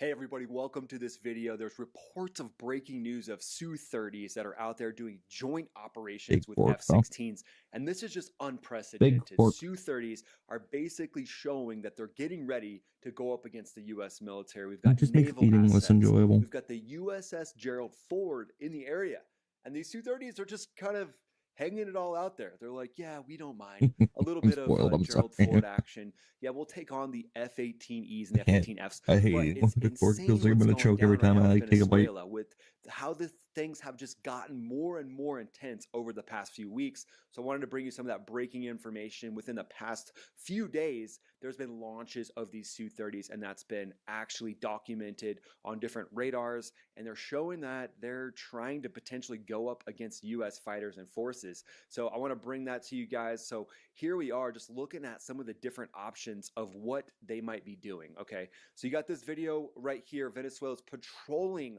with Russian Su-30 Mk2. So that's a slightly more advanced, not as advanced as the MKK, but still, you can see these Su-30s. I'm looking at them right now, how they're loaded down. Yep, so that's an air-to-ground weapon. So they've got bombs on them. Those look like just standard glide bombs, things that you would just kind of release old school style. And then they've got air-to-air weaponry on them as well. They're two-seat, highly capable aircraft. And then you see this big wanker thing in the back. And these things aren't just an easy day. And you can see right there, those are actually, they look like they have some sort of a cruise glide on some of those air-to-ground weapons as well, like a little rocket motor in the back. But there's reports that there's operations of these going on right now in Venezuela. So things are kicking off. Things are getting more and more like hot every single day. And I want to keep bringing you guys this breaking news and these breaking updates. You can see capable engines there. So this is in mill power, which means not an afterburner, but there's the capability of these things to fly with full afterburner. There's even rumors that some of them can have thrust vectoring, but this is what's teaming up with the Venezuelan F-16s. So now they've got both. They've got the Su-30s and they've got the F-16s that are up there flying with each other, doing joint operations. And this is no accident. This is basically Maduro, the president of Venezuela, saying, look, we've got jets that are going to potentially try to go up and take down any F-18s that are coming off of the USS Gerald Ford. So breaking information there. I mean, there could be dogfights coming up with that any day now, but look at that. They're just showing off, which they think is their big swing and you know what. And it pretty much is. I mean, the Su-30 is essentially what Venezuela would default to for their frontline fighter jet that they would put up against the U.S. Navy right now. I mean, the Caribbean's a hotbed. Venezuela knows it, and they know they've got to have something, at least something that can create some sort of deterrence.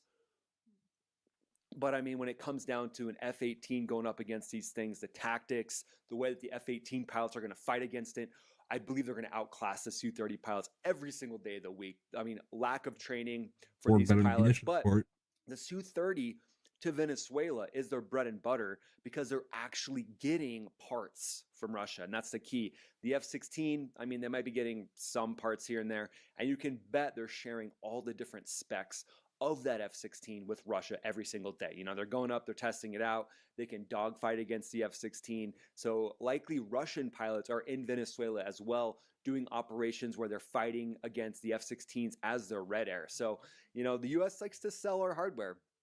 We like to sell that hardware here and there just because, you know, the defense industry, the defense industrial base likes making that money. But at the end of the day, there's a strong chance that you'll go up against that hardware. It's just kind of funny. So here is another video. Shows them getting these Su-30s ready. So let's see what they got here. Looks like he was cranking something. It was like a steam-powered crank that he was doing. There they go, writing on the weapon, like, you know, death to the U.S., whatever they want to write. Got the guys putting on the G-suits. So again, Venezuelan hype videos. Not sure what that like orange thing was. That was like a reflector. They're like, we don't want to get run over on our way out to the jet. There you go, two-seat Venezuelan Su-30. Yep, canopy's coming down. Oh yeah, I mean, it's a good looking aircraft.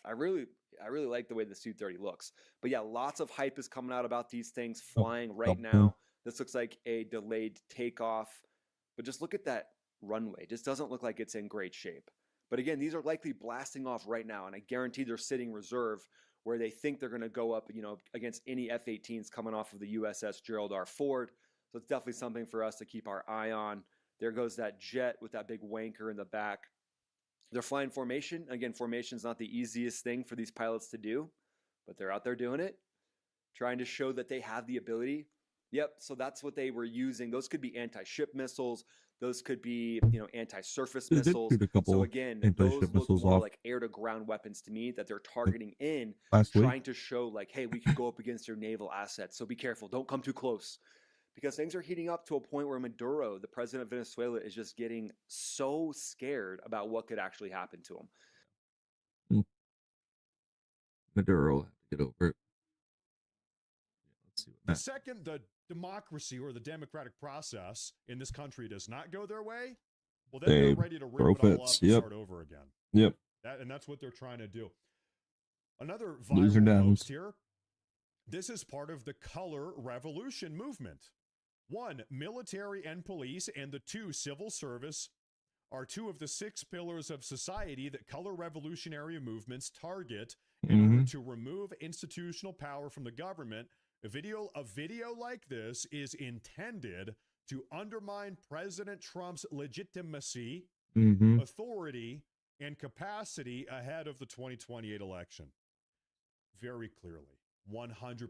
These people are seditionists. They are insurrectionists. Yep. They are wannabe. Even though they're very careful with their language, I say wannabe revolutionaries because are we going to let that happen? No, of course we're not. Of course not. I think Candace Owens should be in jail with them. Sedition covers knowingly urging at this is what they read on the InfoWars video we watched. Knowingly urging, advising, counseling members of the armed forces to disobey lawful orders. Now, once again, in this video, did they ever say which orders were unlawful?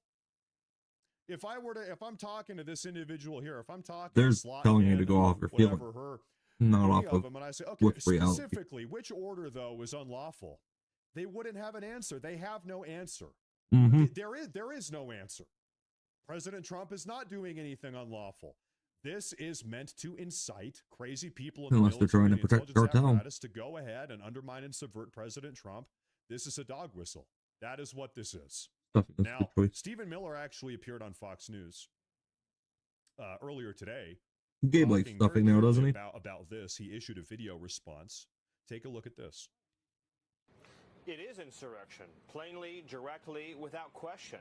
And when you have one of the lawmakers on that video being unable to state in, as you say, lengthy cross-examination, a single so-called illegal order, it just proves the point. It's a general call for rebellion from the CIA and the armed services of the United States by Democrat lawmakers, saying that you have not only the right, but the duty and the obligation to defy orders of the commander-in-chief. That those who carry weapons in America's name should defy their chain of command and engage in open acts of insurrection. That the CIA, the clandestine service, which isn't even legally authorized to operate in the United States, should engage in, again, acts of rebellion and insurrection. These lawmakers should honestly resign in disgrace and never return to public office again. They should be arrested. I agree with it. They should be arrested immediately. Yes or no? For even daring to think, let alone to say these words. I hate to say it, but any soldiers that disobey a lawful order could be hung. The Democratic Party nurse Don't let it get out of control. Violence and insurrection against the federal government for the last 10 months. If it does, you'll lose control, and then everything's going to fall apart. Campaign of violence against ICE officers and Border Patrol agents. When you see Democrats, there's always got to be some side of fear or consequence. Side with the rioters, side with the assaulters over federal law enforcement, and that spills even into juries and grand juries. When you see Democrat jurors engage in nullification to let off violent attackers who are engaging in physical violence physical assault against federal officers. This is a dangerous moment. You have a political party, freeze. an organization, the Democrat Gonna Party, freeze. and their message is that any action, no matter how unlawful, no matter how dangerous, no matter how much it threatens constitutional order, is justified if it keeps Democrat policies in effect at any cost. I'm supposed to drop you know, it. here's kind of the real deal, though. Started at degrees. Laws, all of Right these now. rules, these Drop down into the laws, 30s. legislation Coming cold. that we have in this country, they kind of don't exist unless somebody enforces them. Yep. So yeah, we have, what is it, 18 USC 2387, What it was. knowingly urging, advising, counseling members of the armed forces to disobey lawful orders. This is black and white. We know what they are doing. It's on video. They intentionally did it. This is a crime, up to 20 years in prison. We know exactly what this is. But Yep. they feel brazen enough to do it because they must be confident that nothing is going to happen. Mm-hmm. We've got to smack these People need to people back start in line. enforcing the law. Okay? This level of just belligerence. I don't care what optics they're trying to protect. Openly, not only personally, individually undermining the I'm so president. sick of these but also protesters and compelling- everybody. I and get they're in away with positions of power. These are abusing senators, these are House officers and crap. representatives, compelling members of our Enforce the law. military armed services to Stop playing undermine nice. President Trump's authority, to disobey his lawful orders, etc. All of the above. Listen, Lawmakers are a joke.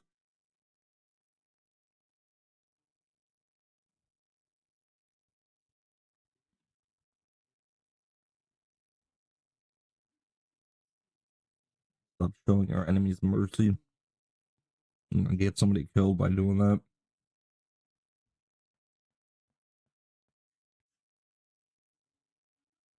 I mean, he already did. Got Charlie Kirk killed.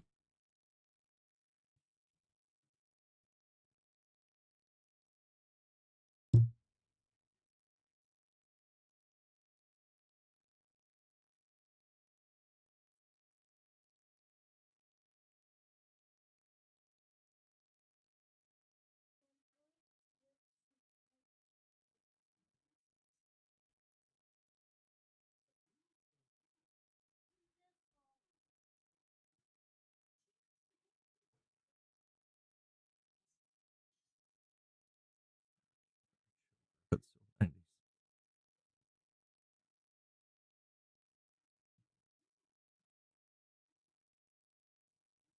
Noble More ones. abroad in Japan Welcome to the Academy. controversies. As you probably know, I've already covered and dedicated a video onto the massive clash between Oriental Pearl and Abroad in Japan, and I tried to be objective on that video. But in general, I sided with Oriental Pearl against Abroad in Japan, which of course made some of his fanboys angry at me. But today we got something, guys, and this... I've always liked Abroad in Japan, so I'm slightly favored towards him just because I've liked his content for so long. But I don't know who this girl is. I've never listened to anything she's said. I've always liked Abroad in Japan's takes on things. But always an okay time to change things, I guess. I'll watch this when I get back. I'm gonna get more food.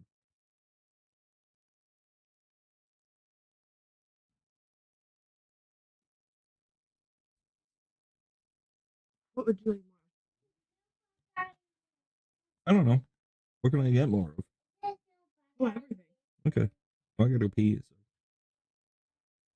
You're gonna get it, or do you want me to? I mean, I can walk out with you, and if you want to get it for me, you can, but I have to. Yeah, I do, and I'm gonna run to the car and grab that hoodie. Okay. I'm gonna do that first. That's fine. I'll take my clay plate out there.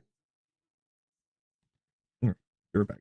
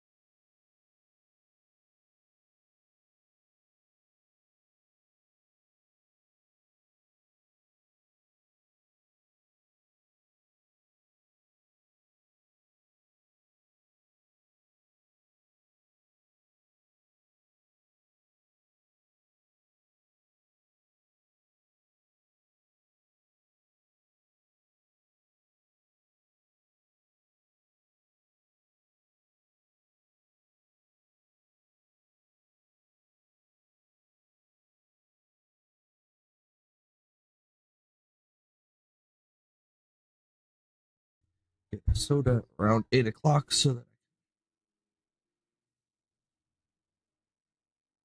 I can get my medicine with it. 8 or 9.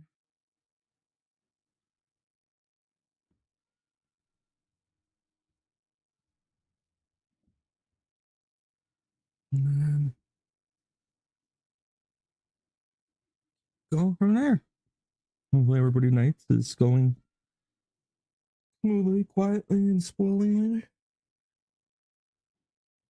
Nothing crazy happening for anybody, and doesn't seem like there's any big news yet.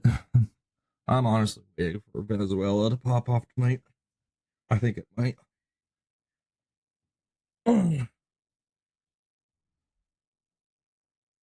Ooh.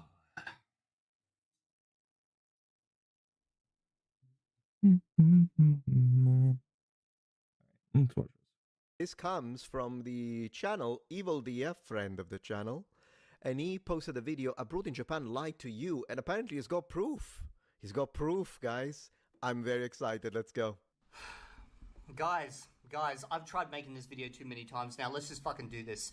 We're going to be reacting to a small segment from this video from Think Before You Sleep, titled Japan's Biggest Liar. Specifically the 15-minute mark. This is the mark at which I became so furious in my previous attempts to do a react to this video that I lost my shit, punched Elmo in the face multiple times, and then had to put him back up on the chair. Sorry, Elmo, but someone had to take a few hits for this one. Elmo's the victim. Now, let me just give you a little bit of a backstory. Free Elmo. If you guys have been watching my channel long enough, I made a series called Graffiti Gate, where I covered off on a unfolding drama that started with Oriental Pearl making a video about graffiti in her area, ended up with another massive YouTuber 3 times her size called Chris Abroad in Japan, calling her a grifter and calling her out, okay? And then it ended up with the biggest political streamers in the American world hijacking the whole god thing to turn it into American politics. I'm talking Asmongold and Hassan Dog Shocking Piker. AKA Shockman. Okay, so I'm not even going to get into the politics of that shit. Forget those guys. This is not about them. This is about the fact that Chris Abroad ran her over the coals. Justified, okay? Ran her over the coals for manipulating her thumbnail and adding graffiti in there. I agreed with that. I said, yep, that is one good point he made. The rest of his points were pretty much he was unloading emotionally on her. That was one good point. Now, I assumed that him making this video here, he would have been very, very careful about what he did. This dude, I can't even explain it words. You got to see it. Oh, I'm so curious because he's a really good investigator. Let me tell you that much. So I agree. That was the only thing that I criticized Oriental Pearl on, to be honest, the sort of manipulation on the thumbnail. But what did he find out? So here's the funny thing. It's only been a couple of weeks, and now there's like twice as much graffiti on that building that Alyssa used for her thumbnail. So you could say that she was ahead of her time on this one. Now, as far as the homeless stuff goes, this thumbnail drama is actually not my big issue. I'm just establishing how Chris says he doesn't like people using the editing to distort the truth, even though not long after the upload, more graffiti was put on the building. However, in regards to... I don't even give a... I don't care about the graffiti thing anymore. This is not what I'm here for. It is kind of funny that the graffiti situation has just gotten worse, but this is what we're here for. Now remember, what he says next. She ran over the coals for manipulating her thumbnail because it's manipulating the truth. Of course. To the homelessness issue, there's a particular clip that Chris shows of Alyssa that makes her look really bad during this part here. A few years ago, a friend showed me a clip of a video in which the same person walked through an economically deprived part of Tokyo filming homeless people. Oh my gosh, this is a rough area. Yeah. Now, my comment section went off at her over that. They were like, look at her laughing at homelessness, okay? Now, I didn't agree. Because, like, if someone wants to make a awkward laugh while doing guerrilla documentary filmmaking, that's fine, okay? Whatever. But people read a lot into this, okay? So they thought she was some kind of classist or something? That looks pretty awful. It looks like she's making fun of homeless people here. And because of this cut that Chris made, Alyssa showed me that she got tons of comments from his fans saying that she was laughing at homeless people. But that's not what actually happened in this video that Alyssa made. So for context, let me show you where that audio comes from. Oh my gosh, wait. Are you telling me that that's not the original audio? Oh gosh. In this situation, while she's filming, a homeless guy calls her over to talk to her. They talk for a bit, and this is how the conversation ends. どういう意味ですかどういう意味サバラ夜やるんかセックスオンリー2万円2万円って2万円やらせろ俺一発今日何買うんですかお前よバカ野郎やらせろ一発 No, no, no, no, no, no, no, no, no, no. Oh my gosh, this is a rough area. Oh yeah. Yeah. ちょっとやばい話です。おい、こら、スモール。いやいや、大丈夫です。So the He decided, he made the active choice to cut this clip from her video. Now, maybe you could claim, maybe someone Doesn't cut matter. it and then sent it to him and he just believed it and added his video. Doesn't matter. He should have checked it, okay? Yeah. He's the one who's making a video that's going to be seen by millions of people. Yeah. But he's taken a video, or one of his friends has taken a video. They've looked at it, taken a clip from her walking into the park, taken a separate audio section of saying this is awkward, taken the separate laugh, added it all together to make her look like a trash human. That is disgusting. Abroad in Japan, what the heck is wrong with you? On a video where you criticize her for manipulating facts in order to get clicks, she was being literally sexually A-word by the guy. That is disgusting. That is awful. Unbelievable. If you still have respect for the guy at this point, I question you. That's all I can say. Absolutely. audio that Chris used comes from her talking to a homeless person, and the clip of her laughing is actually her laughing uncomfortably because she was being sexually harassed. Yeah. Chris decided to cut that up and put it with different B-roll to make it look like she was laughing at homeless people. I mean, that kind of sounds like defamation, buddy. And I know he's aware that what he did was wrong because he cut it out of the video. This is what the video looks like now. A few years ago, a friend showed me a clip of a video in which the same person walked through an economically deprived part of Tokyo filming homeless people under the guise of showing the real Japan. It was in the video. Yep, he cut it out because I reacted to the original video. It's still on my channel. That part's been cut out. And now it's not. Not an apology, not a change, no, he just cut it out after the video got millions of views and she got the attack he wanted her to receive. That is shady. So Chris, who is Mr. Morals, cut this moment out in the YouTube editor after people noticed what he did. And, you know, maybe this was a mistake, so you would expect This is not a Yeah, exactly. But he's right. The point was correct. Like, if this was a mistake, you would make an apology after the reputation of the person you have attacked on grounds of morality has been ruined over it. After probably thousands of comments with people complaining, and then you don't make an apology video, just quietly cut it out because you've been caught abroad in Japan. Shameful. This was an active choice. Yeah. I cannot believe this should have been at the beginning of the video. How can you run someone over the coals publicly for editing their thumbnail and adding extra graffiti when you literally take a situation and completely manipulate and flip it on his head? Unbelievable.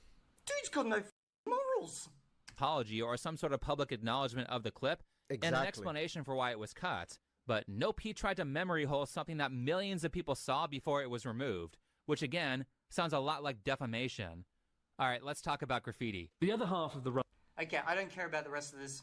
Well, you guys can go watch it. There'll be a link down in the description. I have actually seen the entire video.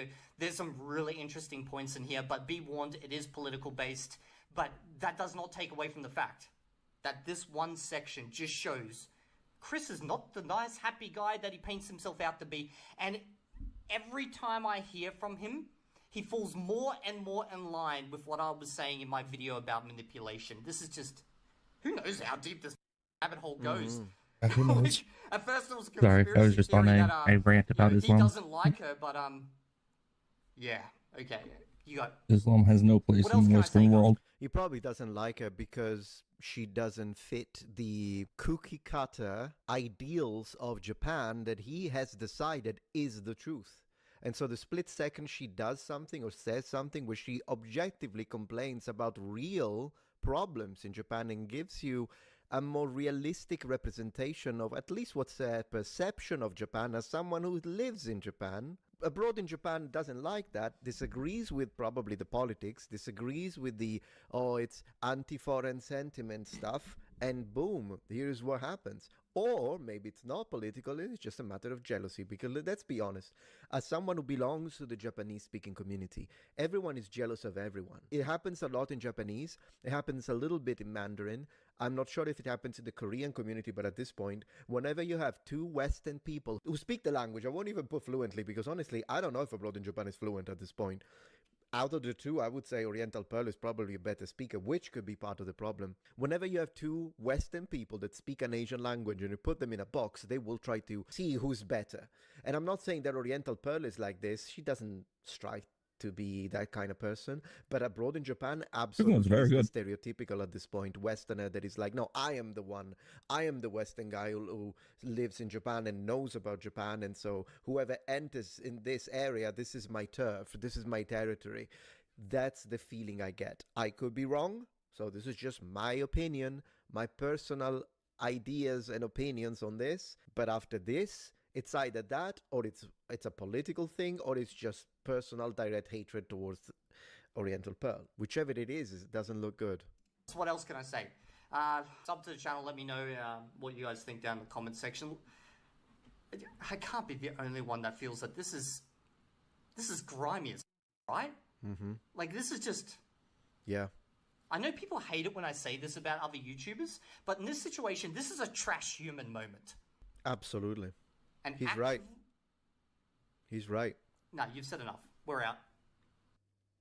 Excellent video. I am glad Evil Dia did it, because I didn't notice it. And Evil Dia is really good at noticing all these details. That really has an investigative aura about him, doesn't he? But I do appreciate that. Thank you. And in fact, I'm going to post this video today on my Metatrons Academy channel, of course, here in the language space. But I'm considering also making a version of this, maybe a little more in-depth, for my main channel at this point, because I feel that, as Evil Dia said, trash human, and it's unfair, it's unjust, and he's using the simple fact that he has more power, more reach, and more subscribers to bully her, and then cut things out a little bit. No apologies. Chris. No, hey guys, I said He has something, a I lot was of wrong. He really needed to make a 2-minute video. 2 minutes. 2 minutes video to say, hey guys, so I still disagree with Oriental Pearl, but we didn't even say Oriental Pearl though. Like he kept that one hidden, whatever. What are you say, doing, babies? With babies? this person, You were supposed to stay asleep. but I made a mistake in the editing, and although it's not a mistake, is it? Because it's an informed decision, so you should apologize about that. But he's not gonna do that, is he? Because that's what he wants. He wanted her to get bombarded by people complaining about how racist and disgusting she was towards homeless people. Because look, she's laughing at poverty. Point the finger, but she wasn't. At this point, it doesn't matter what ideas you have when it comes to politics, when it comes to societal issues. We can all agree. I'll probably have a soda soon so I can take my medicine, it's but not yet. Representation, and so it should be called out. I'll probably cover it on the other channel too. But thank you, Evil Dia. Appreciate. Stay honest.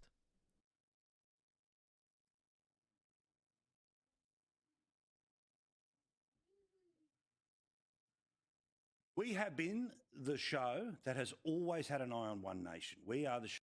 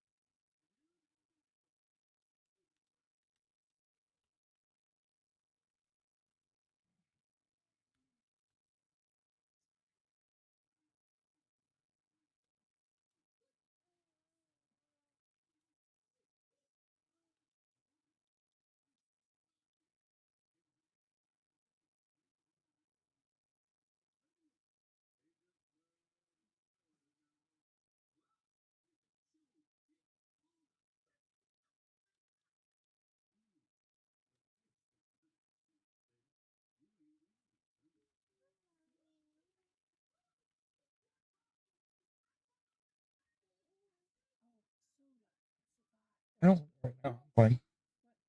Later, like 8, 9. I don't need it right now. I'm not taking this right now. They turned Buzz into a bad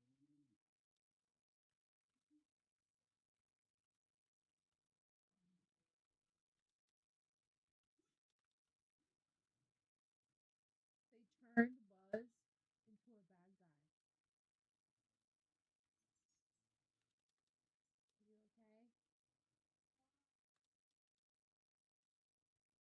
So that they won't leave.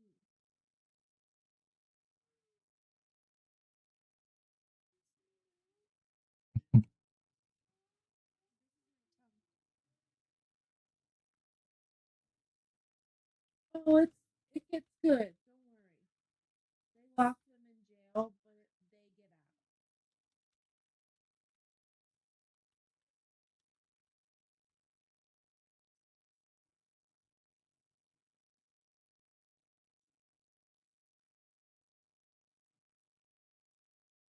The chicken is very good.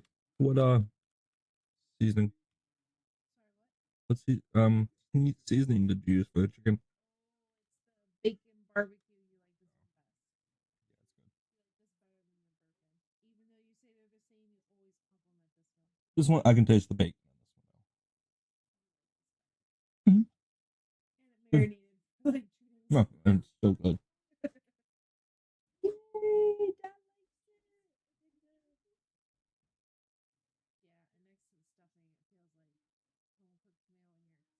Mm.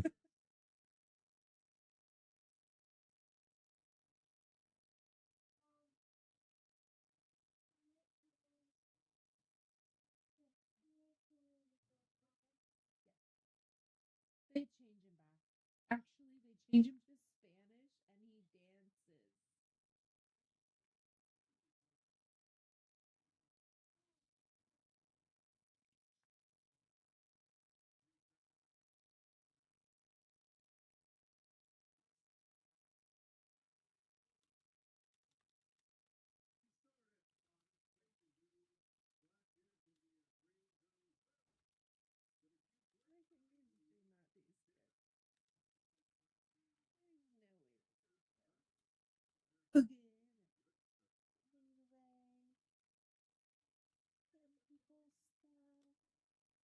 Okay.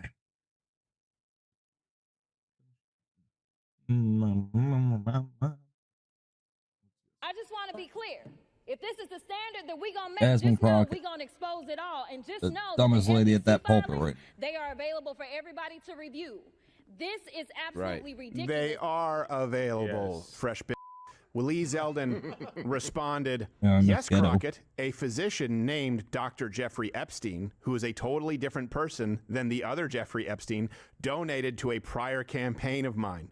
No freaking relation, you genius. Epstein. Let's get to Epstein because everyone was talking about it and there's a lot of flip-flopping going around. And again, I ask, can you apply the standard equally? I tried to hang myself with a force meter, recreating the entire cell of Jeffrey Epstein here. We did a whole special on it. You can go and watch it. I don't believe that he killed himself. I believe there was foul play.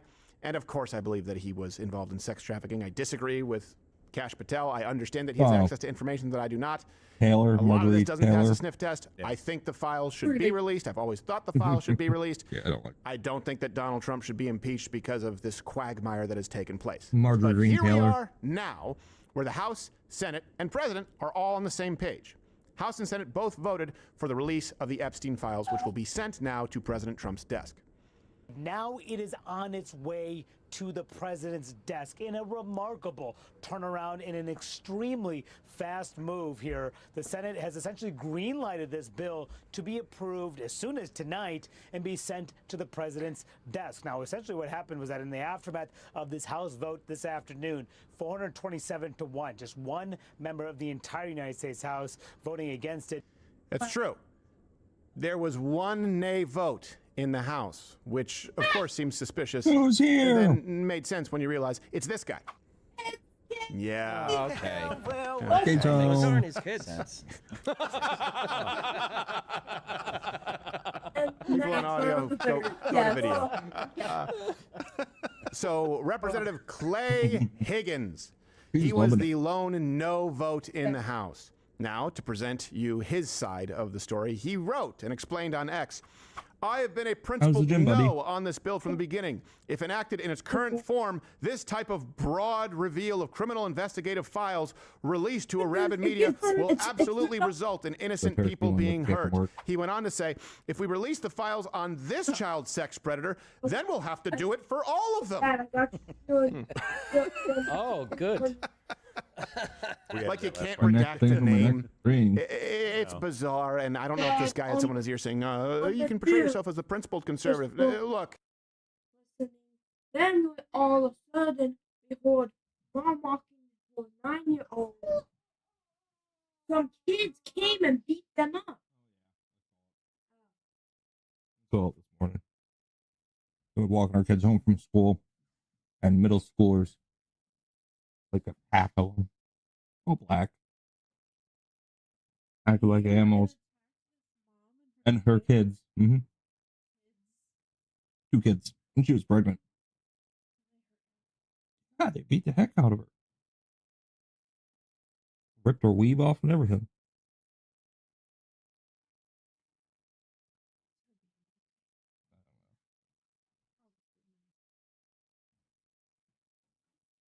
We'll find out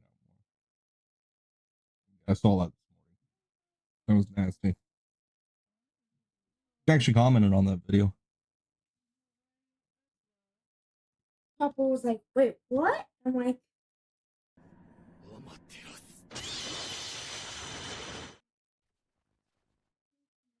oh, we think the swimmer was filming it because I echoed the whole thing. Somebody was filming it. Uh, Let's see.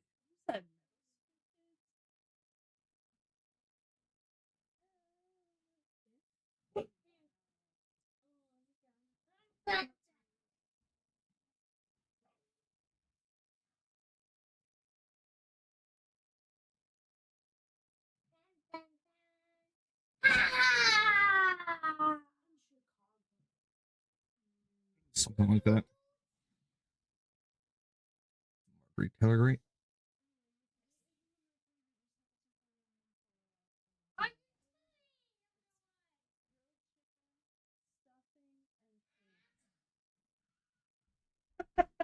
He just looked at me like, what are you kidding? Oh, did that sound good? Oh, I did see it. I didn't comment on it though. I meant to.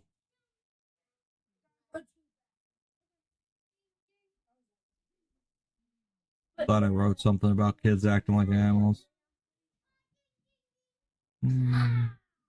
Rather be flogged and skinned alive than vote for Gavin Newsom. Yeah.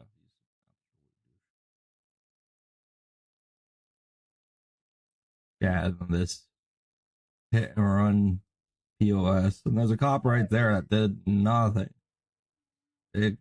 Ignorance.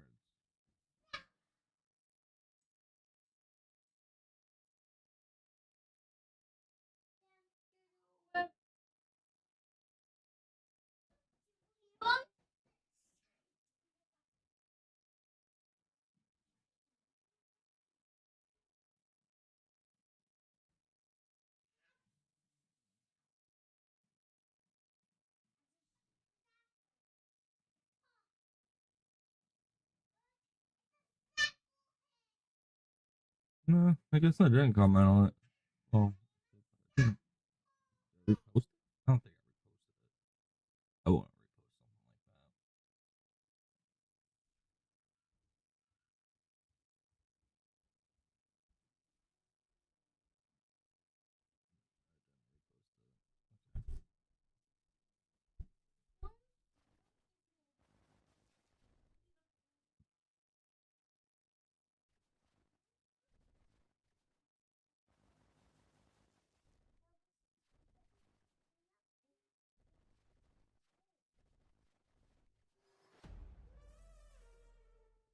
that. Here.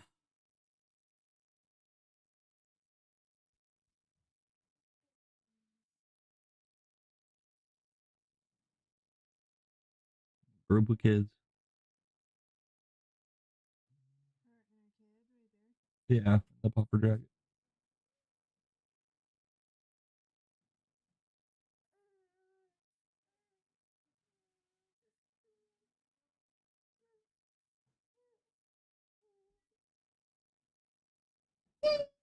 There's a couple angles. Yeah, and then there's stomping on her. Like animals. Because they're animals. And that's their son. Gets yanked down to the ground. Oh. They're kids. And they're trained like animals. Because that's how their parents act. No place for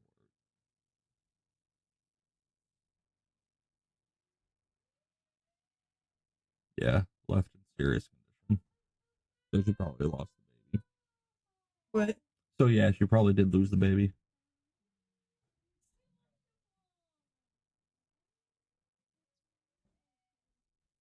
Huh? Yeah, it is.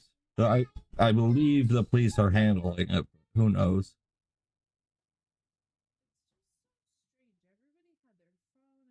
Yeah, they're looking for attention. It's exactly what they're doing.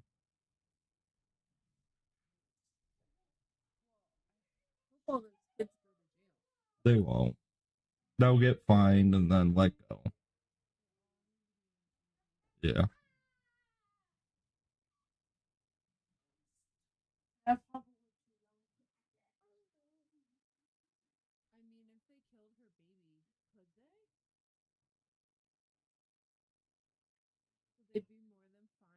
Oh yeah, they can get charged for manslaughter or murder if the baby dies. Yes. Yeah, it's funny. You can abort the baby, but like if somebody like comes and attacks her and kills that, yeah, it's a life. And I agree. I don't disagree. No, I don't agree with abortion whatsoever. I agree with it. It's a life, and you're committing murder one way or the other. But maybe people argue that Just make an excuse for it. they make an excuse for it because she wanted to keep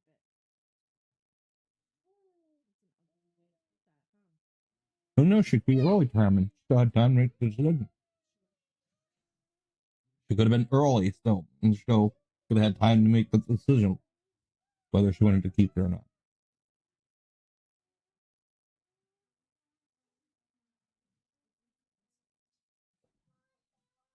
It's funny. Abortions became popularized for the black community.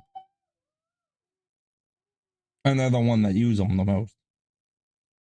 As birth control.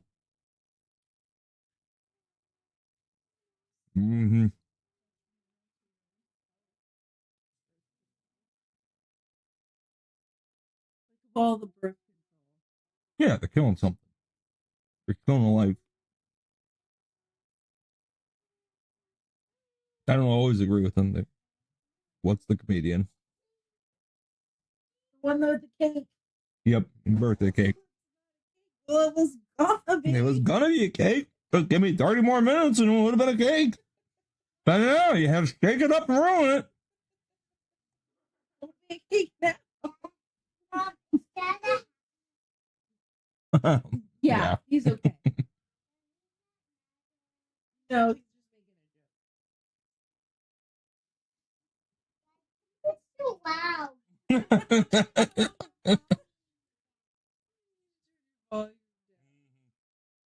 Pot calling the kettle black. Yeah, that's Rich You're always loud. Yeah, why can't I be loud every once in a while? You trying to go to sleep or something? Huh? Huh? Mr. Eli?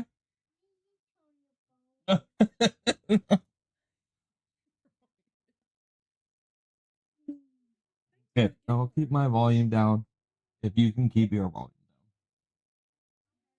down. Got it?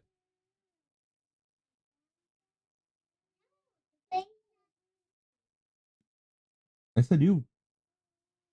I said if you can keep your volume down, I'll keep my volume. Got it? You want me to be quiet? Quiet? Hey,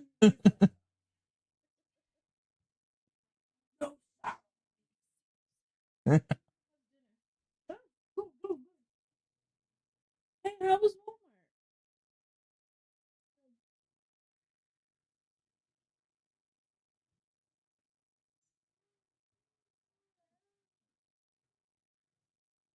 How you played today? I was happy that he texted you. Mm-hmm. Mm-hmm. It's almost 8, and I didn't worry about you. I knew you would be 8. Oh, by the way, it was a waste of all time.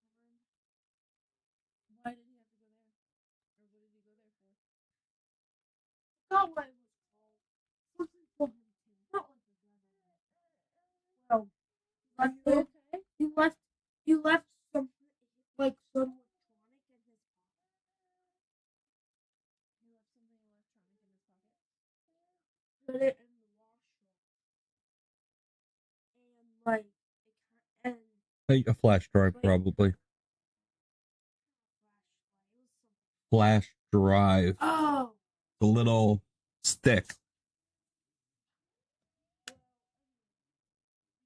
It's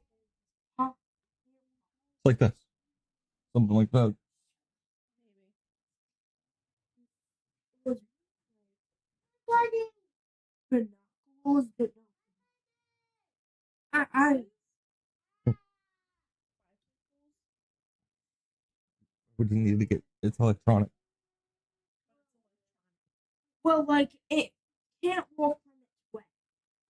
So he washed that, found out it was like broken, so he had to buy a new one. Well, of course they have glass on it. So then we tested it. Like, you're kidding. 30 minutes? Okay, it might not actually be 30 minutes. Like, you guys waited a good amount of time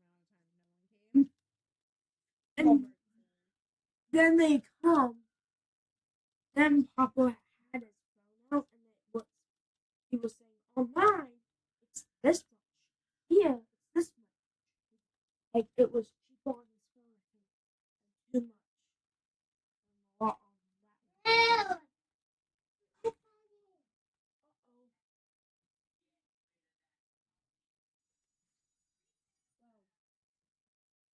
So we had to go there. And Papa was like, and they were like, "We can't do anything about it. I can go get a manager." No, it's 20 minutes. Or Wait for me. So he said, "Yeah, get the manager." And then he came. Then she came. Said, "Sorry, there's nothing for us we can do." But it's cheaper on the phone. Yeah, so he has to go back tomorrow. Pick it get up. at a different Renting, probably. Wait, but Walmart has that best price guaranteed. Can you get his party for him? But Walmart has that best price guaranteed, so if you show them That's fine. no, that's Walmart. Do they have a best price guaranteed now? Is it only on food? Maybe only on food. No, it shouldn't be only on food. Their food's so expensive there. Mm-hmm. Well, I mean, Aldi's is the best, or that discount place where things can be expired. $5. No, not $5. There's another one like Beasley's or BJ's. no BB's. Well, anyway, those are the bottom Aldi's, and then Walmart. Stuff. Bunch of it.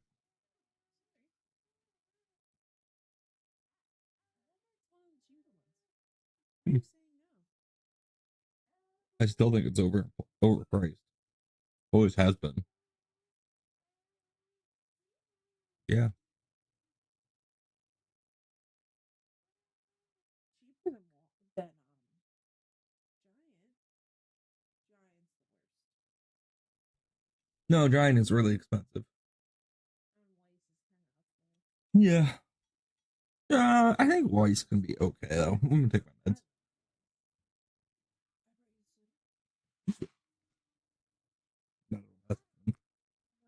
That our last one? I don't think so. Like one or two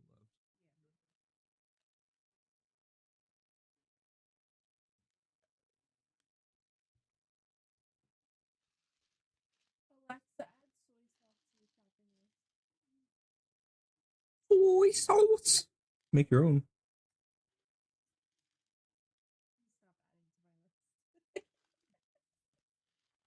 Yeah, you make a big liter of it. And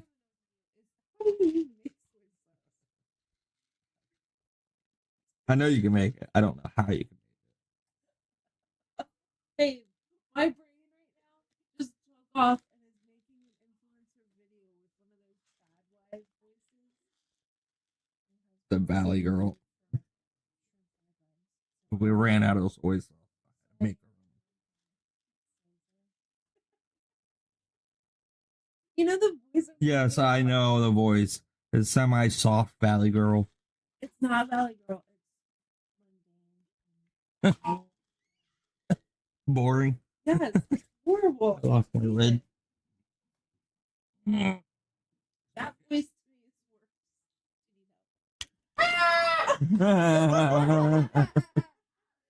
is You okay there, Eli?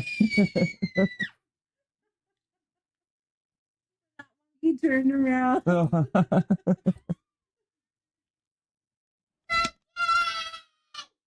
Hey, remember what our deal was?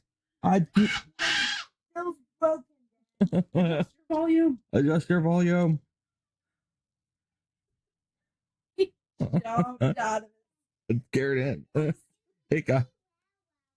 What are you saying? You were just screaming at the top of your lungs, boy. Yeah. No. Always. Oh, there it is.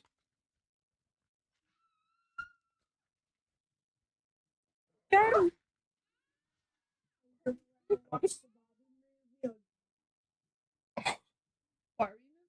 Who's watched it? Oh, the new Barbie movie, right? You didn't watch it? I've watched it. Oh, no. Trash. I'll let her watch the cartoon Barbie movies. Yeah. Those are okay. Cartoon Barbie movies are good. I used to watch one with my sister, yeah. Nancy Drew. We used to play the Nancy Drew video game.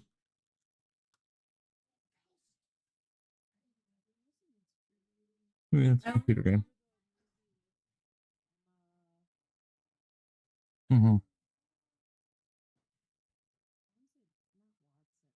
Emma Stone.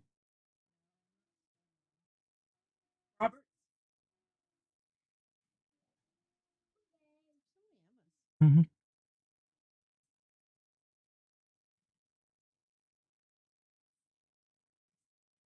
And they all kind of look the same.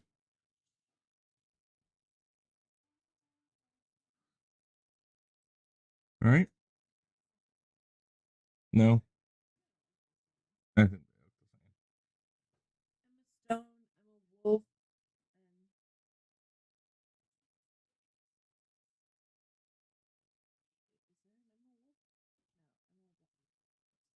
Watson. Roberts.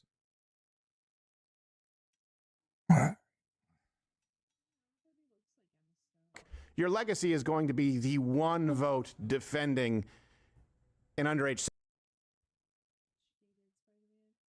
Yeah. He usually has red hair, but she had blonde hair for that one. Yeah, the one girl she should have had red hair for. No, she was Gwen. Oh, that's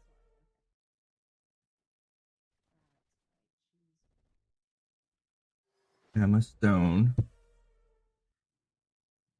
Emma Bell.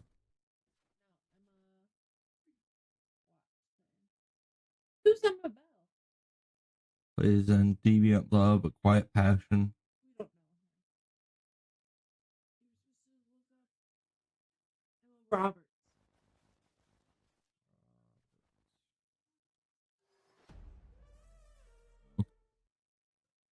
Oh, I guess she had red hair too. What was she supposed to be in that I was supposed to know? What? Nancy Drew.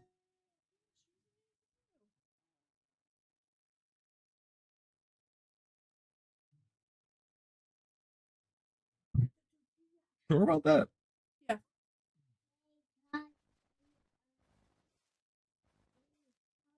That's correct. Ugh. I don't like the way she looks. Look good. Is she a boy now?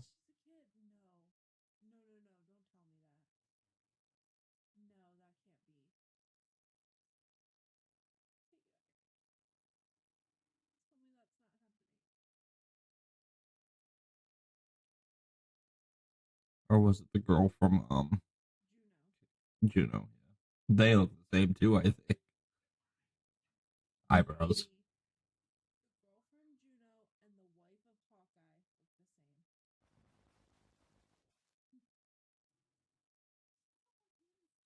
Emma Roberts. That one. Emma Thompson. She's old.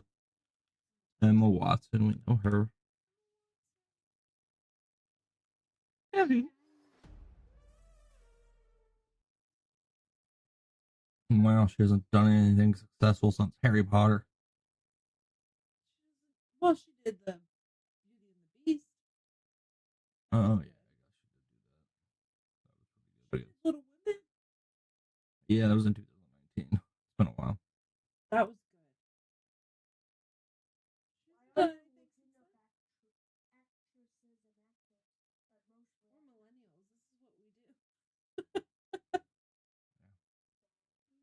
Everyone up. Right.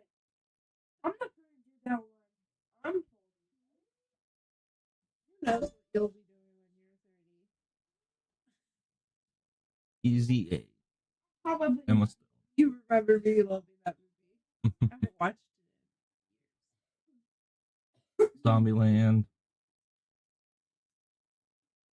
Crazy Stupid Love. Super Bad. She was in a lot of good movies.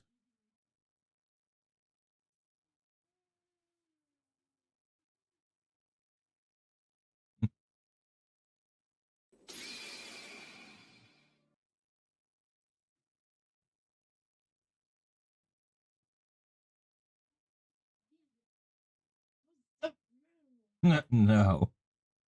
Zora Mondani is expected to require all New York elementary school students to learn Arabic numerals. Bet he is. I'm sure he is. No needed. Please make an effort to understand what is a joke, a satire. Comment is a joke here. No notes needed. Yeah, sure it is.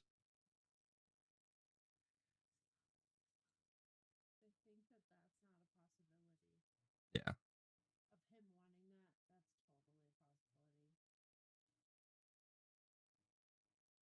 He's just rage baiting. That's what this guy's doing. That's what these Rancenine brothers do.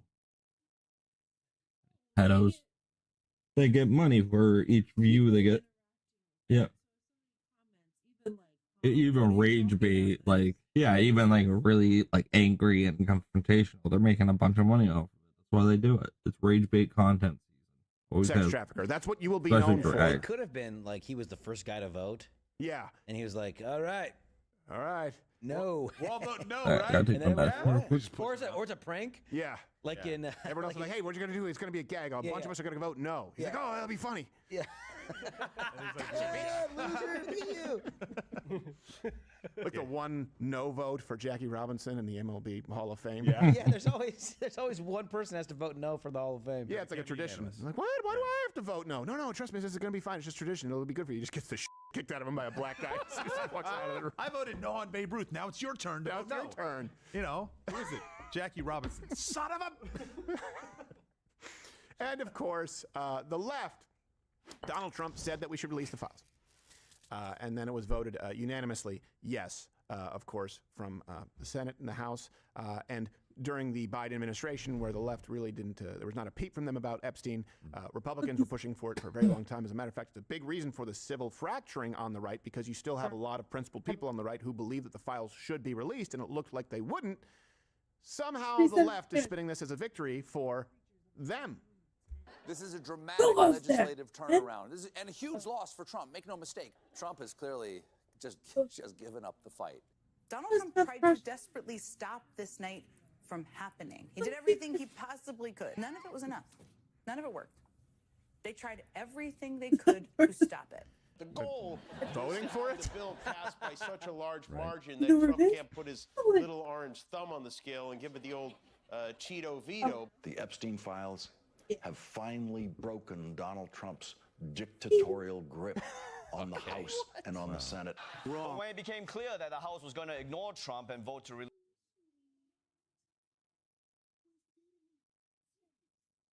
Valve dropped 3 absolute bombs today. The Steam Frame standalone VR headset, that's going to have to be a separate video.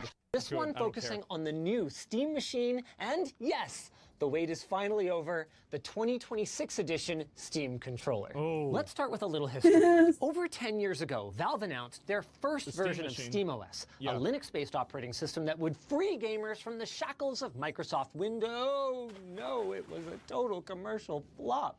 Well, it wasn't But ready yet. Instead of Yeah, it wasn't good enough, and Steam wasn't big enough. So 2013, I showed this before, but like you've got to remember that like their total like activatable market, like if you look at how many people are using Steam, for example, concurrent Steam users, 2013, there were, like this is December, right? So it went up. There were 7 million users. Now there are 41 million users. So it's gone up, like, what is that? Fucking 6 times. It is multiplied by 6 times the direct activatable market that they have. That's nuts. giving up on Steam machines, Valve doubled down, working with game developers on Linux native ports of their games Smart. and with open source developers on the Proton compatibility layer Yes. that makes their Steam Deck handheld out of the box compatible with thousands of Steam games, right. even ones that only ever shipped on Windows. The Wow. Steam Deck is believed to have sold millions of units at this point, I'm and no not wonder surprised. given its great How many balance of you of guys have a solid Steam Deck? gaming and outstanding affordability. But its mobile form factor has given it certain limitations and left gamers hungry for something more substantial. And well, here it is. I'm calling it the Lunchbox. 1, because it's substantial, Lunchbox. like lunch. 2, because it's cube-shaped, like a box. It's a Gabe Cube. It's not a lunchbox, it's a Gabe Cube. That's what it is. And 3, because I think this thing is going to eat Xbox's lunch. Okay, that last one was a bit of... Okay, all right. So now I see why he called it that. Is it going to... I think that Xbox doesn't have a lunch anymore. I think that Xbox would rather be the cafeteria. That's why they've decided to be a publisher. They're no longer like focusing on hardware, probably only to the extent that it will be a streaming device.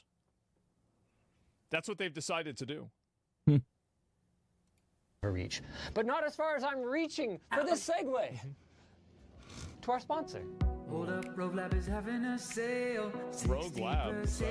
Off. I don't even know what that is. Easy to move, and they're easy to use and super comfy. Oh. I got a little friend who now. I have one of those. Gotta celebrate somehow. I got off the side of the road.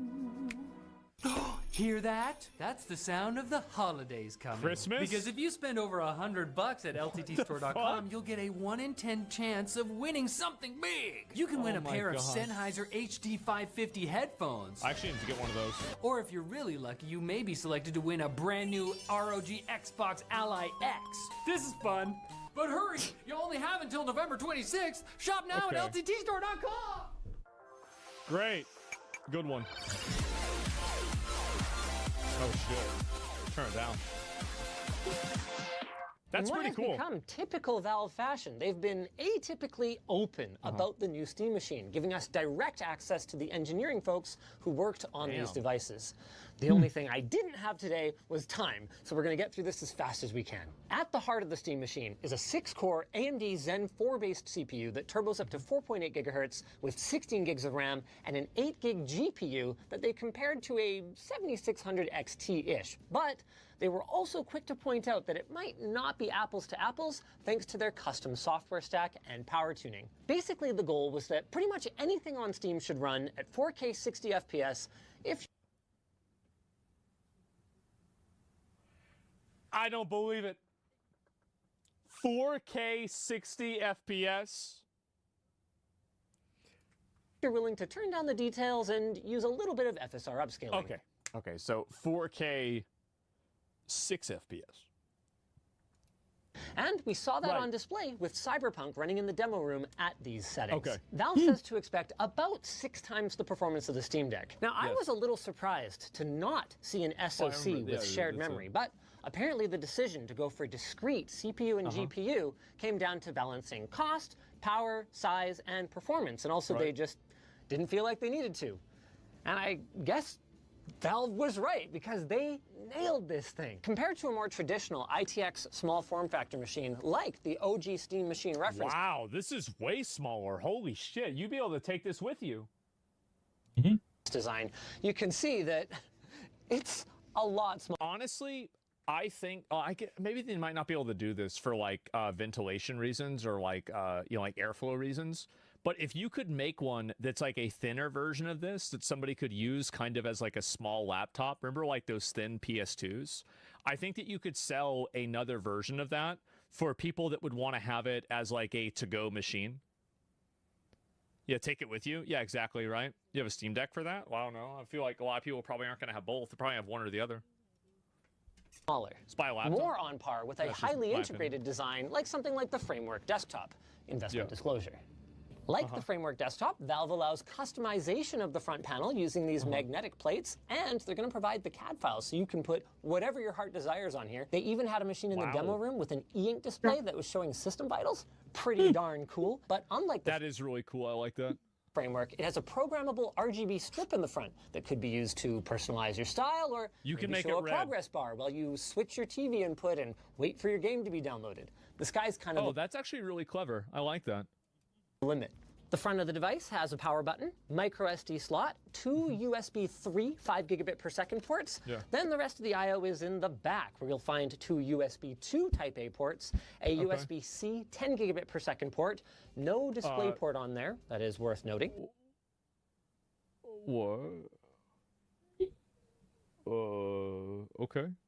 Gigabit Ethernet, power in for the integrated power supply. Good gravy, this thing is compact. As well as an HDMI 2.0 and DisplayPort 1.4 port. It is worth noting that HDMI 2.0 port, they have tested it at HDMI 2.1 speeds, but there are a couple of features that are not implemented, so they can't call it HDMI 2.1. Also at the back, we have a large 120 millimeter cooling fan that draws air from both the intake on the bottom that comes up through the power supply, as well as the large heatsink on the front. Holy shit.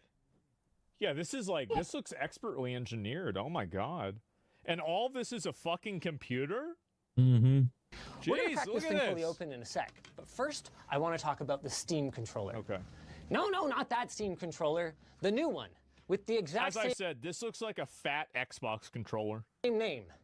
Before you ask, yes, I made my case to Valve that this is unnecessarily confusing. No, they're not going to change it.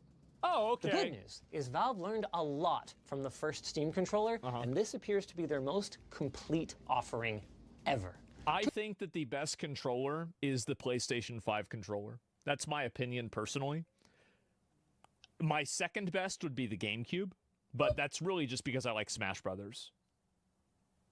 I really think PlayStation 5, like I think that they've basically, like they've locked it in. Xbox controller is the best. I've got both, right? I mean, I've got an Xbox controller right here, and I've got a, oh, it's over there. But yeah, I've got, no, I've got it right here. Yeah, I've got this one here. Like, I like PlayStation better, but I like, the Xbox One is good too.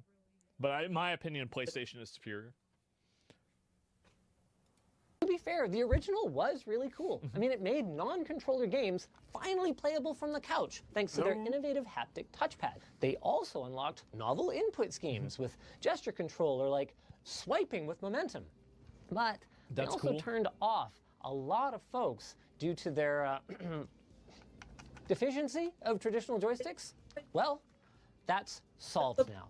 The Steam controller is everything that is great about the controller on the Steam Deck, but usable when your Steam Deck is in docked mode, or with your Steam machine, or with any other PC, investment disclosure. On the surface, it offers up a conventional ABXY button layout with a PlayStation-style symmetric joystick design that will work seamlessly out of the box with basically any game. The trackpads have been repositioned to better accommodate the arm's natural position while holding a smaller device. Yeah, it's like basically you're either using the pad or the thumbstick, so I think that's pretty good. Can you use a non-Steam controller? That's a great question. I actually don't know the answer to that. The wider Steam Deck, and all of the usual Valve buttons are included. A Steam button for opening the menu, their quick access button for bringing up the SteamOS overlay, 4 rear programmable buttons. The face buttons are satisfying with a nice amount of resistance, and the D-pad has been tuned from the Steam Deck for better feel. It feels okay to me, but I only got a couple minutes with it before Valve blew my mind. The joysticks are next generation TMR or tunneling magneto-resistant joysticks. What? Boasting superior accuracy and durability even compared to Hall effect joysticks. And the controller has been designed from the ground up. As a PC Andy, like I see people pogging in chat, they're like, what? That's crazy. I'm like, wow, guys. Oh man, that's super cool. I don't know what the fuck any of that means. Up for a superior gyroscopic aiming or mousing experience with capacitive thumbsticks and even capacitive grips, so you can configure your gyro to enable or disable depending on whether you put your thumb on the stick or even by simply loosening your grip, say to recenter and then reactivate gyroscopic aiming. They had a great demo with Balatro showing how that's how, bro, like if you're looking for a game that's gonna show how good a controller is, Balatro, that's what you need to use, man. Like, you gotta let them know, like, can you move those cards around or not? All right, I'll be right back. All right, so you got Balatro on there. I've played Balatro. I tried it out. I enjoy watching people play Balatro more than I enjoy playing it. That's the way I feel about it. You can use the game's built-in controller compatibility, like a pleb, or, hear me out, trackpads with the right for movement and the left one split down the middle for left and right click. Or, hear me out again, gyro mouse using the face buttons for clicks. That's really cool. I like that a lot. And if you don't care about gyro aiming, these capacitive inputs are all remappable as well, opening up a whole world of possibilities.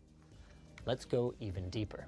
In addition to the haptic, texture-like feedback that you know and love from Valve's previous touchpads, the Steam controller has been upgraded with large rumble motors for better immersion and a large battery that they claim should be good for 35 hours in the most demanding applications, and even better if you don't need quite as much rumble.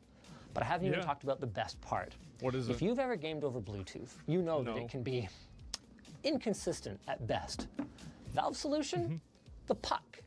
Every Steam controller comes with a wireless dongle that clips magnetically to the Steam controller using a couple of nice, strong alignment magnets.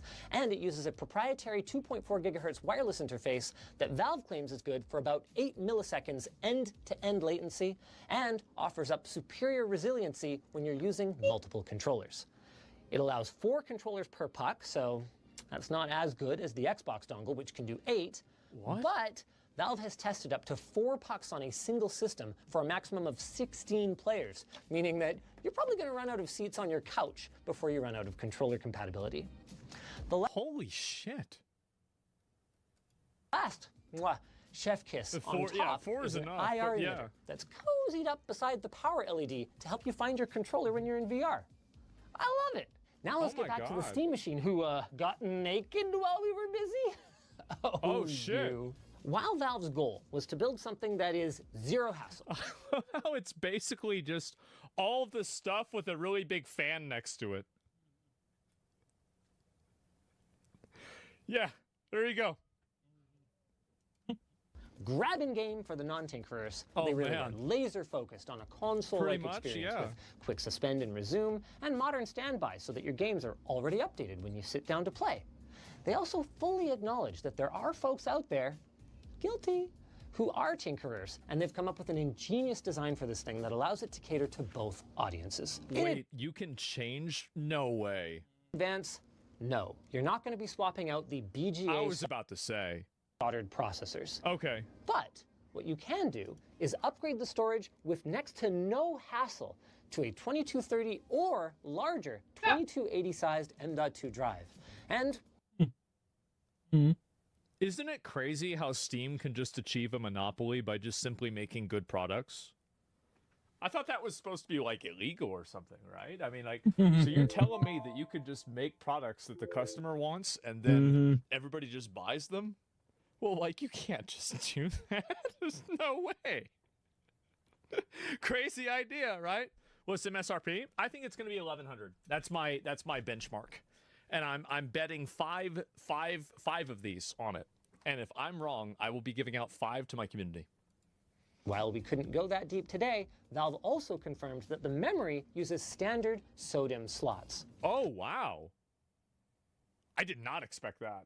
Finally, while Valve hasn't actually told iFixit that this product is coming yet, they did say that they're hoping to continue their partnership that they've had on the Steam Deck, making replacement parts available for end users. I hate to say this, but like with the amount of things that are upgradable on this, it does make me worried that it's going to be cheaper than what my guess was. I might have to buy 5 of these. But hey, if I'm wrong, that means they're going to be cheaper. I think they're going to be like. And so yeah, and awesome. Since we're in here, by the way, there are some really cool details that I'd love to highlight. I think 600. The power supply, for one thing, is fully integrated to the point where it's actually part of the chassis. No way. And the cooling I think they're going to try to go pulls for air 600. directly through it, which avoids any need for it to have its own fan. All right, wait. Let me listen to that again. Is fully integrated to the point where it's actually part of the chassis, and the cooling solution pulls air directly through it, which avoids any need for it to have its own fan. The aforementioned Delta cooling fan is actually slightly thicker. That's, to me, that's the most impressive thing about this. You can micro water is cool the it. fact that it's so compact. Yeah, I love that. It's compact. Like the fact that it can cool itself is like. Love to be able to take it upstairs and play like Final I used Fantasy to or have a something box online. fan duct taped to the side of my computer. Okay, like that to me is the most incredible thing about it. It's insanely compact. Yeah, bro, this is nuts. Yeah, very nice. Than the standard 25mm for extra static pressure, and it includes antenna mounts that are integrated into it, along with I/O mounts.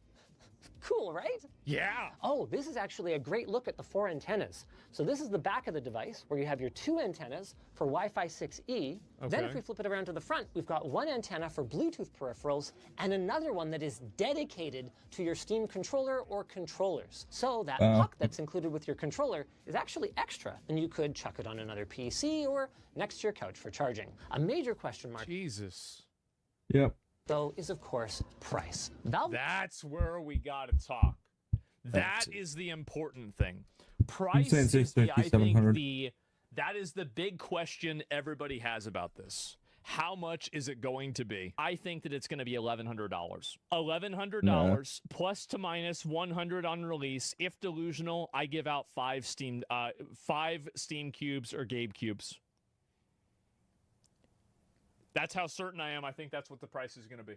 Wasn't able to give any specific numbers due to $999, rapidly evolving market conditions. But they will obviously have it nailed down when the Steam Machine launches in Q1 2026 alongside the new Steam controller. They did give me one hint, though. They said that while they expect it to be very competitively priced with a PC, that it will be priced like a PC rather than like... Yeah, but like a PC can mean a lot of things. So, and hey, I said, didn't I say? I do not think this but form factors are pretty this machine is clearly above the capacity and the quality of a PlayStation or an Xbox. It is. It's above that. Like a console with games subsidizing the upfront hardware purchase. Exactly. They wouldn't say... Well, that's another good point, too, is that, these developers, the consoles are loss leaders for the games. It's a good point. Why, but if I had to guess, I'd say it's partially to avoid stepping on the margin opportunities of their potential partners for Steam games and Steam software, but also because they recognize that the Steam Machine is a full-fledged PC, capable of being used as a full-fledged PC. There's no guarantee, then, that say a corporate purchase of 10,000 of these things would result in a... It's better to probably anchor at a higher baseline price, and then that way you future-proof longer for, like, inflation. Like, I think that maybe that's a better idea. Like, I don't know. I mean, I'm sure, like, they had, like, 1 million people that know a lot more about it than I do make this decision. But, like, I wouldn't be surprised it was priced more. Because, like, really, I don't think that people will buy this instead of buying a console. I think that people that buy this will buy this instead of buying a PC. That's what I'm assuming. It'll be like 2,000. You think it'll be 2,000? I don't think it's going to be 2,000. Like this, so this is not competitive with like a gaming PC. Like if you are an enthusiast where it's a gaming PC, bro, what? Or for second room? $800 a month about? Yeah, exactly, right? I think so. And no. What I'm saying is that people will get it for like maybe something else separate, but I don't think that it's going to necessarily replace the computer entirely. But I could see if something like this is very successful, I could see more people transitioning to something like this. And this is especially true in other countries too. Like, I think so. Like 1080p. I'm hoping this is going to be a base standard for game At development. 120. Yeah, I mean, me too, If right? it can do Especially, 4K modified. like, I mean, yeah, I think so 60. too. It's a nutbox. The performance is around mid-grade laptop. Yeah, exactly. Like, I'm not expecting this to be like something crazy where it's like the same quality as like a 5090. I would say that the quality for this probably would be like a 3080 level, right? Like, if I had to guess, like, I think you're probably going to get that level of graphics out of it. I'm just, and by the way, I'm just totally guessing. But like, if I had to guess, that's what it would be. Sale. So they really do need to protect the sustainability of their hardware business. Another major question mark is, where the heck is standalone SteamOS for custom PC builders? It's just not ready. I don't think they have it ready yet, right? We aren't going to get a formal SteamOS release for BYO hardware configurations anytime soon, but Valve has expanded the list of supported third-party devices, and they have supported... I think that really, like, I mean, Valve is It'd be nice because it would get rid of all the fluff. Measured in the way that they release products. Whenever they release a product, it is like the product. But it will never get released until it is completely locked in to being exactly what they want it to be. And I think there's like a few other companies that do basically that same thing. But in a general sense, that's the reason why. It's Honestly, kind of like Valve, start investing in Valve stocks like this with video games too, right? Where it's like, you know, Red Dead Redemption comes out, it's generational, but you know, it doesn't come out every year, right? I mean, like Grand Theft Auto will probably be like that too. And so like, yeah, it will take a lot of time, but when it comes out, it will be very good. Nintendo as well, sometimes. Nintendo, except with Pokemon. Yeah, Pokemon Installing the Steam Deck recovery image on AMD CPU and GPU systems for some time, and recently updated it to support their latest Zen 5 and RDNA 4 architecture processors. So nothing prevents you from building your own Steam machine and installing the software for free. Sure. Though you will miss out on some things. HDMI CEC control, for instance, I don't know what that is. required Valve to build a custom motherboard in order to have your, computer turn on alongside your AV. Yeah, I'm so glad that, like, because this is something that I always wanted to do, like with Starforge, is to make I was going to call it a big black box, and have it be $1,000 PC, right, that you can sell. And Steam, obviously, that has infinitely more resources than I do, has been able to engineer a little black box. And I think it'll probably be somewhere around there. Yep. Gabe stole your idea. It's a great idea. I feel like how many of you guys that, maybe you're a little bit entrepreneurial, or you're, a little enterprising, you thought, man, why don't they make a PC that's just like a baseline PC with no frills, no bullshit, and just sell it for $1,000? Yeah. Because like I remember growing up, I would always wonder that. Like, why do they have all these it bullshit always things? Why not was just have like one really up, clear conformity, glass, conform thing, right? A lot of you guys have thought about this, right? extra glass this is not like panels. a unique, crazy idea. I feel like a lot of people that are like PC enthusiasts and fans of this stuff have thought about this for a long time. Now that I'm looking at it, it really does. It's annoying that it's Linux. Yeah, I don't know a lot about Linux personally. I was already working on the business plan. Yeah, I mean, it just wasn't. It wasn't ready, right? Receiver. And to get that on a BYO PC would require some serious cooperation between hardware makers that I don't know if we should hold our breath in for. transit. But the bulk of the experience should work pretty much out of the box. We may even get a release that supports a broader range of hardware in the future. But the vibe I'm picking up on around here is that it really depends on better support for Intel and especially NVIDIA GPUs. I'm also picking up this vibe to our sponsor. Man. Hey man, I got a new couch and I think I need some have that help. phone. Bro, you know I actually have that phone. today. Come on, it won't take long. Okay. It's like 40 years old. From Rove Lab, baby. set it up by myself. SFF builds for that reason. A black box that fell for 4 PC games is portable for LAN. Yeah. Right now. This is so ridiculous. But he's been there for me, and I'm gonna find a way to help him somehow. Man, What's it a Mac market is that? I don't know. I mean, I feel like Mac has always been like its own unique thing. It's made of strong, yet comfortable foam. Wow. It's easy to move anywhere in your Wow. home. So why did you need my help? Want you to help me This is pretty good. celebrate, because there's a Black Friday sale and everything's 60% off. Jesus. AMD or Intel? I have an AMD processor. I can show you what my computer I tried is. to get through everything, but I only had about 4 hours to get Yeah. briefed on everything, right, and filmed, so my apologies. Now, assuming that that one's up yet, go check out the video on the Steam Frame VR headset, because it's a game changer, it's a big deal. Please make it clear that this is not a real product. Sorry. Oh, it's so you can see through it. I get it. That makes sense. Yeah, let me go back. I'll look and see. Can I find that real quick at the very end? Oh, yeah, that's like the see-through version of it. What a surprise. Link that. Yeah, what a great video, by the way. This is like, it felt like it was very short, like, and he went through everything. Mudar, the only real product with Linux is anti-cheat games. Yeah, I mean, obviously, like, Linux isn't going to be perfect, same as Windows isn't perfect. I've never really used Linux. I know, like, I've thought about trying it, but I've never really... Like, there's never been a situation where I thought to myself, Windows can't do this, but I want to do this. So I don't really know why I would use Linux, because I feel like Windows has always basically just filled my needs. Like, there's no need for it. Yeah, but I think if you're, like, an enthusiast, you're into, you know, maybe doing something unique with what your PC is, then maybe I would do it myself. I can show you what my PC is, right? Let me just go ahead and open it up. Yeah, there's my PC. And, yeah, we got it right here. And operating system, BIOS, processor, AMD Ryzen processor, memory, obviously a lot of memory, and I, of course, have a 5090, as no surprise. I mean, of course, I have a 5090, right? And so, yep, there you go, guys. Small, maximize that shit? Yeah, there it is. Nighttime feast. Same What are you guys CPU as gonna me. eat? Yeah, best CPU and GPU. Fruit. Yeah, I've got a good one. You got blueberries. Yeah.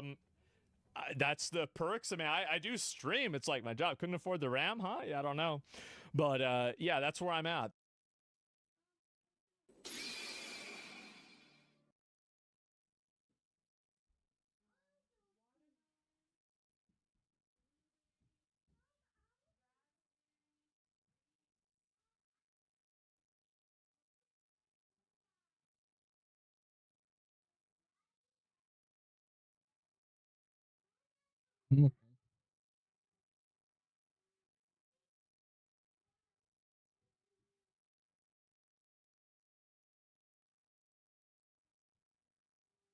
Okay.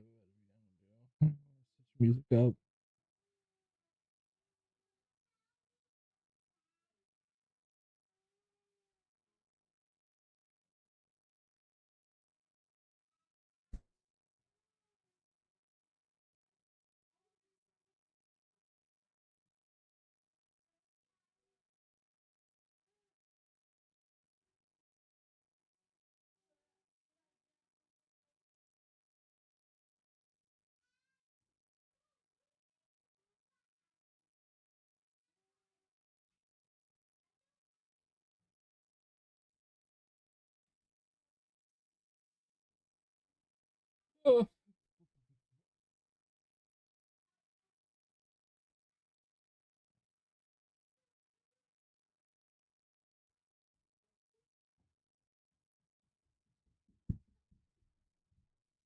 What are you doing, Bubba? You go? No soda tonight.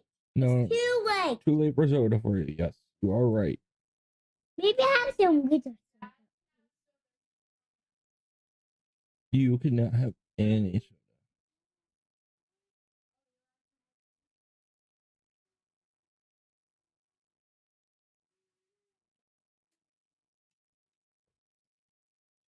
Thank you. Dad, I get all the tea. You got all the tea. So, but not all of it. I just got all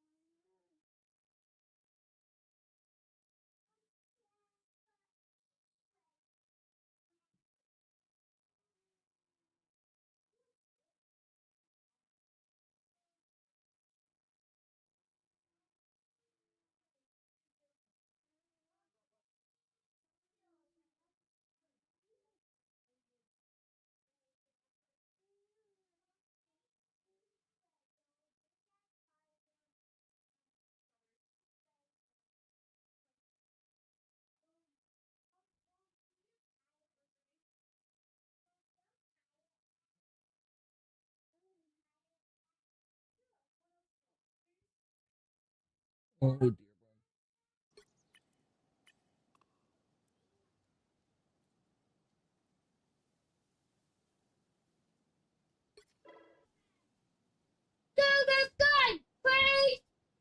Pirates, load the gun. Load the gun, please.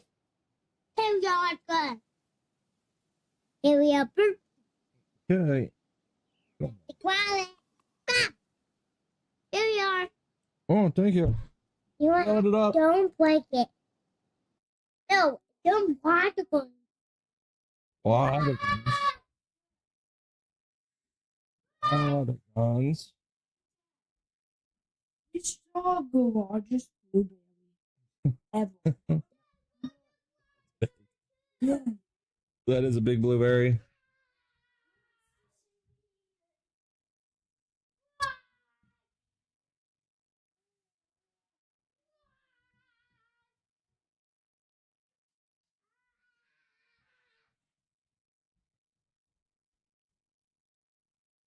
Stop.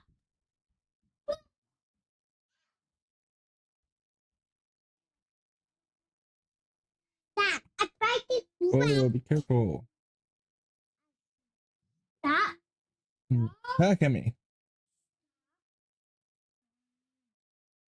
So, mommy doesn't like.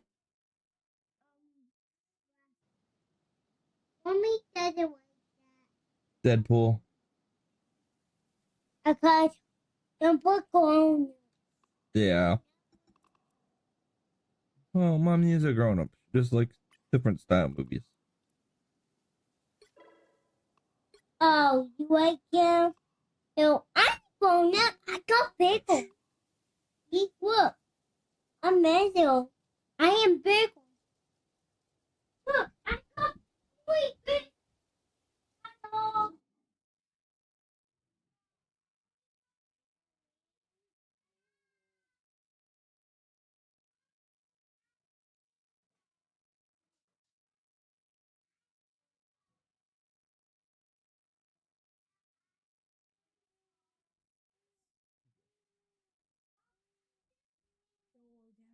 Get you another. Oh, okay. Didn't realize it was all used.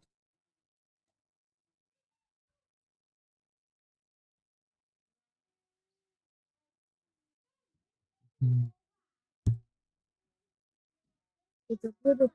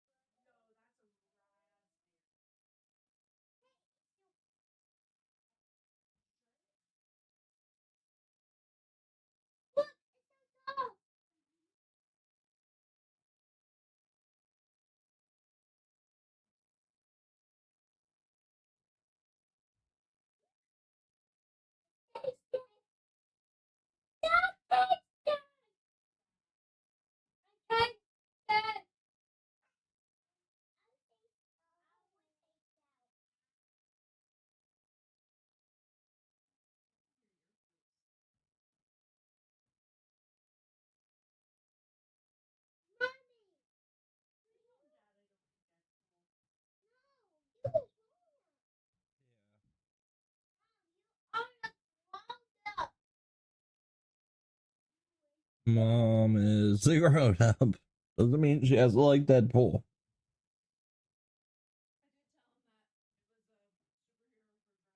Hmm.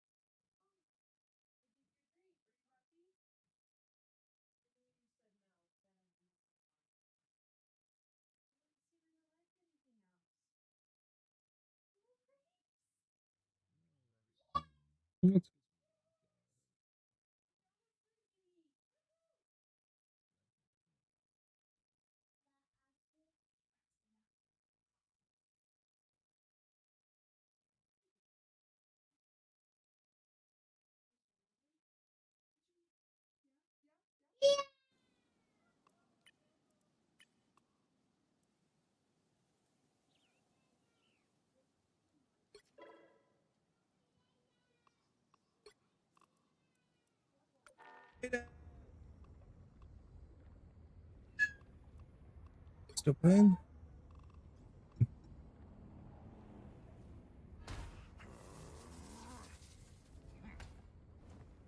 I don't know how much long I'm gonna be online either, but we'll see. I'm trying to hang a little bit.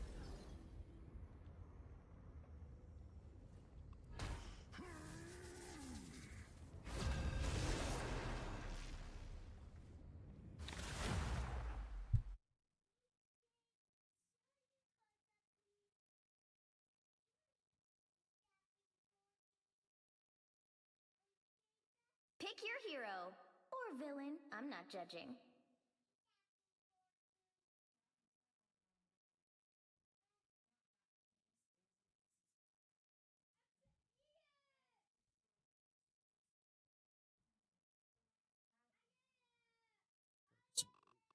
I am Groot.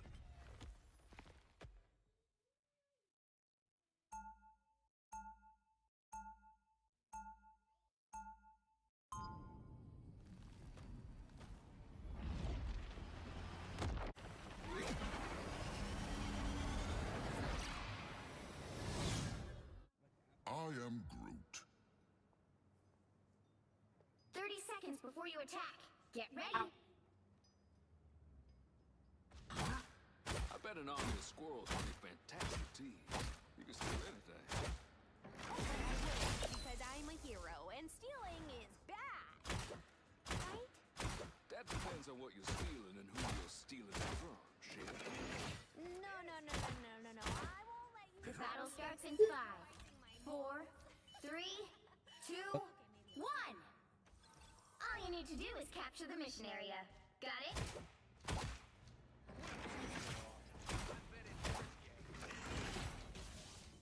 And so get this spot. Range field.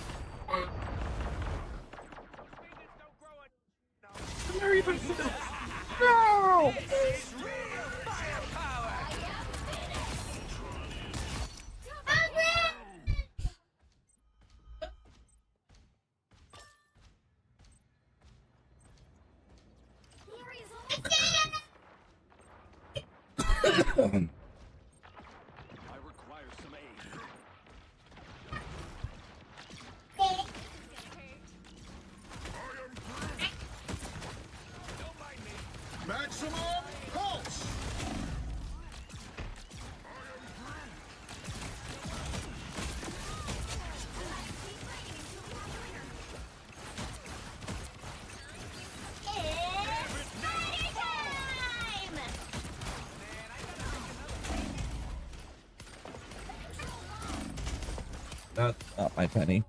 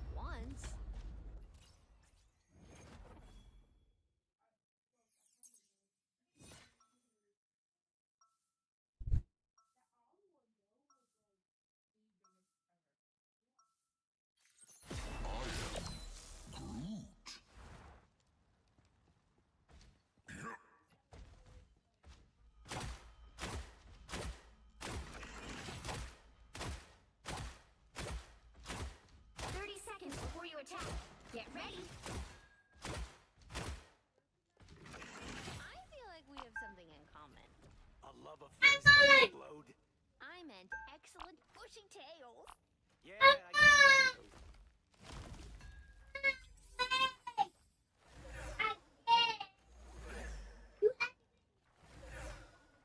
The battle starts in 5, 4, 3, 2, 1. All you need to do is capture the mission area. Got it? Sorry, whose butt exactly are we kicking? Because I got this villain's trivia deck from Deadpool, but I think it's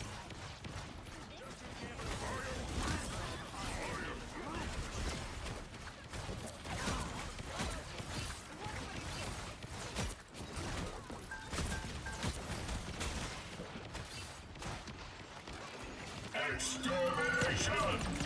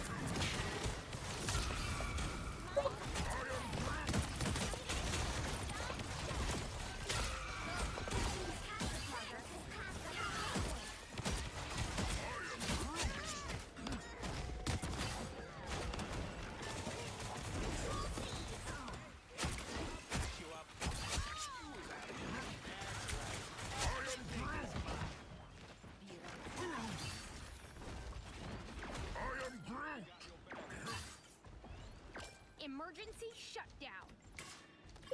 I am Groot.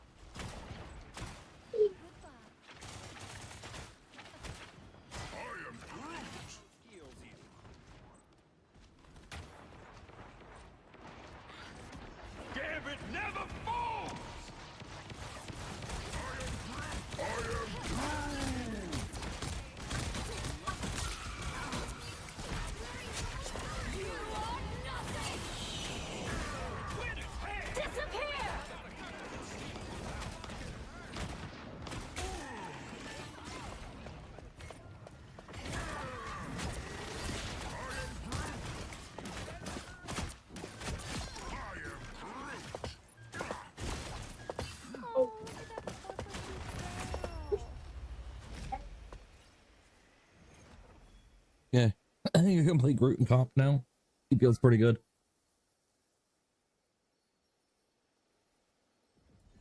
Another epic victory.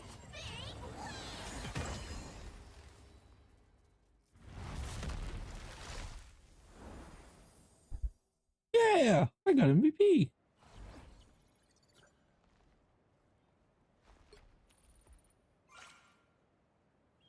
Sweet.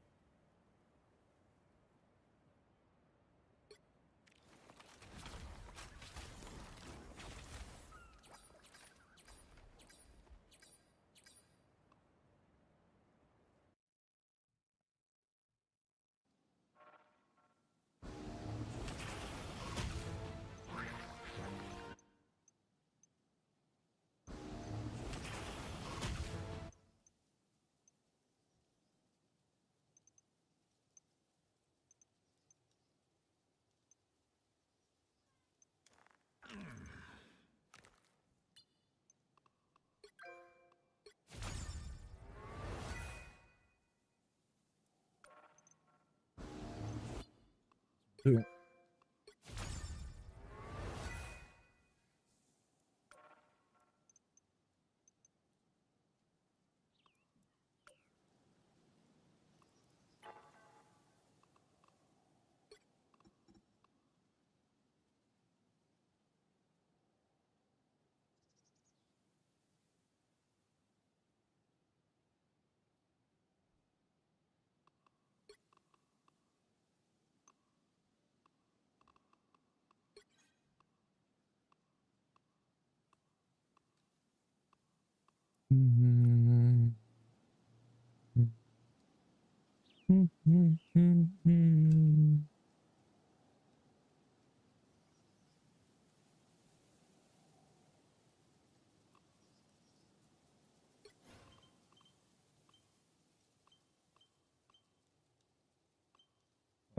Plushie for him.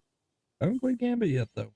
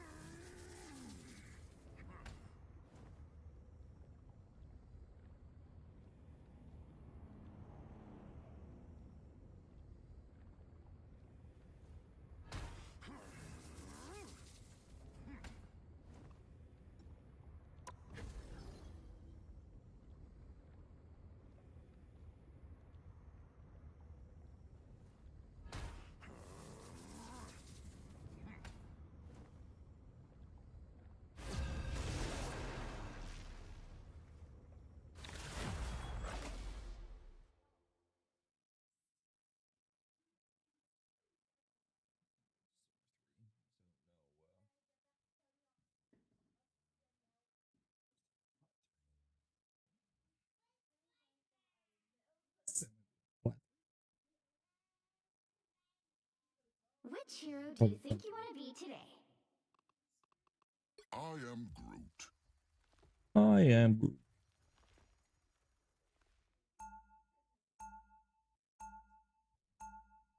Now, who am I gonna banish from this match? Yeah, I figured I'd try to play this Groot. Oh, difficult. He's fun. Not really horribly difficult.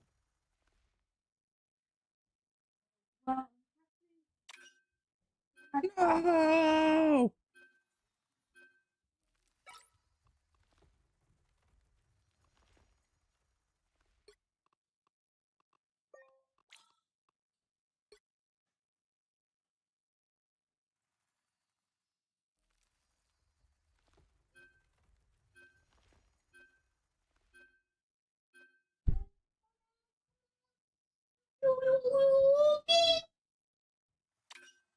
Ah!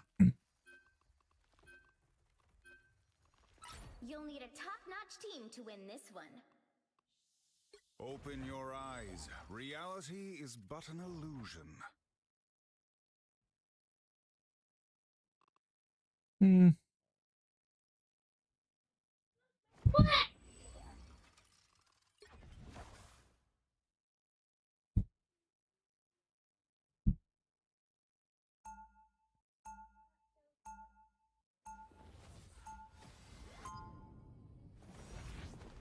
Nobody likes Mag. That's sad. I wanted to play Mag too. Magic is not to be owned, but to be felt, experienced, lived. 30 seconds before you attack. Get ready. Freedom's and if we don't stand up for what's right, who will? Today, Goldilocks. We've got our work cut out for us. Mjolnir brings the wrath of the Odin Force to our enemies. Now that's how you start a battle.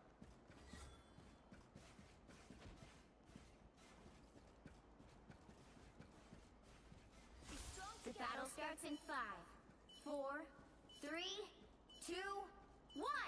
All you need to do is capture the mission area. Got it?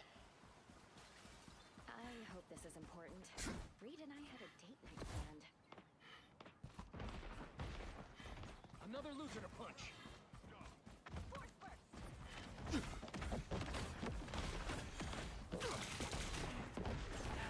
Anyone willing to help? That's the boost I needed. Let's dance.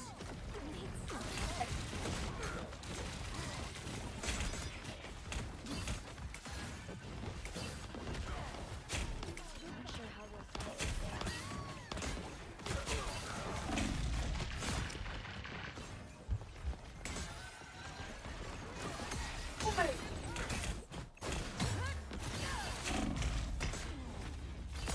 Dead.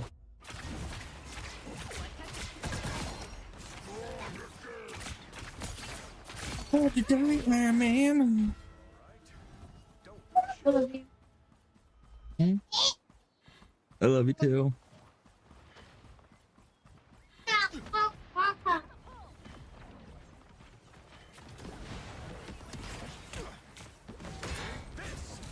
be shipshape in no time. A little help, please. Shields up!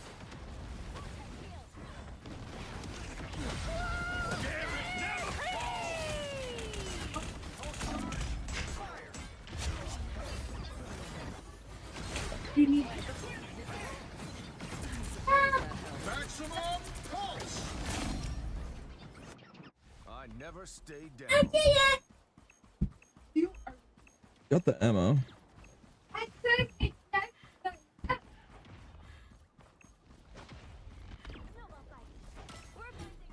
Wakanda's own version of the super soldier serum. Take this! That's the boost I needed.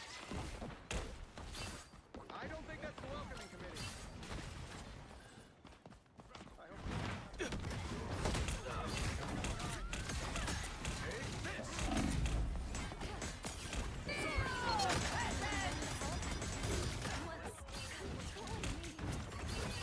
Suit looks good on you, Tony.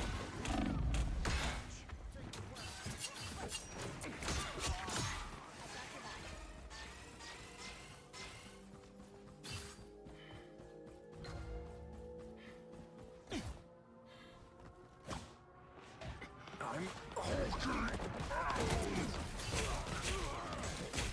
That's the boost I need. Help get that vehicle to its destination. Assemble! Stand down.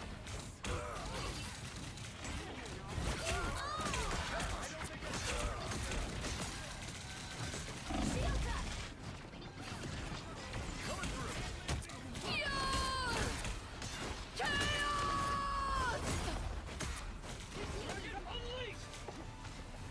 A little help, please. Coming through. Disappear! Oh.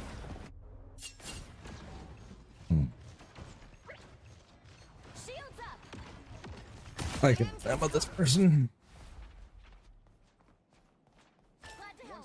closer to saving the world. Light Force is in preparation.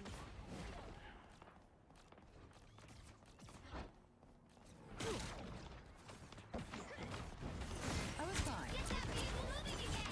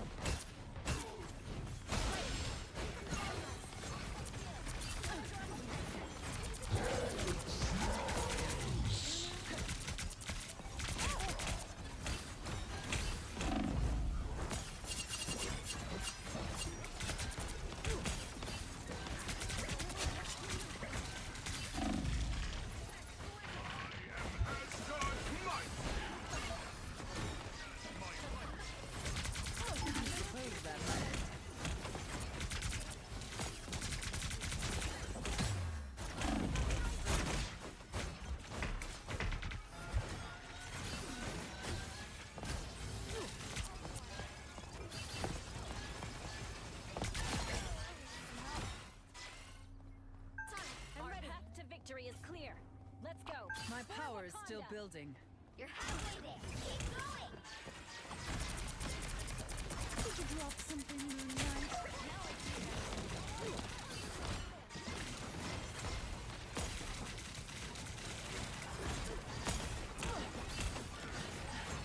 I suppose that helped.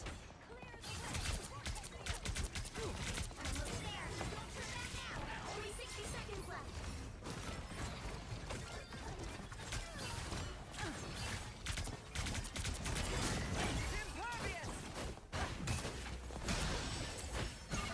Vehicle reached a checkpoint. Keep up the momentum. Got that on video.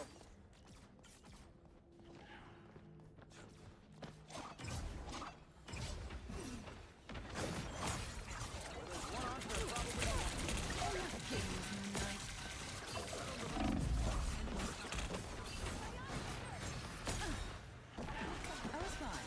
Thank you.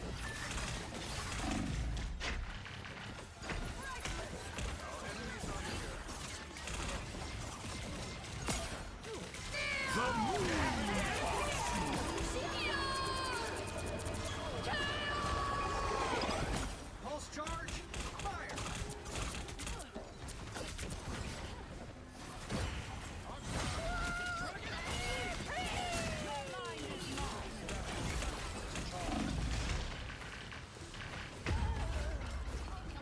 Healers died or they're dead.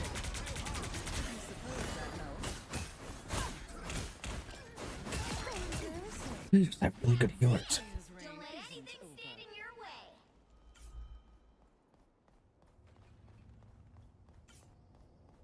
Only 60 seconds left. Once I am free from this darkness, I shall have So close. This is your big chance. I was fine. Thank you. T'Challa says he needs this back.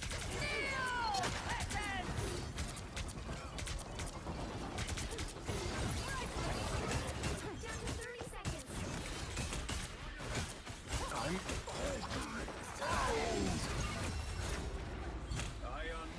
The current score is 3-2-0. Time to switch things up, including which side you're on. You'll need a top-notch team to win this one. The higher the pressure, the more dazzling the diamond.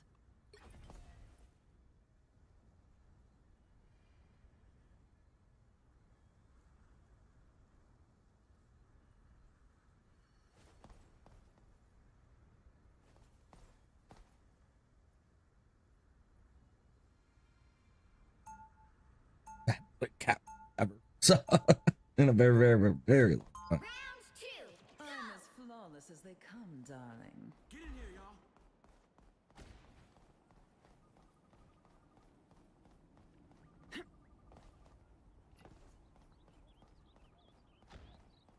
Seconds before you attack. Get ready. Doctor Strange, wow. We're in this together, Tandy Bowen.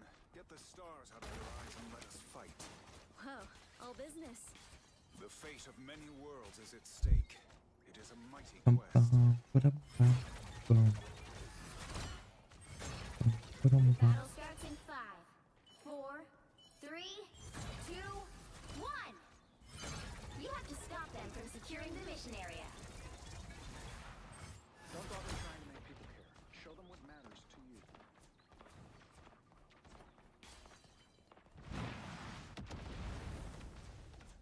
I don't think that's the welcoming committee.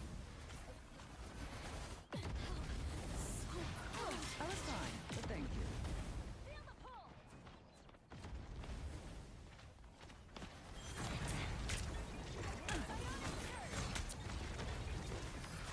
Anyone willing to help?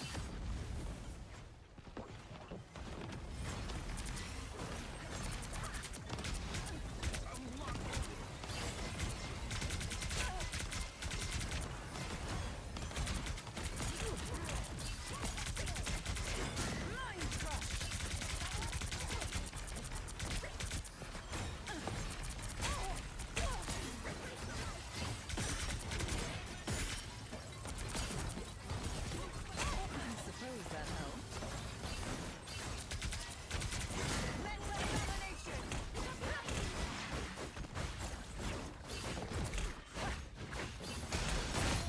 Some uninvited guests.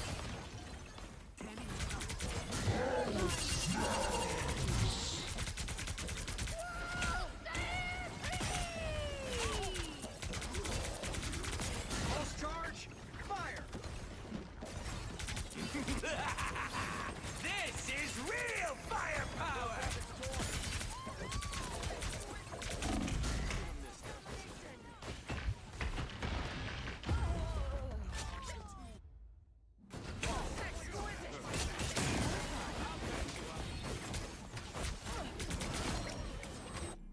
I'm back. And now there's Hellfire. So much power. Time to use it.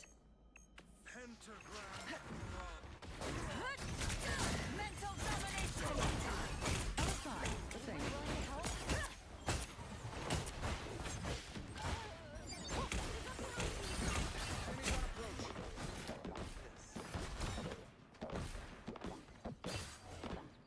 Nothing here.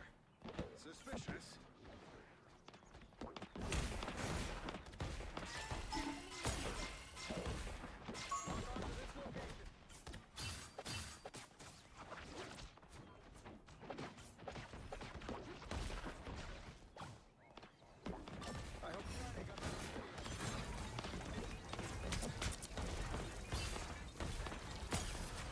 I was fine, but thank you.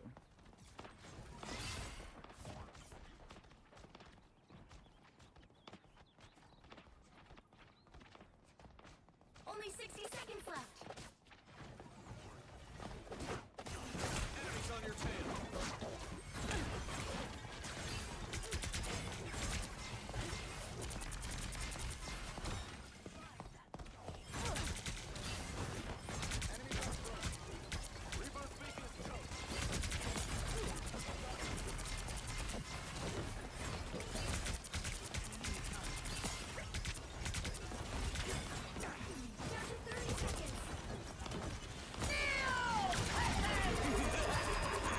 This is real firepower!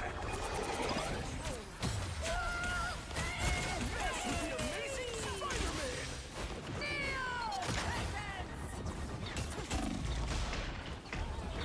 God, shoot so low.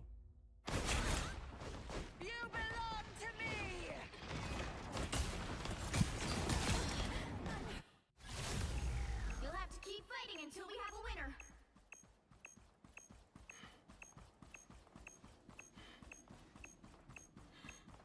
I am ready to put on a show. It's this. That's the boost I needed. Going through. Damn it, never move!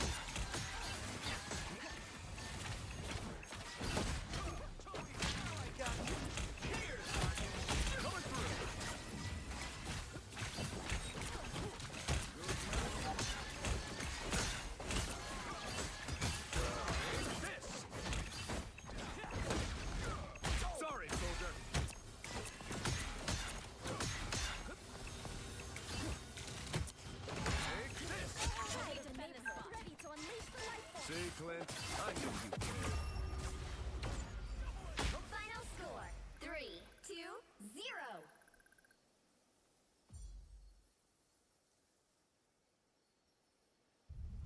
Another epic victory! Big win!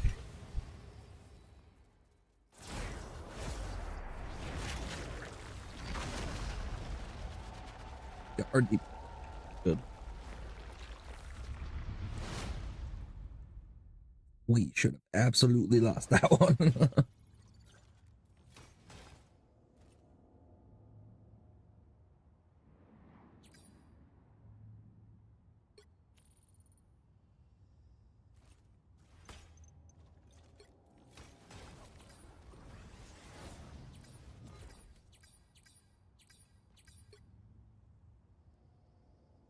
He's an okay Hawkeye. I mean, he's got one shot kills, 45% accuracy.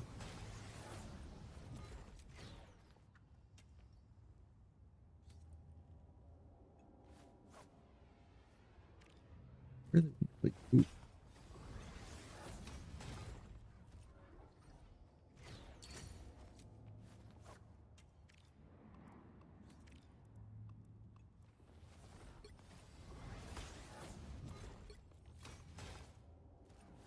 I should have done more.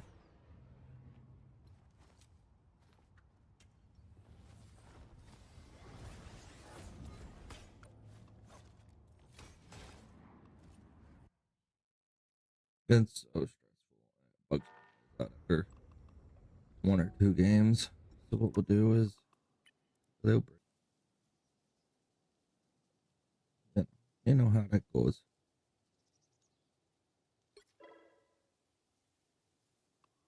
But honestly, I think I'm going to call the stream at 10 o'clock one way or the other. So I can try to get to bed a little early.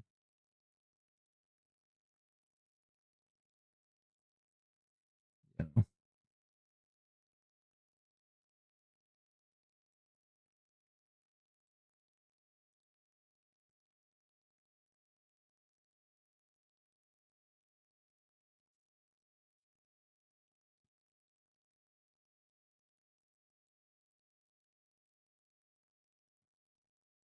Oh, what's Candace saying now?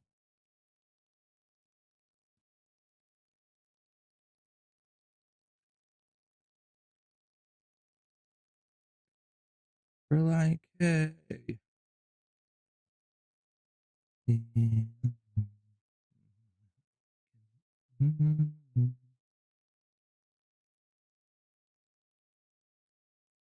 Only 20 days of league season left.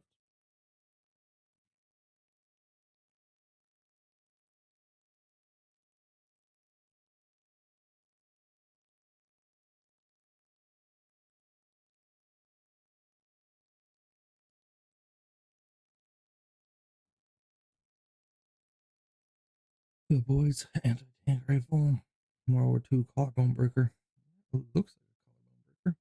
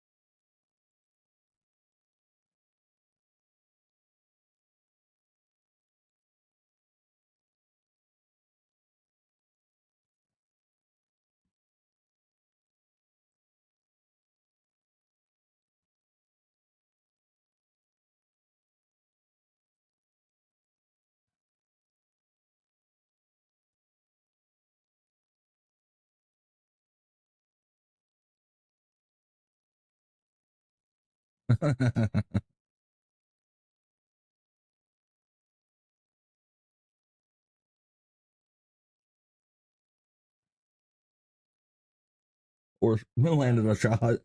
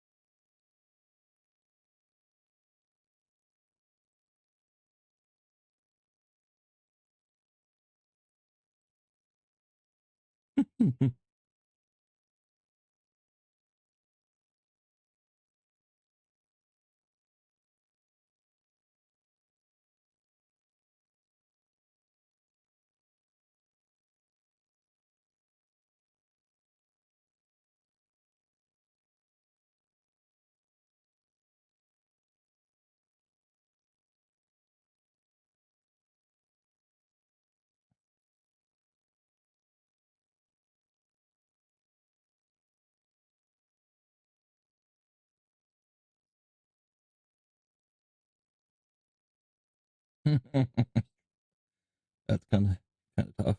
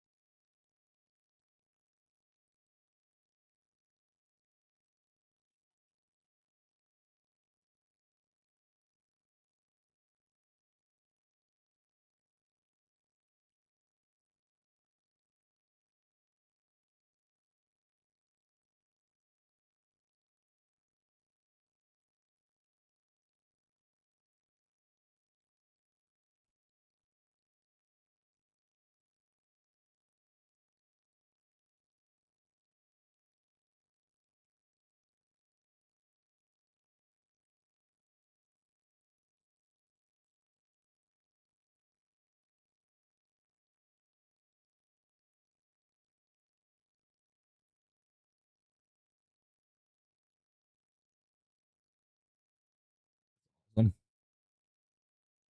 Hello, key flank.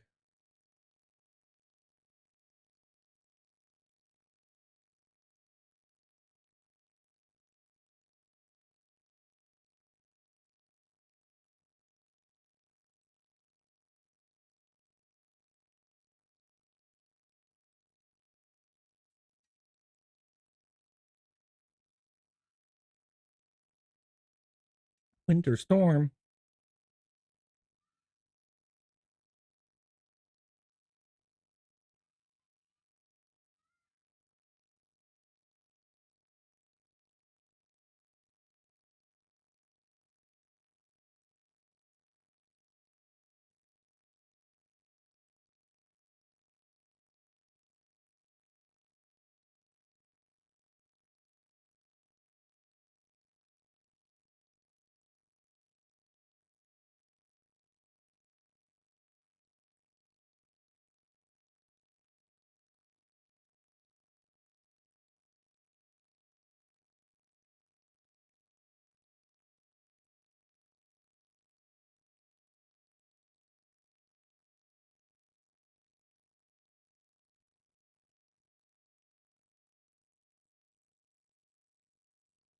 That's interesting. Yeah, I need to search for insurance. We get Medicaid too, but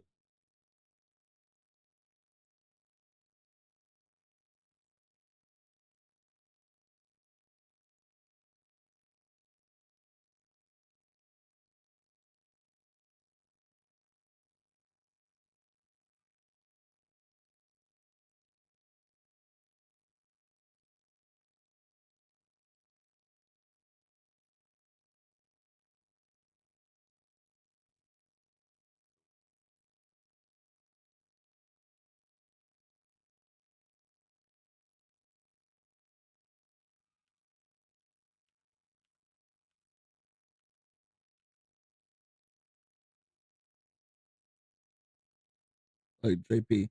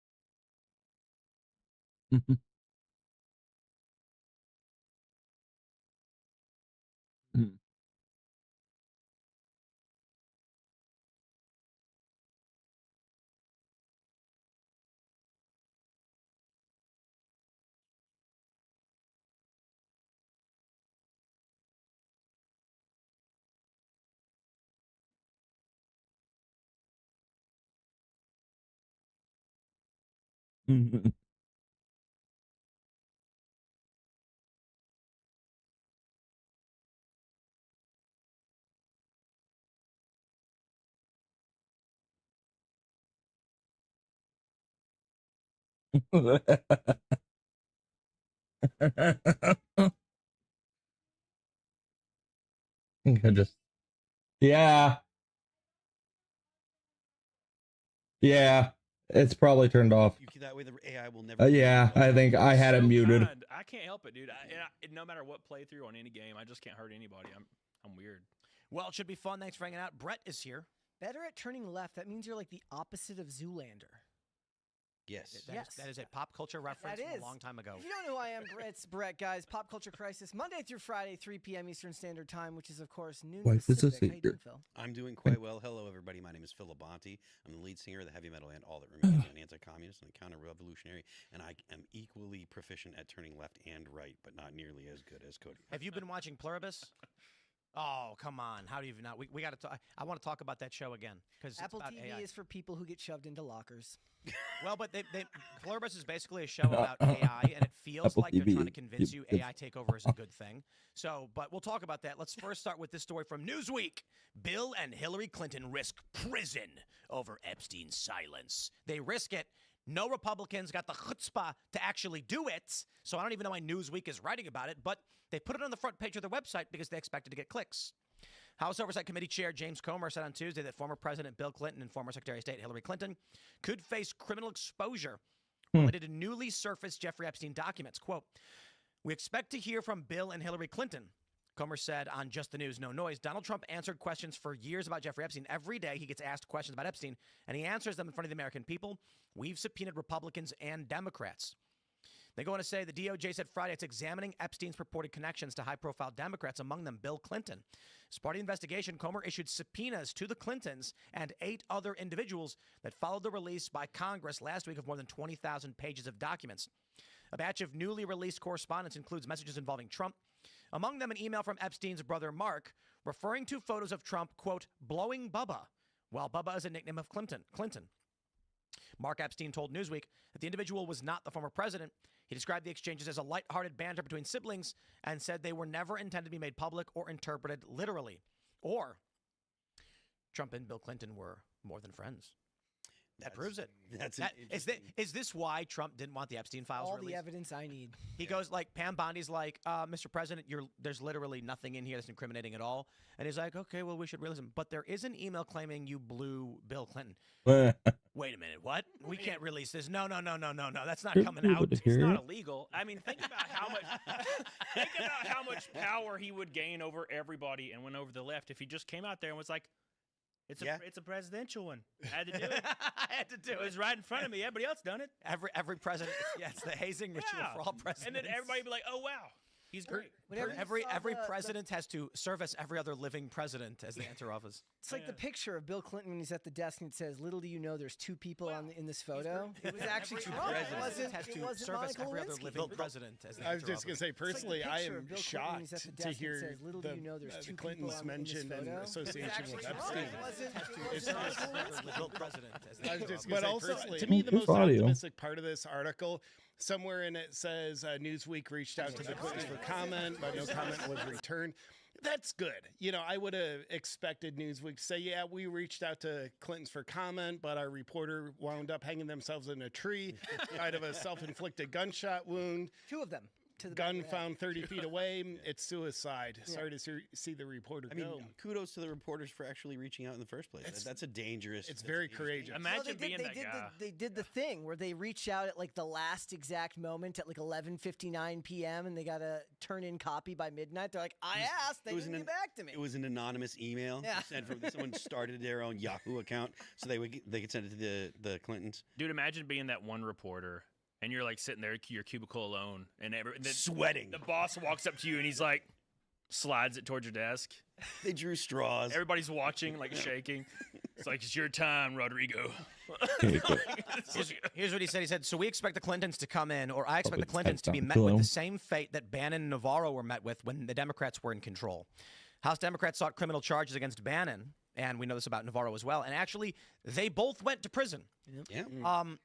You know, if the Republicans actually made some moves and arrested like Bill and Hillary Clinton, and it was like for 4 months, I would feel pretty good, but I don't know if it's satisfactory enough. I mean, they're both old and out of the picture at this point.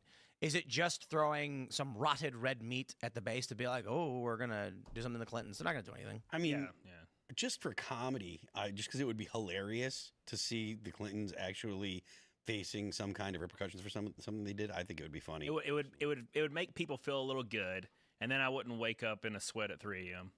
every night like I do right now. And Because you know Hillary Clinton, she exists. So. Yeah, and I think if Hillary was in prison for a few months, Netflix could do a reality like women's prison show.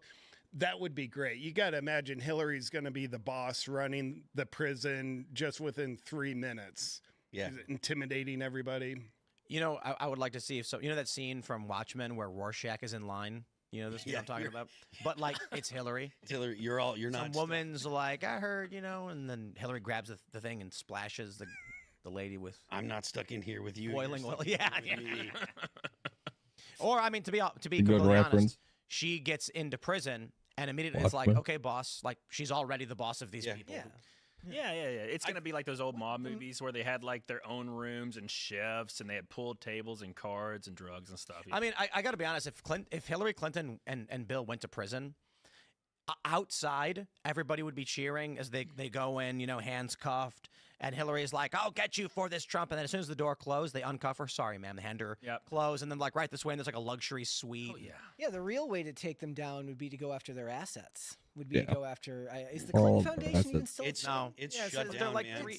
They're 300 years old, so it's fine to say we want answers from the Clintons on this stuff, but they're like 300 years old. Like, you know, probably like a 20-second delay. can we just?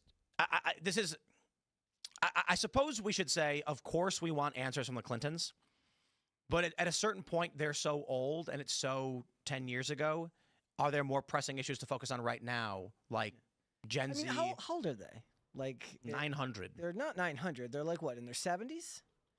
Just put Chelsea. Well, we have the internet, so in the 70s, you know, theoretically they could live to be Jimmy Carter age. So you know, you Hillary get them for Clinton more than a few. is 78 years old. Yeah. Wow, So Bill's 79. Hillary's wow. they went to prison for the rest of their lives. That could Which is theoretically be like 10 20 years. years if they ended to Well, live up like they're at Jimmy life Carter. expectancy, so theoretically. We'll give them a certain sentence and then just put their kids in afterwards. if you get 20 years, and if you don't make it, the remaining years go to your daughter. It's the crime family. Let's go. She's like, no, but if I get exonerated, you have to listen to Chelsea Clinton's podcast for the rest of your life. Does she have a podcast? I think she does. Yes, she does. does. Yeah. I'm sure it's crushing it. Sure, I mean, there's her at and Michelle Obama, just people care what they have to say. It's called That Can't Be True with Chelsea Clinton, and there's like one guy who comes up with all the by the phrase Clinton names Foundation for every podcast. See, I imagine they named her podcast after like their response to all the allegations against the Clinton family. That can't be true. Yeah. Wait, that hold on. would be a good name for a podcast. That can't be true is the safest answer. She had a podcast called In Fact with Chelsea Clinton in 2022. I guess that's gone. How many? It has 300 reviews and it got 4 stars. What was her first one? And she's got That Can't Be True with Chelsea Clinton, and this one is ongoing. This is the new one, That Can't Be True, funded by the Clinton Foundation. She should start a true crime podcast called The Clinton Crime Family. The views that thing would get would be astronomical. Yeah, women like Chelsea They Clinton do. and they like true crime. So I imagine it would be one of the most popular podcasts on You'd Apple just be the Podcasts host. immediately.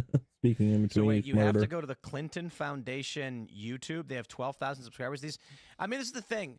At what point are we like, I wish we got answers on the Clintons, but they're so old out of the picture. Are we just spinning our wheels? Well, I think they're probably the biggest name that's been named or allegedly involved with Epstein.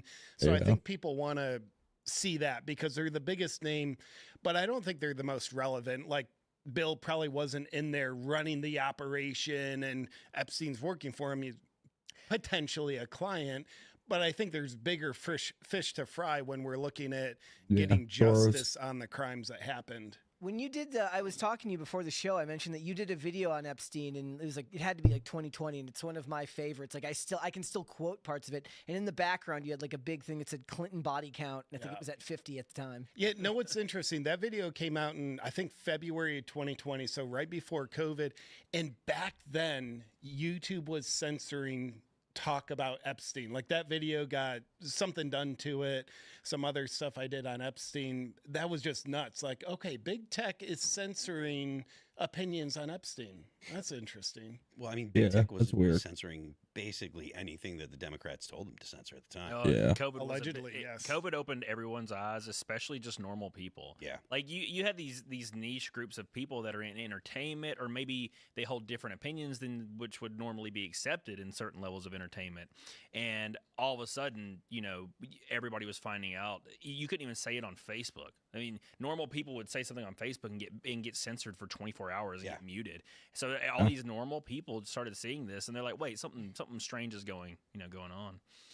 Yeah, I think that this is something that we've said around the table before. Even though overall COVID was a terrible thing, like the way the government behaved and stuff, it really did open so many people's eyes to how deceptive the government is. Government has and been. that's kind of a double-edged sword, because there are people out there now where the default opinion is, of course the government's lying. If the government said it, it can't be true. Yeah. And that isn't really productive at all. There are a lot of people that are just like, look, man, they got me when it came to COVID. I bought that, and now I won't get, bamboozled again. So anything they say, they have to be lying. If the government says it has to be lying, and I feel like that doesn't work functionally. I'm in that camp, Phil, and I like it there. I just like it's you don't have to think just automatically they're lying. What? Yeah, they said gravity's real. What Is there an example you can think of something that like you've seen people saying like this is clearly untrue, and you're like, hold your horses?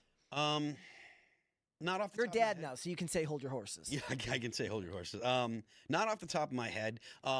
Mostly it's the thing that at least strikes me the most is the attitude that people have. Like, so you'll say something, people think that now, because they are skeptical of everything, that they're somehow like enlightened in some way, and they're just like, and it's more of a, like, you're so dumb and I'm so smart because I don't believe this, or you must believe that, so you're dumb. It's more the attitude that I notice more so than any particular topic or issue. I agree with you. To me, it's, they probably call themselves a free thinker, but if their automatic default is a position of defiance relative to what a government official says, there's no thinking involved. Yeah. Perma bears are right sometimes, right? If you're constantly saying the market's going to crash, the market's going to crash, the market's going to crash, and you're saying it for 10 years, when the market crashes, it's not that you were had some kind of great insight. It's that you've been saying the market's going to crash. And so when it finally does, eventually, the clock's broken clock's right twice a day. Let's jump to this story from CNN. This should be one of the biggest stories of our generation. And Desmond Crockett? It is a Democrat caught colluding with Epstein. Yeah, that's... when he was well known to have been I can't believe he didn't get censored. That's trafficking ridiculous. minors. This Democrat says, but he was a constituent. He was texting with her, telling her what to ask Michael Cohen. And they used this to go after Trump under these false criminal charges. Yep. Democrats are now trying to pin the whole Epstein thing on Trump. Trump saying it's a hoax. I have no idea what's going on behind the scenes. But what I will say is, be it seasonal, be it fatigue, be it just an off year, it's a people are pretty detached from politics right now. And based on this story not getting nearly as much attention as it is, maybe I don't have to be worried just because it's an off-cycle year and people don't really pay attention. But I can't believe this is not a front-page headline extra scandal. Let me show you. This is so there's two components to the scandal. A failed effort to censure Democrats over texts with Epstein. More importantly, he's not even like some Republicans cut a backroom deal he's a with the delegate from Democrats the Virgin to Isles. protect this woman who colluded with Jeffrey Epstein. It is shocking. It should be disqualifying for all the Republicans involved, and every Democrat voted to protect her. I'm going to stress this. During a hearing, this is Stacey Plaskett from the Virgin Islands. She, quote, represented Jeffrey Epstein. He texted her about specific names to ask about because Epstein knew about Trump's inner workings to a certain degree, and she did not, and she was using this information to smear Donald Trump. Fascinating. Epstein hated Trump. And Democrats are trying to act like they were friends, but no, actually, now the emails released prove he did not like Trump at all, and they were working with him the whole time. Listen to this. And I got a text from Jeffrey Epstein, who at the time was my constituent who was A known not public pedophile. knowledge at that time that he That he was a under known federal pedophile was. investigation. See what you just did right there? He was not under federal. This was February, I believe it was February 27th. It was February of 2019. The Miami Herald story broke in 2018. The investigation of which these issues were going on for a long time, and Jeffrey Epstein had already served time for soliciting a minor for prostitution and got a sweetheart deal. There are some speculating that she was in the pocket of Epstein, that she worked for him, that she was the delegate because he put the money up to make sure that would happen. And that's why she wasn't just colluding, he was telling her what to do. But now what's just one last point. They were going to just censure her. That's it. You know what that means? That means they're going to wiggle their finger at her. Yep. And they couldn't even do that because I believe it was 3 Republicans cut a backroom deal to protect a woman working with Epstein. This is insane that they tried to use against Trump, did it themselves, and then several Republicans defected to protect her. The funny thing is, we were just talking about like your default status of like not trusting politicians. This is why.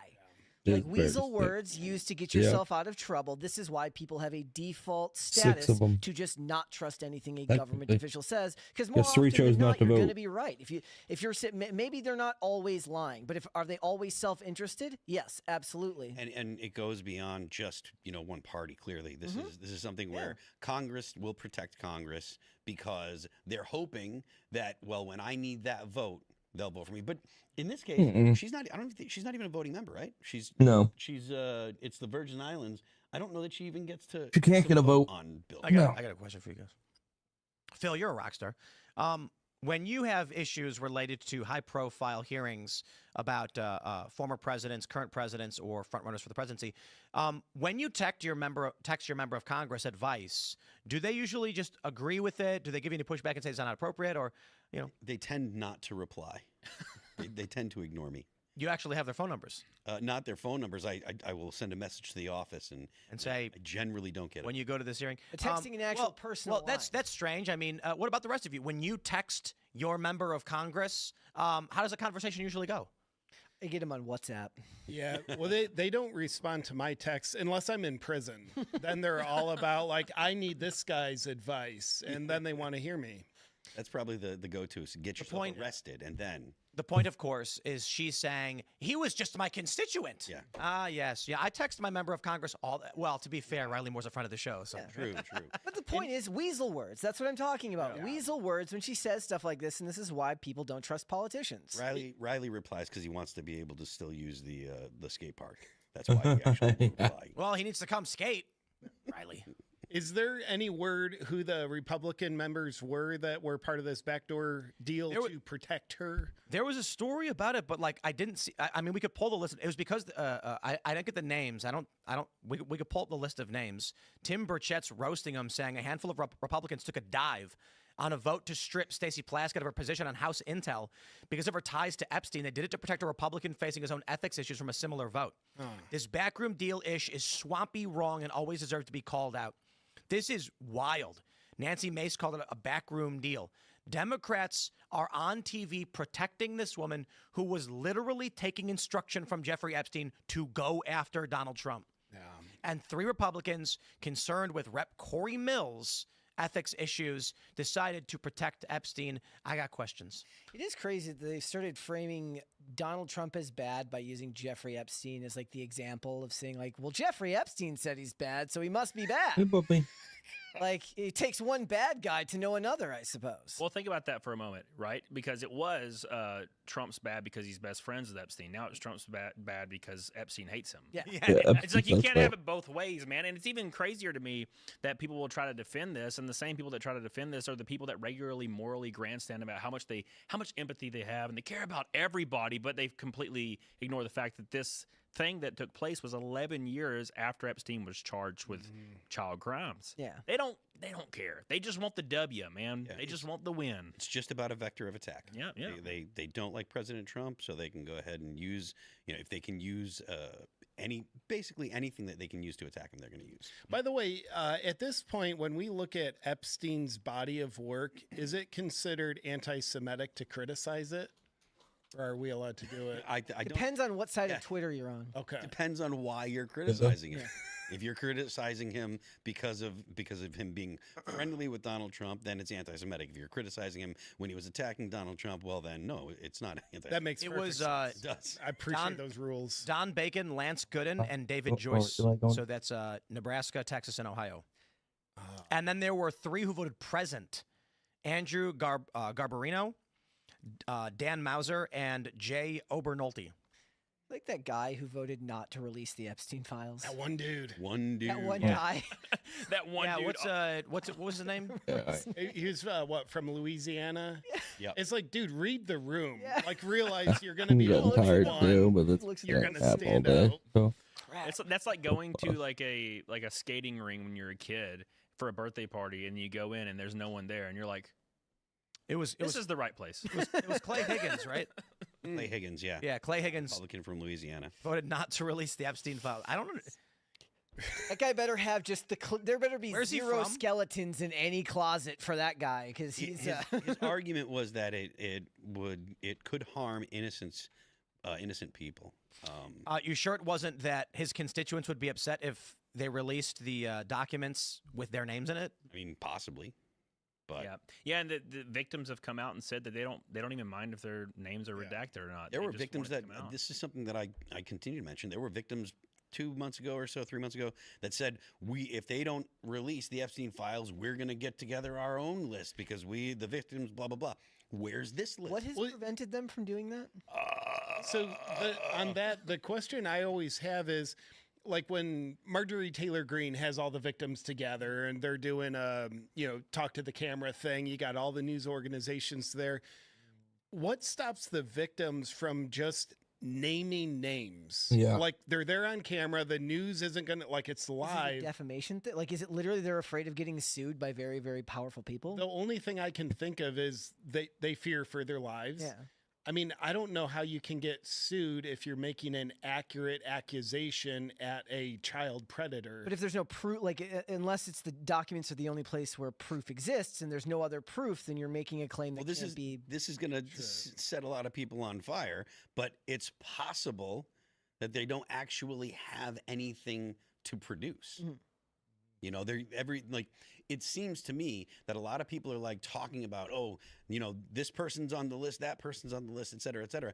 And it seems like this is more of a threat and a way to basically slime people than any kind of actual legitimate substantial threat. Even Elon Musk said, Donald Trump is on the Epstein list. Right. They're hanging out again. What does on the list mean? Sure. Does it mean that that was a list of people that he was blackmailing, or is it just the list of people that have been to the island? Well, the term has become amorphous now, right? Like you don't even know what it means. Absolutely. Like because one of the things that the media was doing for the last several months before they got onto the current train of thought that they have was anytime documents would come out and somebody's like, I was there, Donald Trump was not there. Like Trump was mentioned in documents, which is just them saying that he wasn't there, which is just a way to frame it and make it a bigger case than it is. That's what it seems like to me. That because nothing has actually materialized that's actionable in any way.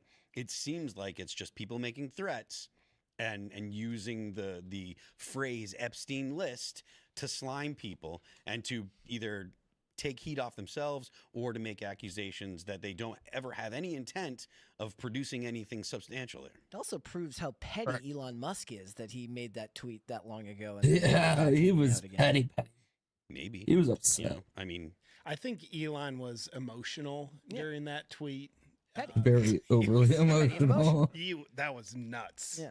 I would never describe Elon as petty and emotional. No, buying Twitter wasn't petty. I'm kidding. Elon is Petty. if you took a computer nerd and just cranked all of his emotions to 11, I feel like you get Elon. Him fighting with Billie Eilish about how he should spend his money. I was like, you don't have to respond, bro. I got to be honest. I was. You know what I think it is. You know what I think it is. It's happening. I think we were under the boot of a deep state for a long time, and that the views on social media and the ratings on TV were all fake. I think that Mockingbird probably went crazier than people realized, and media was much more controlled than people realized, and the internet kind of broke the machine.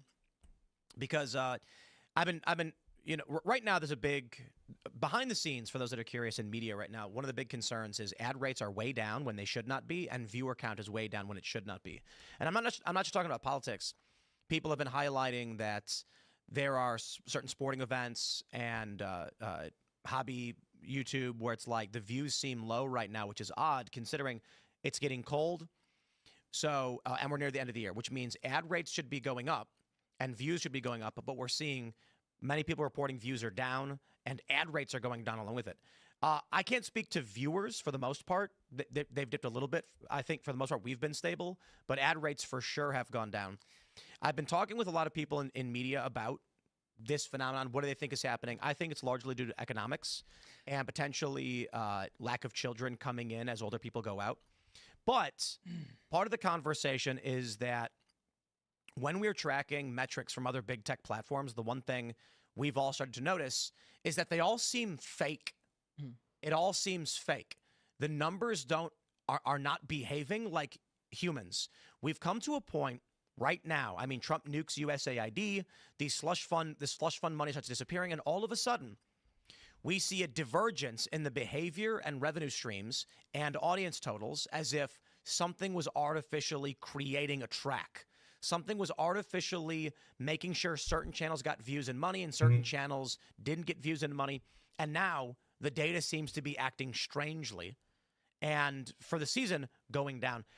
I wonder if. Actually, let me put it like this. You may think I am paranoid, but I will remind you of when Elon Musk announced he put a bid in for Twitter before it was X. Liberals started bleeding followers. Their follower counts were collapsing, and conservatives were skyrocketing.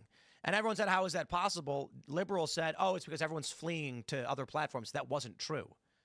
So what was happening that made conservatives gain followers? And the response was, people are coming back. No, that doesn't make sense. Millions of people just saw a news report, Elon to buy Twitter, maybe, and they said, guess I'll sign up. I don't think so. No. People following liberals on social media, on X, or on Twitter at the time, said, what, Elon might buy the platform? Better leave right now. The theory was that the U.S. government had some kind of, they had a backdoor into these platforms. That we know is true. And as soon as it looked like Elon was getting Twitter, they said, quick, burn the evidence. Flicked the switch on whatever weird algorithm was propping up these fake numbers, switching everything, collapsing their fake system. My point ultimately is with Elon, the reason I bring this up is Elon's a weird dude. He does not behave, CEOs behave. And I think it's because, for the most part, they've always been fake. Everybody knows, Deepwater Horizon happens, and you get the BP guy, we're sorry. I can tell you this. I'd be willing to actually place a wager on the next time there's some kind of disaster. I'll be like, oh, bro, I will write verbatim the speech from the CEO based on the disaster. We know exactly what they're going to say. It's fake. It's plastic. Nobody believes them. Things are changing now. Elon Musk is behaving in very strange ways.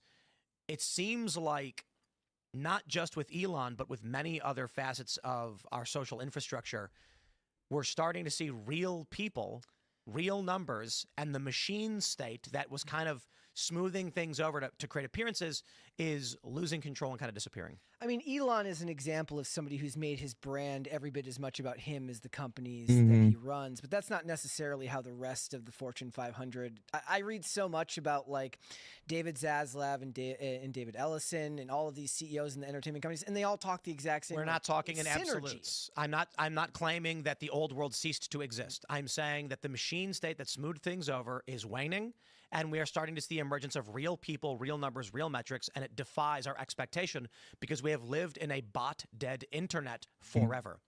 That is, my theory is, and maybe I'll speak a little bit more on the uncensored portion of the show to avoid potential litigation, but I'll keep it somewhat vague that there are prominent social media platforms whose numbers don't make sense and don't track onto other platforms, implying they are using bots. And as we've already pointed out numerous times in the past, it is a fact that prominent social media sites use bots to prop up viewer count. I'll give you an example. It is known that the CEO, the co-founders of Reddit, when they first launched the site, created fake accounts, sock puppets, to interact with users so they would believe there was real engagement on the platform. They faked it. This has been the case for many big social media platforms. I think what's happening now with, people have complained, like, why are my views down? When Elon bought Twitter, they were like, my views are down now. And it's like, maybe because they were never there in the first place. Yeah. And what was happening was there was a machine state that said, all right, it is 9:59. I am going to be calling it on this stream. Again, I appreciate each and every one of you that stopped by and decided to watch the stream for however long, whether it be a minute, whether it be 10 hours. I appreciate it, and I appreciate the follows, the likes, and everything that you've been giving me and helping me out along this fun experience, I guess you could say. So yeah. Don't forget to follow, like, and subscribe on every other platform, anywhere else you want to watch me at. And that's it for me. And thank you, and God bless, and have a good night.